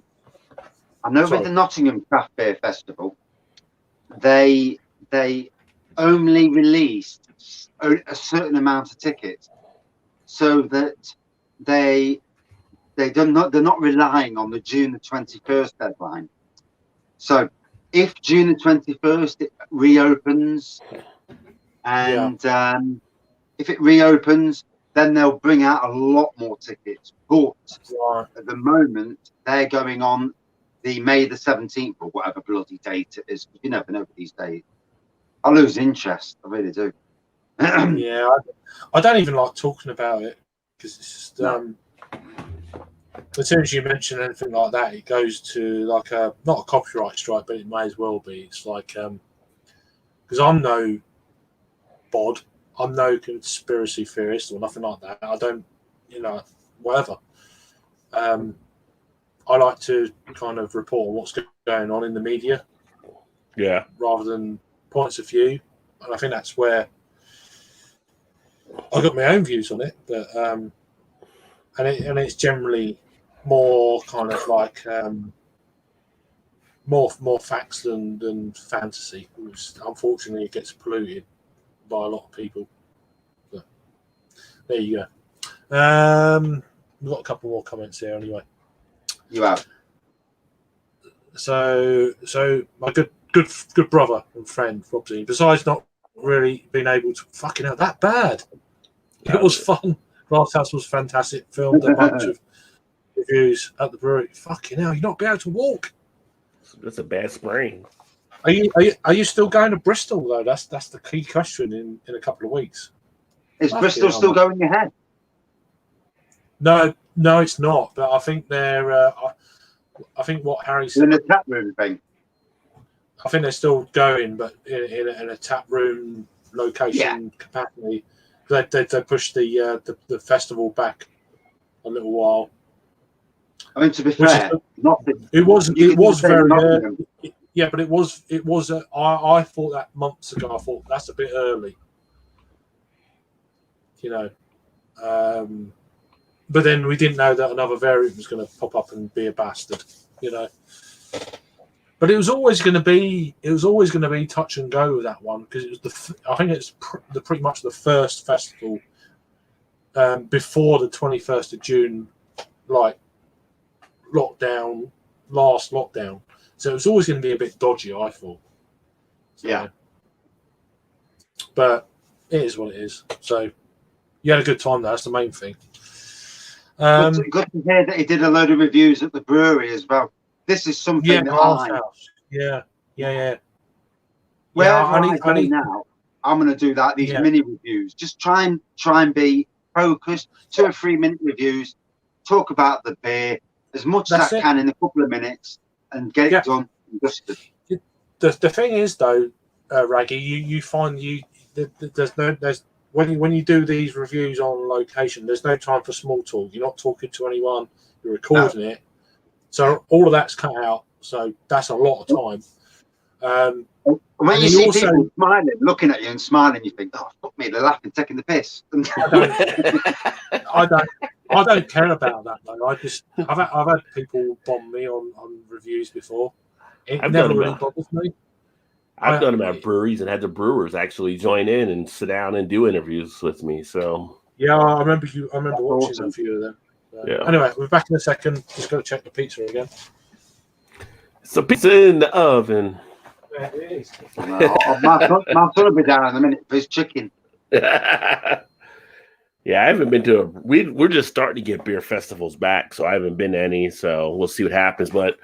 I haven't even been to a brewery in a while. I feel like I have enough beer here. I don't need to go to a brewery. So it's like, why go to a brewery with so much beer? I've got like so many beers here. I could open up as a brewery. I have so much beer now. It's like, you come here. I have curiosity then. How much beer you got?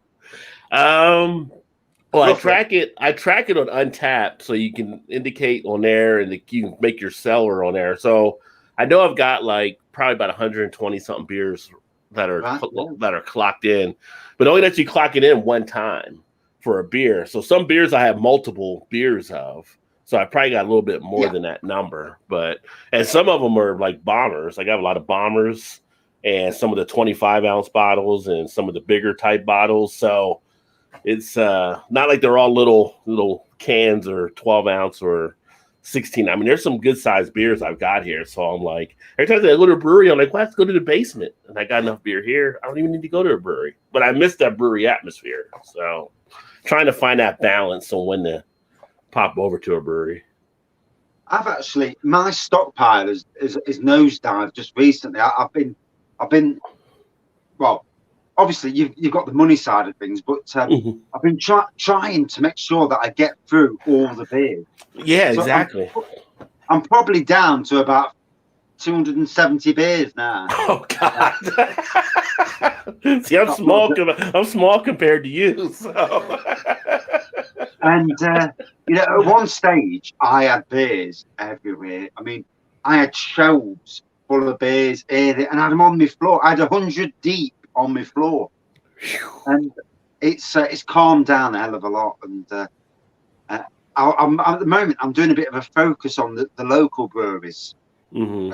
I've always supported local, but just to buy a load. I mean, on the beer wall just behind me here. So I bought 5 yesterday.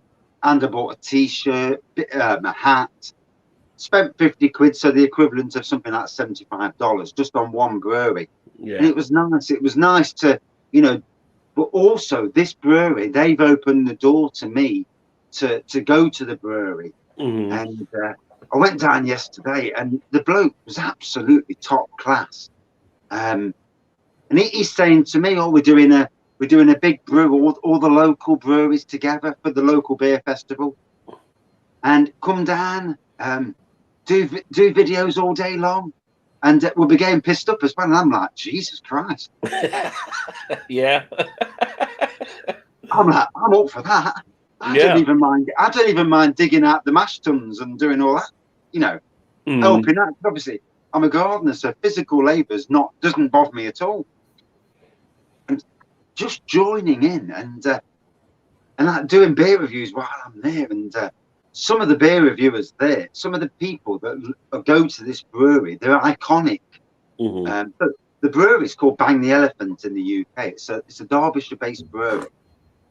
But one of the blokes who brews at that brewery, his name is the brewery's name is Emperor's Brewery.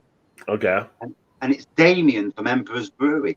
He's got some of his casks there now from a collab they've done so many months ago. And it's like, bloody hell. It's like a little bit of a bit of a look-see into the world that you didn't know was there. And the amount of different breweries that all work together. And I love that, local breweries helping each other's. I mean, in these crappy times, it's how it should be. But the beers for these little breweries are making some amazing beers. Yeah. And I find that a lot of the bigger breweries, and in the UK, you have Cloudwater. I'm not from the same scene as probably Craig and the likes of Hop Scene are. Mm-hmm. They are more craft beer. They know a lot more about craft beer than I ever will. But I come from a supermarket beer background, and then working my way into craft. Obviously, I've seen when craft came out because I was working in supermarkets. But the stuff that Cloudwater released for Tesco's was absolutely poor as out. And then there's some of the stuff that the local are in is as good as some of the stuff that the likes of Cloudwater and some of these bigger breweries are doing on their own brewery pages, not supermarkets, but they're as good as them. So it's not all about how big you are, in my opinion. It's the passion you've got for your beer. Yeah, definitely. And to get some of those good beers, that's the thing. You have to go to the brewery because there's so many beers that they don't put out. But if you go to the brewery, you get to find out some wonderful things they're doing. So that's what you miss by not going there. Well, I went there yesterday, and I went to pick up some beers, and I managed to pick up this beer, Road Warrior. Nice. It's a Trans-Pacific IPA. I reviewed it earlier, and I tell you what, it's got featuring Nelson, Sabin, Bruce, Betty, and Warrior hops, and absolutely at 5%. It's very sessionable, and although for me probably a bit weak, but right, little thin. We'll put it sessionable. But yeah, the colour, the beer itself was amazing. And I got that before it appears in the shop, so a bit of an exclusive. Yeah. And so going at the right time, at the right place at the right time, managed to get that beer. And, yeah. I want to do a lot more of that. Going around these local breweries, building up a bit of, letting them know who I am. Not that I'm anybody special, obviously, but just some bloke who likes a beer, who talks crap about beers. No, I mean, you don't realize it, but I guess, for some of the breweries, you go out there, you do enough stuff, and then all of a sudden you develop this following that you might have on YouTube or Twitter or wherever you're, and like you end up becoming an influencer. Like, and people always think, well, I never buy a beer because of what somebody said. But there are some people that do watch what you do, and these breweries know. And if you're given legitimate criticism, not no BS type thing, but they see you as being legitimate, they want to partner up with you because you're easily become like a marketing arm for them. So I have some breweries that reach out to me that invite me to come down to try different things. They want to pair up with some different stuff. And so over the last year or so, now that's starting to ease up where I can go out there. I have one person that runs like a taco restaurant, and they want to look at putting beer, and they want me to come out and consult with them on some of the different type of beers, buy me some lunch for tacos or whatever. Who can turn down tacos? Tacos are always good. So, but it's just, people reach out to you in different ways. I've had some other companies reach out on stuff. And so, you think of it, it's just kind of a hobby that we're doing, but all of a sudden people are actually listening to what you're doing. And it's funny when you do walk in and someone does recognize you or they know who you are before you even say anything. And it's like, how did you know who we watch your video. What? You do what? I walked into a local supermarket one day, Sainsbury's, and I walked in, and bear in mind, I've got a face mask on, so all you can see is this. Mm-hmm. Sorry, my eyes and a bit of receding hairline and grey. And even though I'm only 49. And sorry, chaps. I'm back. Sorry about that. And I walked into the supermarket, and this lad gave me a look, and I'm thinking, what's he looking at? And we're walking round, and then a bit later, he comes up to me and says, "Are you Raggy?" And do you know, I was so gobsmacked. And it's like, I do beer reviews. I'm a nobody, And somebody in the supermarket is reckoning that, and it totally stunned me. It's like, Jesus Christ. Yeah. And I had the same in another supermarket.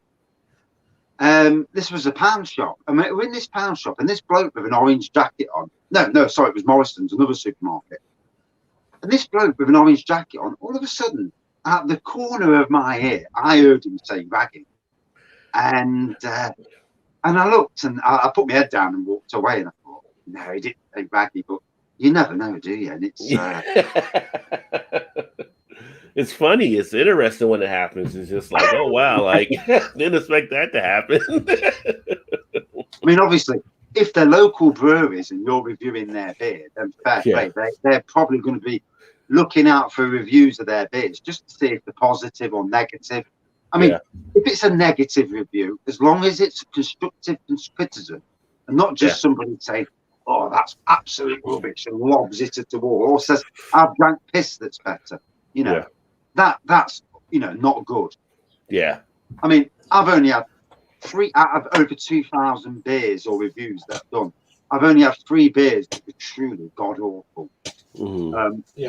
One was a cider, a mulled cider from a company. One was Ninkasi, and one was an Audi beer called Twice as Nice. Mm-hmm. Bloody hell, they named that one wrong. But, I tell you what, I should have been first is worse. Yeah. I tell you what, I did, Raggy. I picked up the in that series. I picked up the stout the other day. I thought that was the best sounding beer out of that. The Audi ones. I only picked one up, the stout. That was it. Nothing else. Not the double. Yeah, the stout. Actually, other people slated it a bit, but I don't. I don't really care what other people would do. It's my opinion. It's not. It's my taste. Yeah. And I actually like the stout. The stout for me was the best of a very bad bunch. The strawberry lager was bloody horrible. Most people said the stout was the best one, so I just went ahead and picked that one up. The rest can sit to rot. I don't care. I did pick them up, or that up. I don't know when I'm going to review it. I'm not, I'm not that fussed. Raggy, yes. I know you've got to go soon.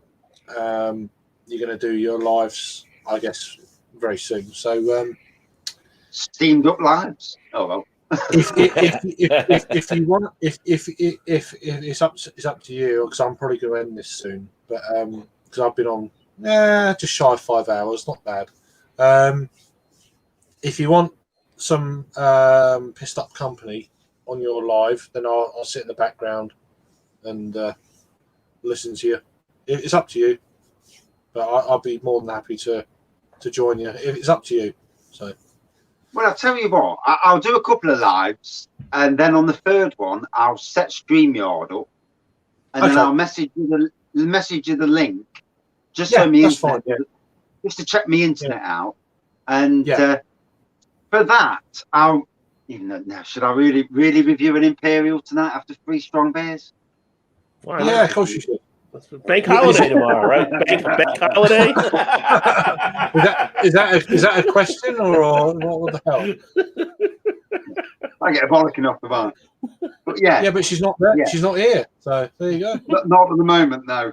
And if she wins, on bingo, she might be in a good mood. Is your dinner ready? Go and check your dinner. Come on. Fine. Now I can't even see the bottle. That's how bad it is. So on that review, if I get you to jump on, if you don't mind, I'm going to embarrass you. No. Not in a horrible way, but you gifted this to me, so that was a kind thing. It's I like to squirm, so it's fine. Is it done? Yeah. Right, so I'm going to have to leave anyway.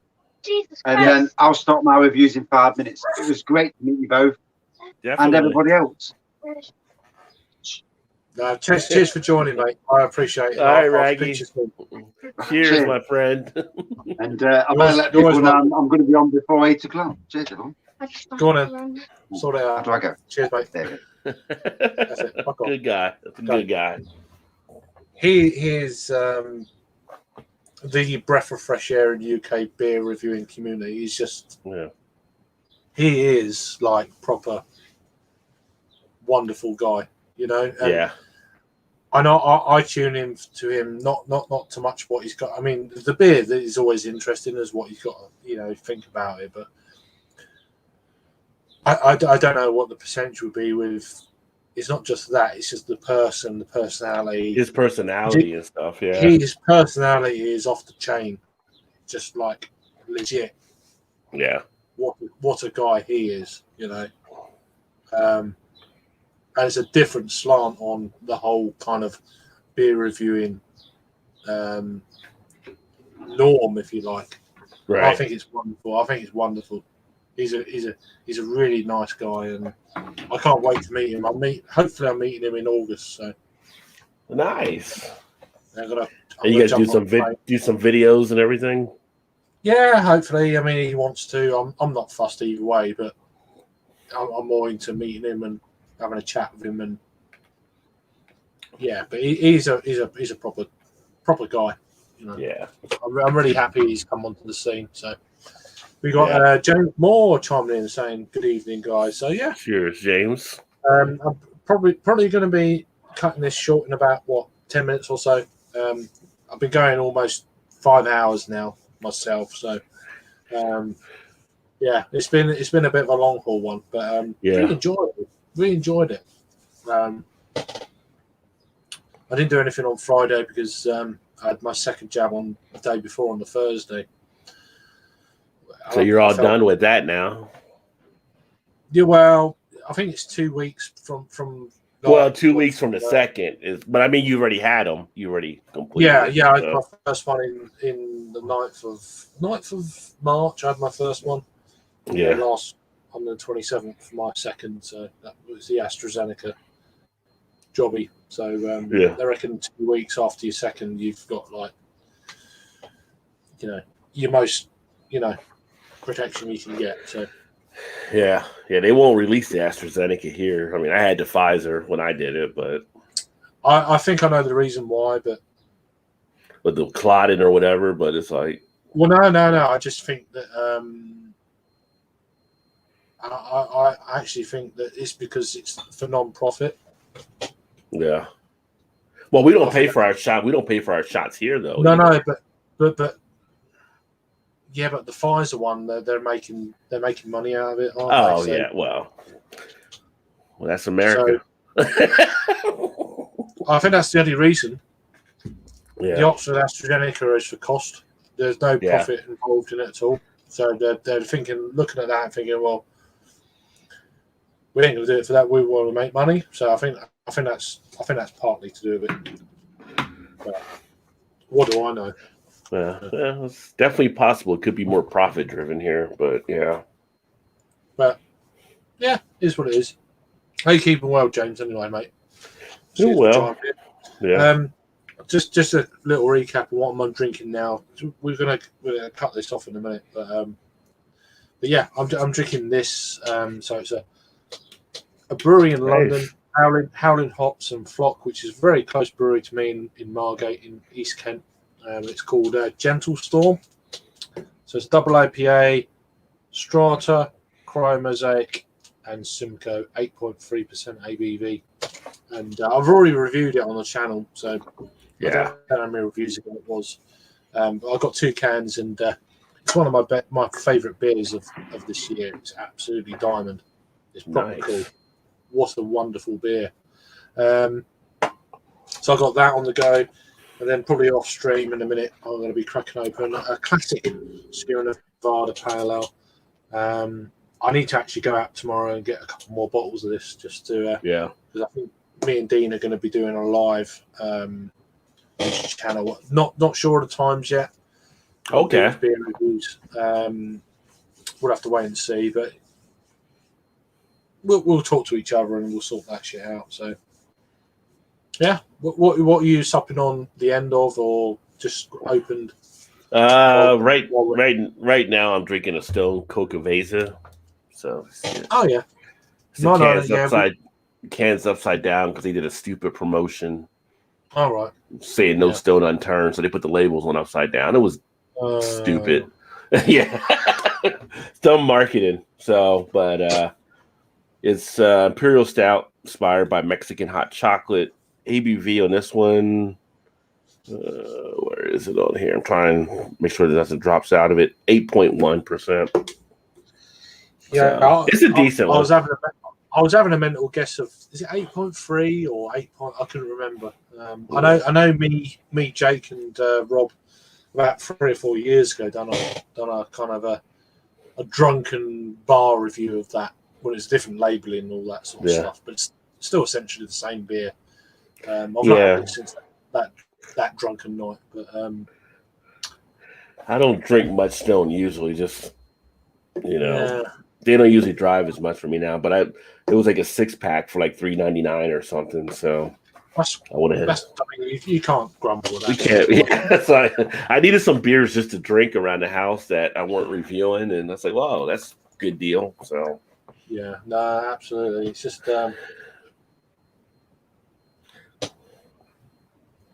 This is the mouthfeel on this beer is just. I'm not being funny. 8.3, I could drink that all day and be in a right state. It's so good. So smooth. Oh, the mouthfeel is just off the chain and beyond. It's just like, wow, that is such a good beer. I know. Paul was talking earlier about triple IPAs. Not having them, but I got like Hop Butcher sent me one of theirs a while back. It was their Digital Frontier 10.5% triple IPA, and I swear you can go through a 4-pack of those with no problem. It's like that would definitely get you wrecked. It felt so smooth as you drank through that one. There's some dangerous beers out there that can catch up to you. Oh, absolutely. It's just these breweries have got a lot to answer for. Yeah. I think it's just one of them deals. If you got a missus or whatever, a partner, boyfriend or girlfriend, whatever, wife, husband. Christ, I'm sure some of these bloody lawyers are really happy about some of these breweries producing some of these beers. Yeah. Do you know what I mean? It's like they're gonna cause divorces. They are. Do you know what I mean? It's like I don't know if some of these lawyers have got shares in some of these breweries, but yeah, it makes sense, wouldn't it? Really, but yeah, it's just funny how that shit works. I'm sure that some of these lawyers have probably got into craft beer as well. Fucking hell, I could make some money out of this. Yeah. You know what I mean? It's logical, isn't it? It's just like, just, women, men, whatever. It's just quids in. Anyway, we've just gone past the 5-hour mark, so I'm going to cut it here. And it's been a real pleasure talking to you, Rod, and I've had some really, really amazing guests today, and I really do appreciate everyone who's joined and everyone who's commented as well. And I really do appreciate it. I always appreciate it. It's been really fun and a really decent Sunday session.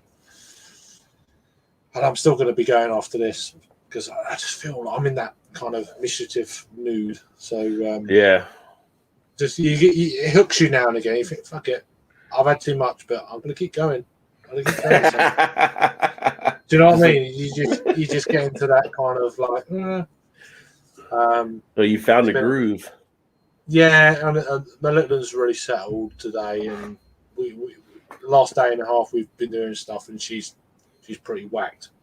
She's just having her pizza now, and she's fine, and I make sure she's all right, and then I'll open another beer and all that sort of stuff. But I appreciate everyone watching as always. I won't be doing any live streams this coming week on a Friday or anything over the weekend. It'll be the following.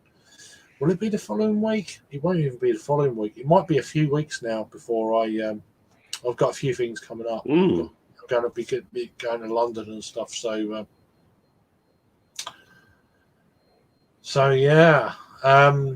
And cheers to Disco, just chimed in there just before he's going to dip out. Just before I dip out. And you've been watching for a while, so I really appreciate it. As always. You take care. It'd be great. I'd love to meet you one day as well, man. I'm slurring slightly, but it is what it is. Anyway, thanks for watching. Then you all take care, and I'll speak to you. The reviews will keep coming, but the live ones will be off the boil for a little while. Anyway, take care. Keep safe. See you soon. Cheers.